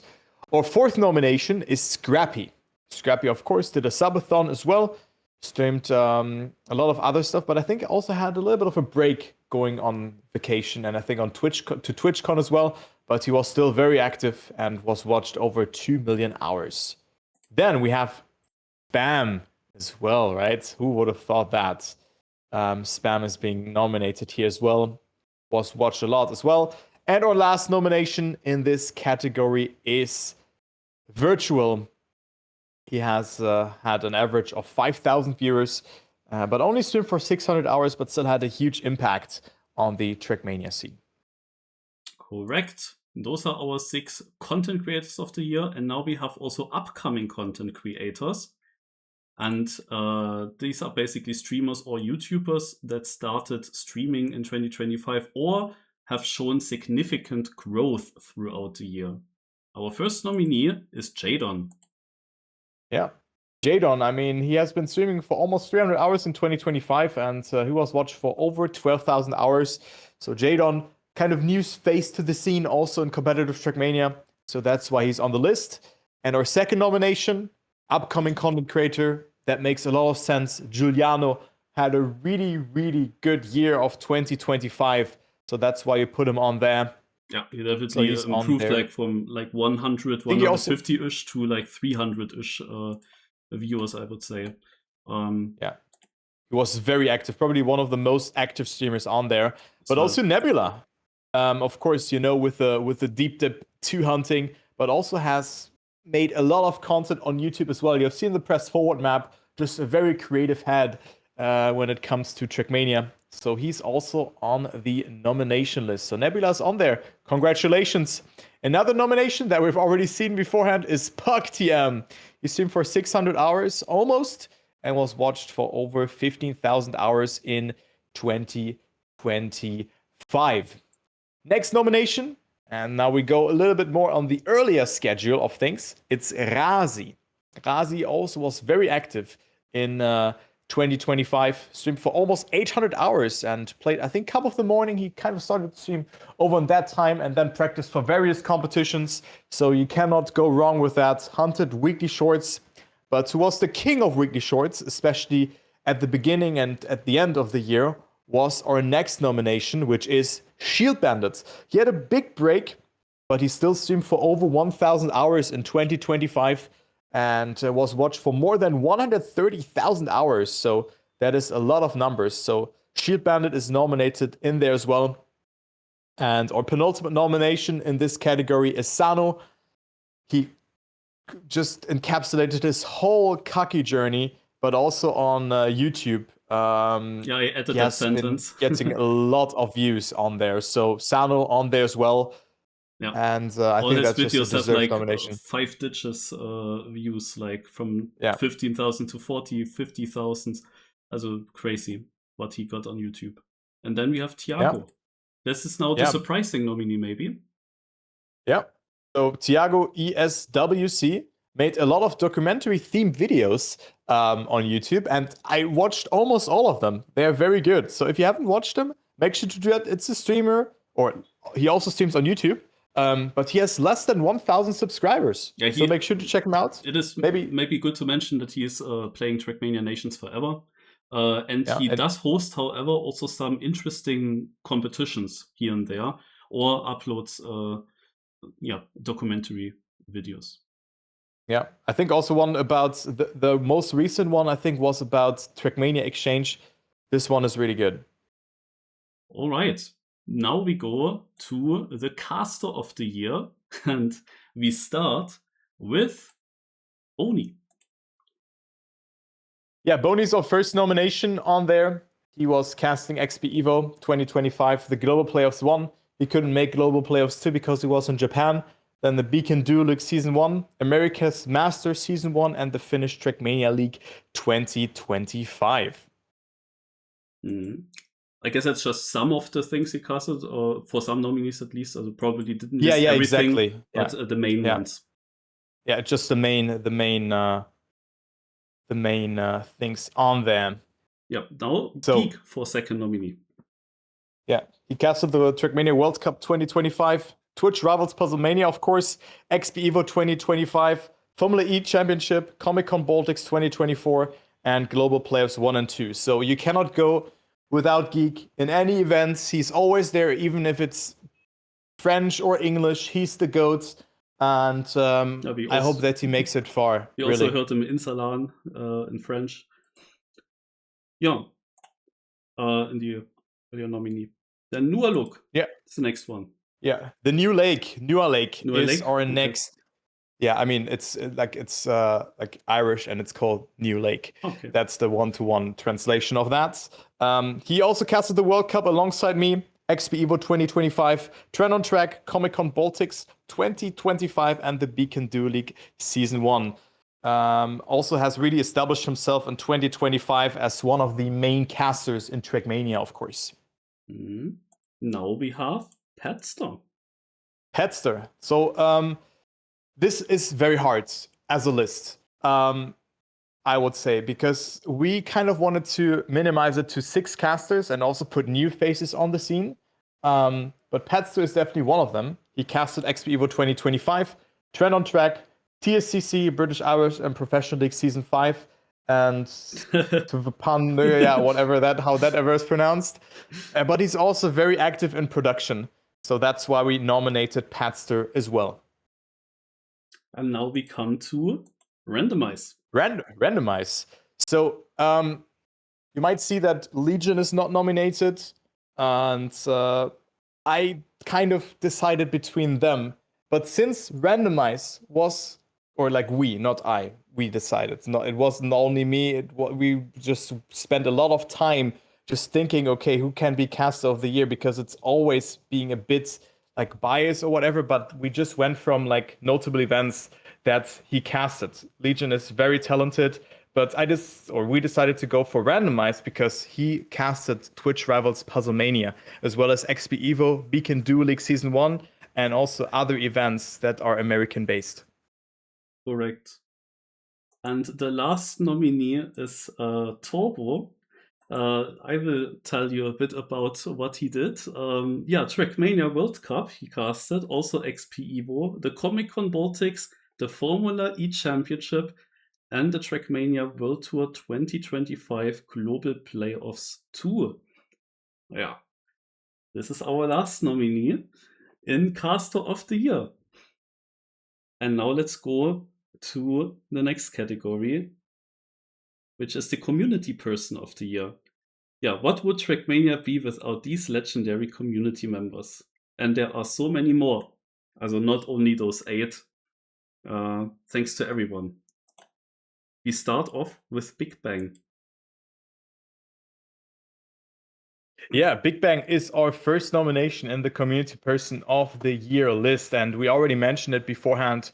Big Bang 1112 or 1112 has contributed a lot of useful tools to the TrackMania community, and it really helped us in a lot of ways. And just to name some projects that he did: NVMix Turbo, the 3D GBX tool, Blender GBX tools, Mania Server Manager,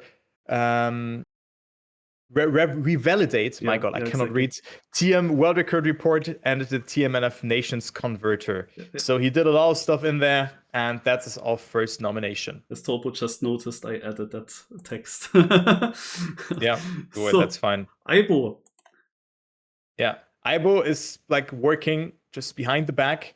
He reports bugs and helps to maintain, to support the TMX page, and you do not hear a lot from him, but he quietly helps to improve the experience for many players. Then we have Import.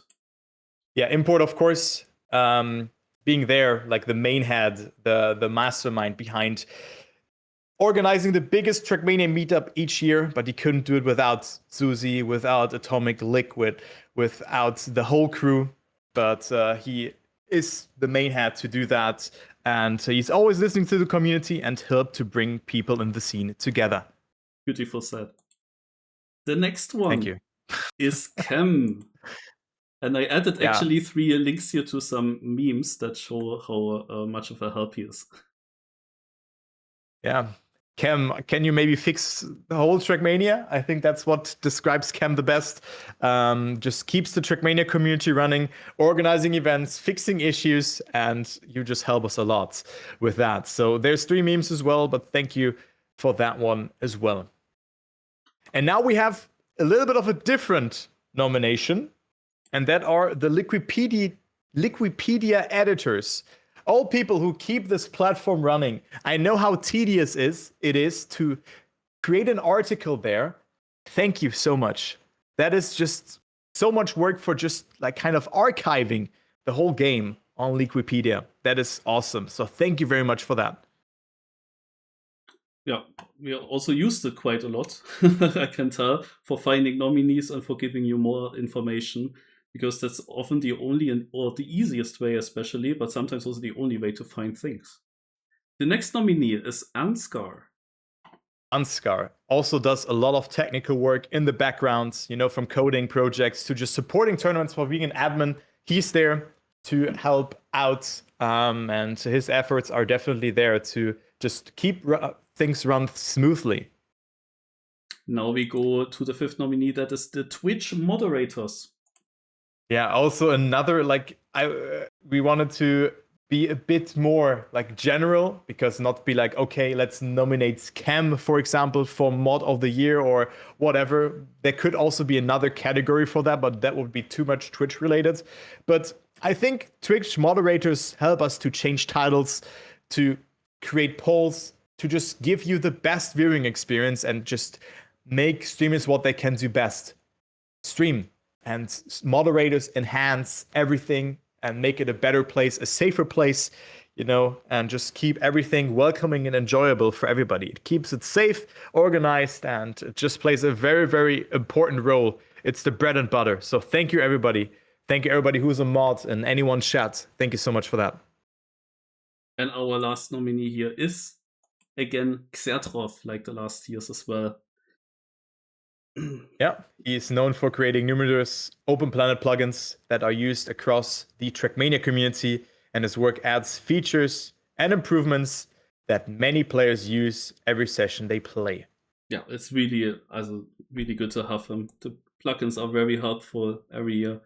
And there are, as I said, many more names that you could put in here. So thanks to all of them. And we move on from community person to the Skinner of the year. And here to team, actually. Or wait. No, this was actually a bit weird. These categories, they switched around their position multiple times. But I think I actually wanted Skinner after community, and it just didn't happen usually.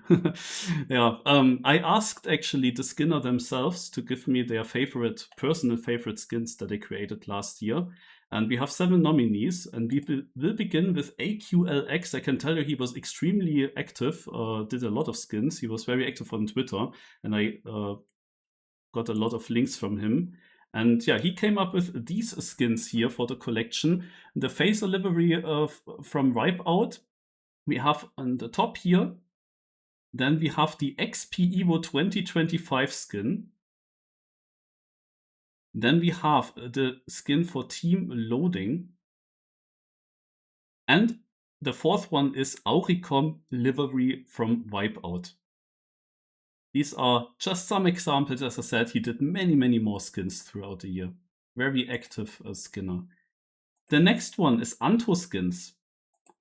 And Anto Skins did some TrackMania ranked skins that were also prestige skins as well. Also other colors than just this one. Then Formula E. He also did create skins. And for the Serrator Weekly Shorts, he created these skins with Visa and Bourso-Bank. Our next Skinner is gonna be Leviathan, or however to pronounce. He sent me following skins. First of all, this purple skin here, Kiyuki.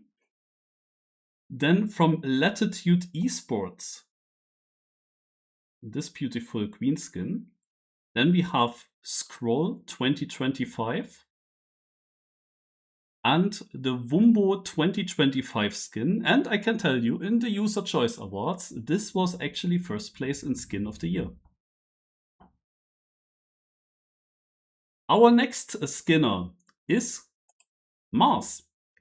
And Mars sent me following skins. We have the Vabene skin in the top, then Comic-Con Baltics. We have Zero Grip skins from different angles and then black and white. And the ITB Esports skin that he actually created after the team disbanded, but just to remember them, basically. The next one, the fifth skinner, is Shumi Skins. And he sent me the C6 Mapping Club skin. Then we have Team Nemesis, Cologne Esports, the BMW M3 NFS, also Need for Speed, I guess, shift to TrackMania. Team Jetlag as well. And Afterburn. These are the 6 skins that Shumi sent me. Now we have Tatauna. He helped me also a bit with having an idea which skinners there are and who to ask, how to ask. He also got, by the way, in the User Choice Awards, first place in Skinner of the Year. And he sent me the Team Austria skin that you can see here. Then follows Dopamine Death. And then the Whispers Above skin. And the Tetra Chromacy. Also beautiful skins by Tatauna. And we have one more that I didn't even know about, that he is doing skins. It's Visi. Visi has created skins for Spam. Will they load? Otherwise, we have to fix that. Also, we have skins for Spam, Mahi, Wild, Molo, and then also another collection of Spam. Those are great skins. Yeah. I can maybe do it another way. In a different tab, theoretically. Also we have, wait, F11. Well, let's create another tab and just send it in. This is a skin by Visi, Spam skin. Then we have that skin by Visi. Here another one with Biwag and JSwag. Also a Mahi skin. Then skin for Team Wild. And Molo as well. And he also sent me this year multiple skins for Spam. Depending on which teams he is. Yeah, we'll have to check that out. That we can implement them again. All right.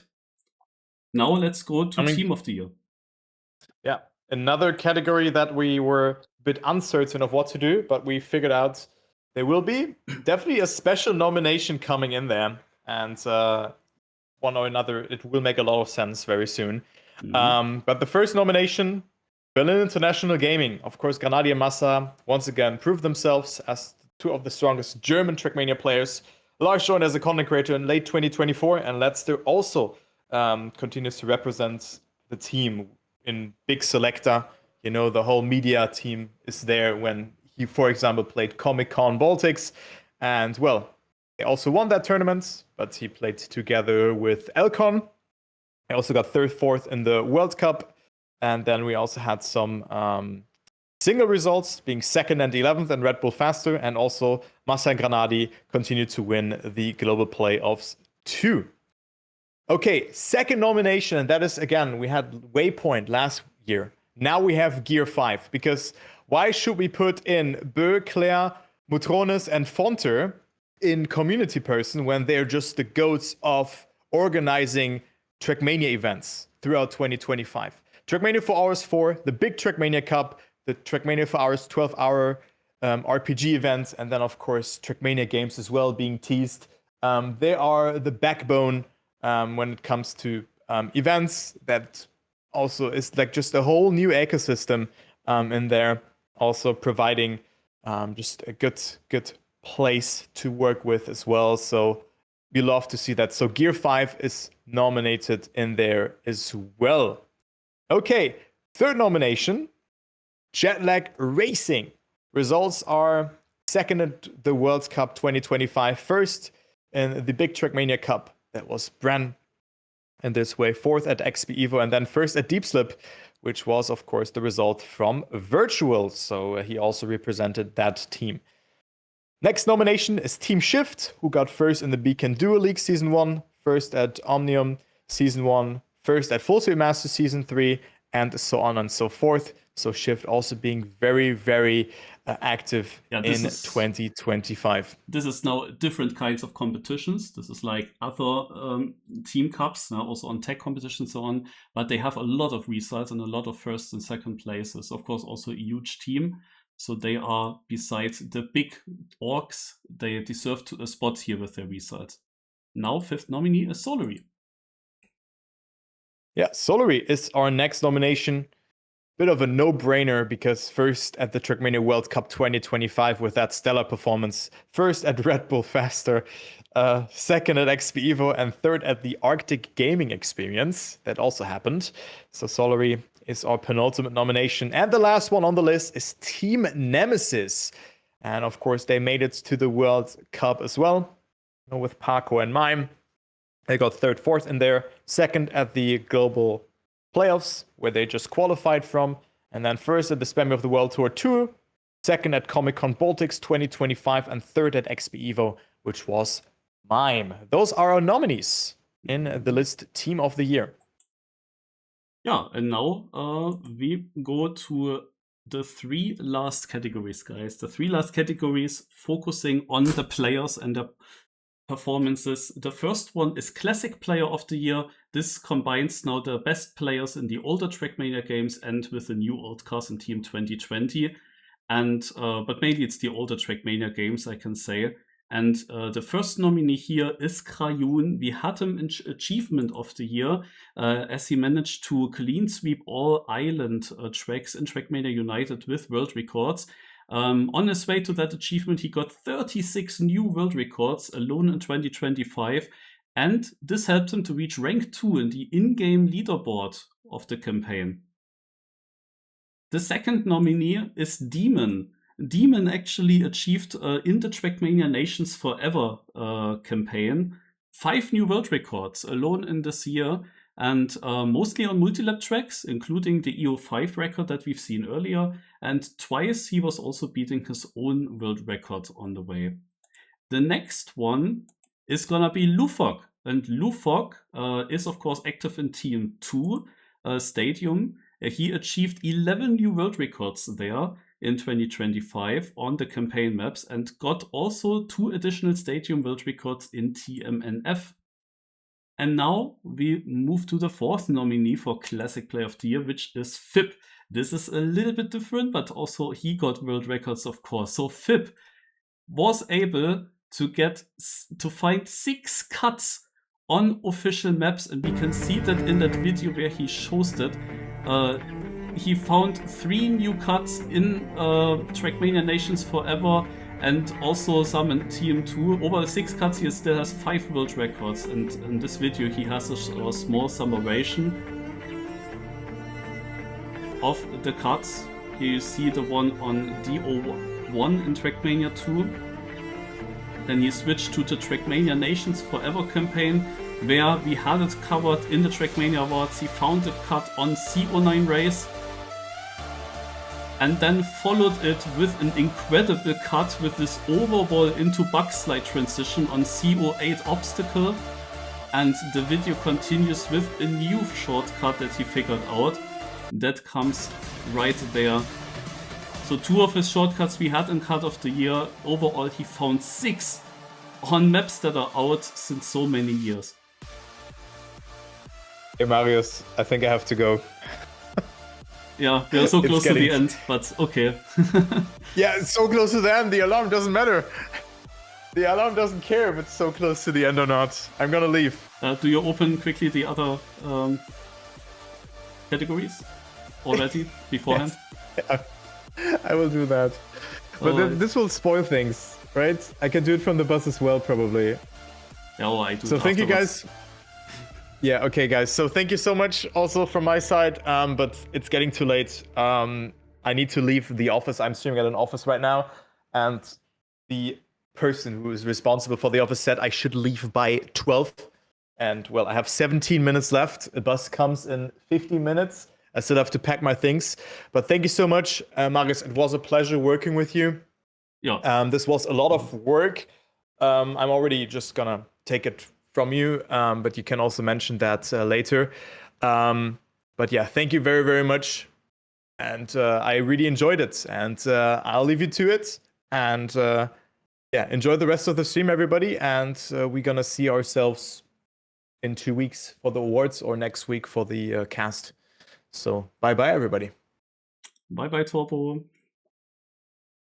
All right, guys, then let's finish it off. We are also very close to the end. I was hoping that we make it in time before Torpo has to leave. But yeah, Fib, with all his world records, is the 4th nominee. The 5th nominee is gonna be Raizo, and he achieved many prestigious world records in Nadeo Stadium maps, both in Team United Forever, but especially also in the TrackMania Nations Forever campaign, especially early in the year. And he got 5 new world records in the campaign, lost 1 of them to a cut by Fib, and also 6 further world records on other Stadium Nadeo tracks. We had them also covered in world records and cut of the year with some of his runs. And then we have Rinte. Yeah, Rinte, of course, more like from TrackMania United, but look at the amount of world records he got. 43 new world records on the official TrackMania United Forever tracks. Of course, mainly desert, but also other environments. And by doing that, he claimed also rank 1 in the TrackMania United Forever solo campaign ladder. And he is, of course, also known for world records in Team 2020 on like desert car tracks, on Track of the Days, or official campaign maps that are using old cars. Yeah, those are our 6 classic player of the years. And now we will move on to the most improved player of the year. Which players made a huge step forwards in the performance this year? And there, of course, like everyone improves, kind of. But yeah, searching basically for players that are now absolute top players, you can say, in what they do. We have also different styles, especially when we see the first nominee, which is Chudon. And Chudon, I think he even started in 2025, or at least he wasn't playing this game for very long. But then at the XP Ice event, he managed to reach the grand final, and there are quite some good ice players, and Chudon was just there. I noted always down tier 1 results and then also other top results. So other top results, he has a Cup of the Day win, and he got 4th in the Glacial Ice Cup, and then also 5th to 6th in the Obsidian Frost Cup. But from being nowhere to getting a grand final in the XP Ice, that was quite impressive. And the next one is Jadon. Yeah, Jadon, it might be that we already had him last year. He might be actually a repeat in this category. But I mean, he improved even more. You see the best tier 1 results. He got 1st in Trend on Track, then 4th in Out of the Blue, and then also in Big TrackMania Cup, he got some prize money. And in XP Evo, he was also there, but other top results where he scored podium positions, that would be, of course, Cup of the Day, but also Omnium Season. The Wall Monthly Cup had some prize money. And then also we have the British and Irish Professional League, where he got 2nd. And he got 3rd place in the Grand Loop Cup, that also had prize money. The Spammy of the World Tour 2 and TrackMania 4 Hours. Yeah, now we go to the next one, which is Ledster. Yeah, Ledster, of course, notably with his result 5th to 6th in XP Evo, where he got extremely far in the tournament. but he was also winning with Elcon together in the Comic-Con Baltics, another Tier 1 result where he was first. Otherwise, he got first in the Major Tech Series and in the Molotov Short Tech Showdown.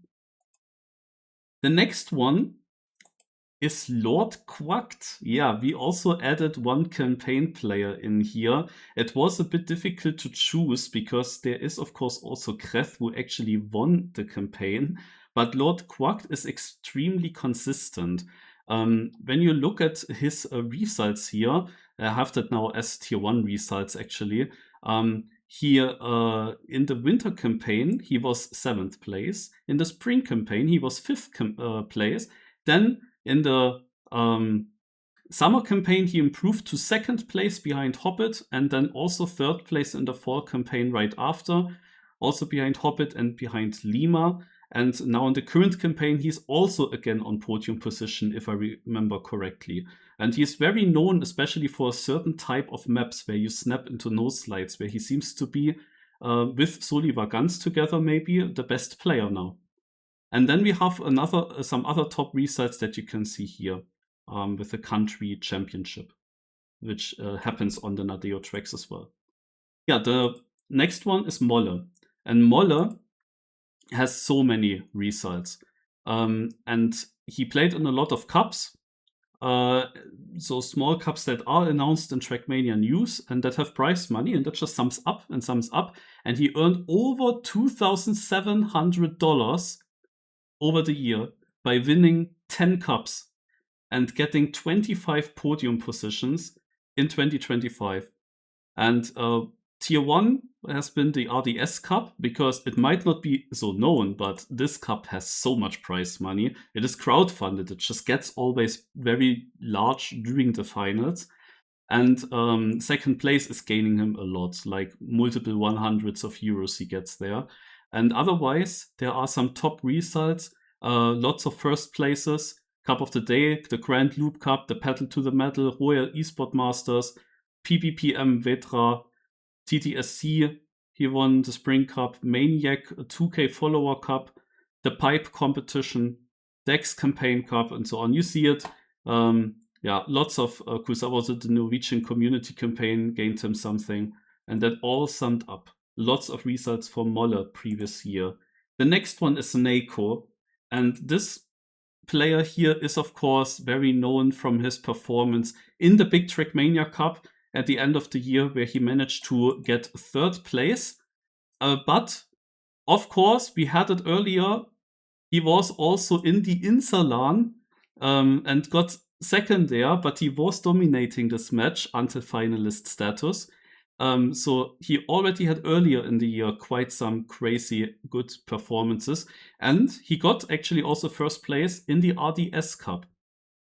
Which I just mentioned, has lots of prize money, and there are also some other top results by him listed here. Our next nominee is Neon. And Neon, if you look at the Tier 1 results, he got 1st in the OCD campaign hunt, and then he is 4th in the Bayerische Duo Dash and in the Spammy of the World Tour, number 2.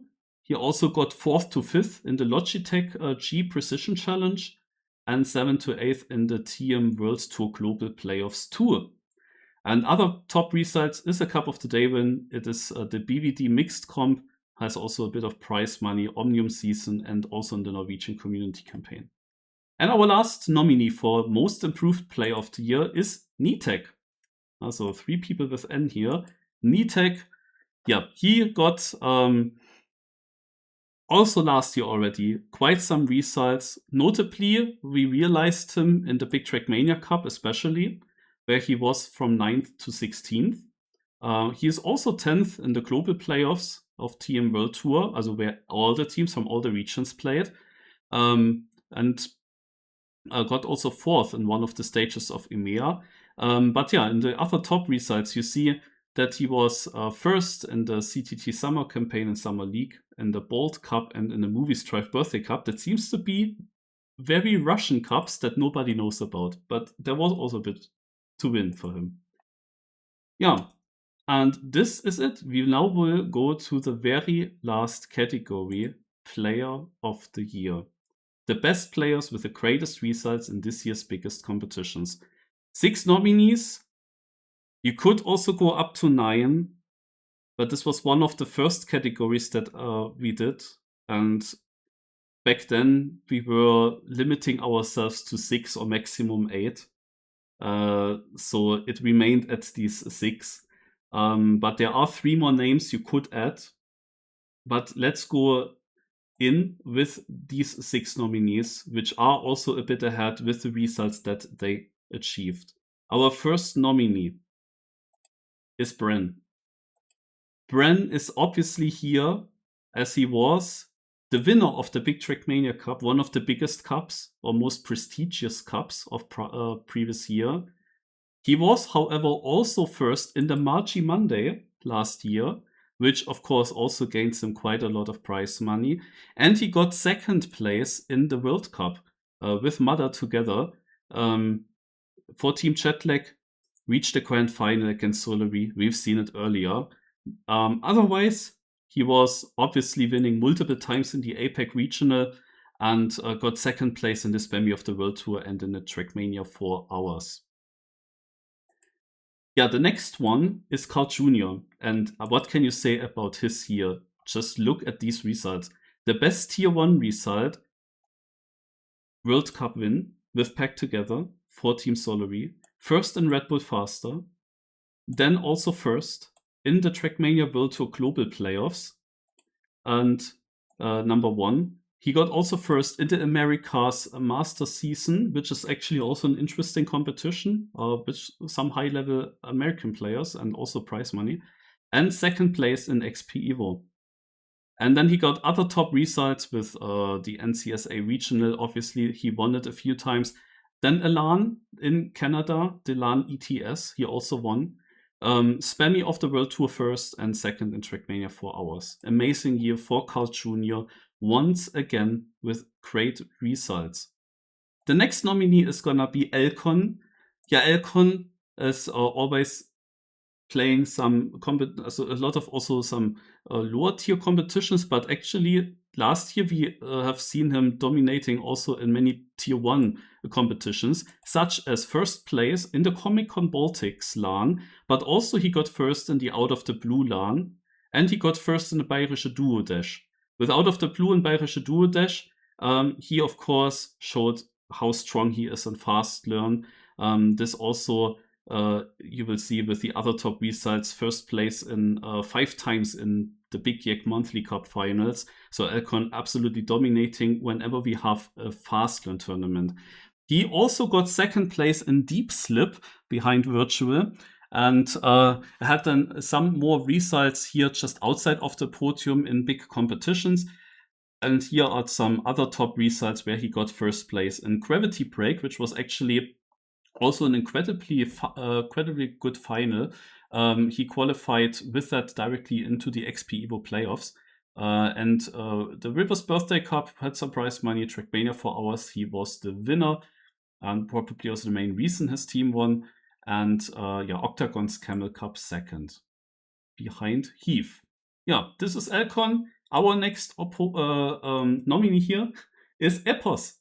And Epos is obviously here because he is first place in the XP Evo LAN event.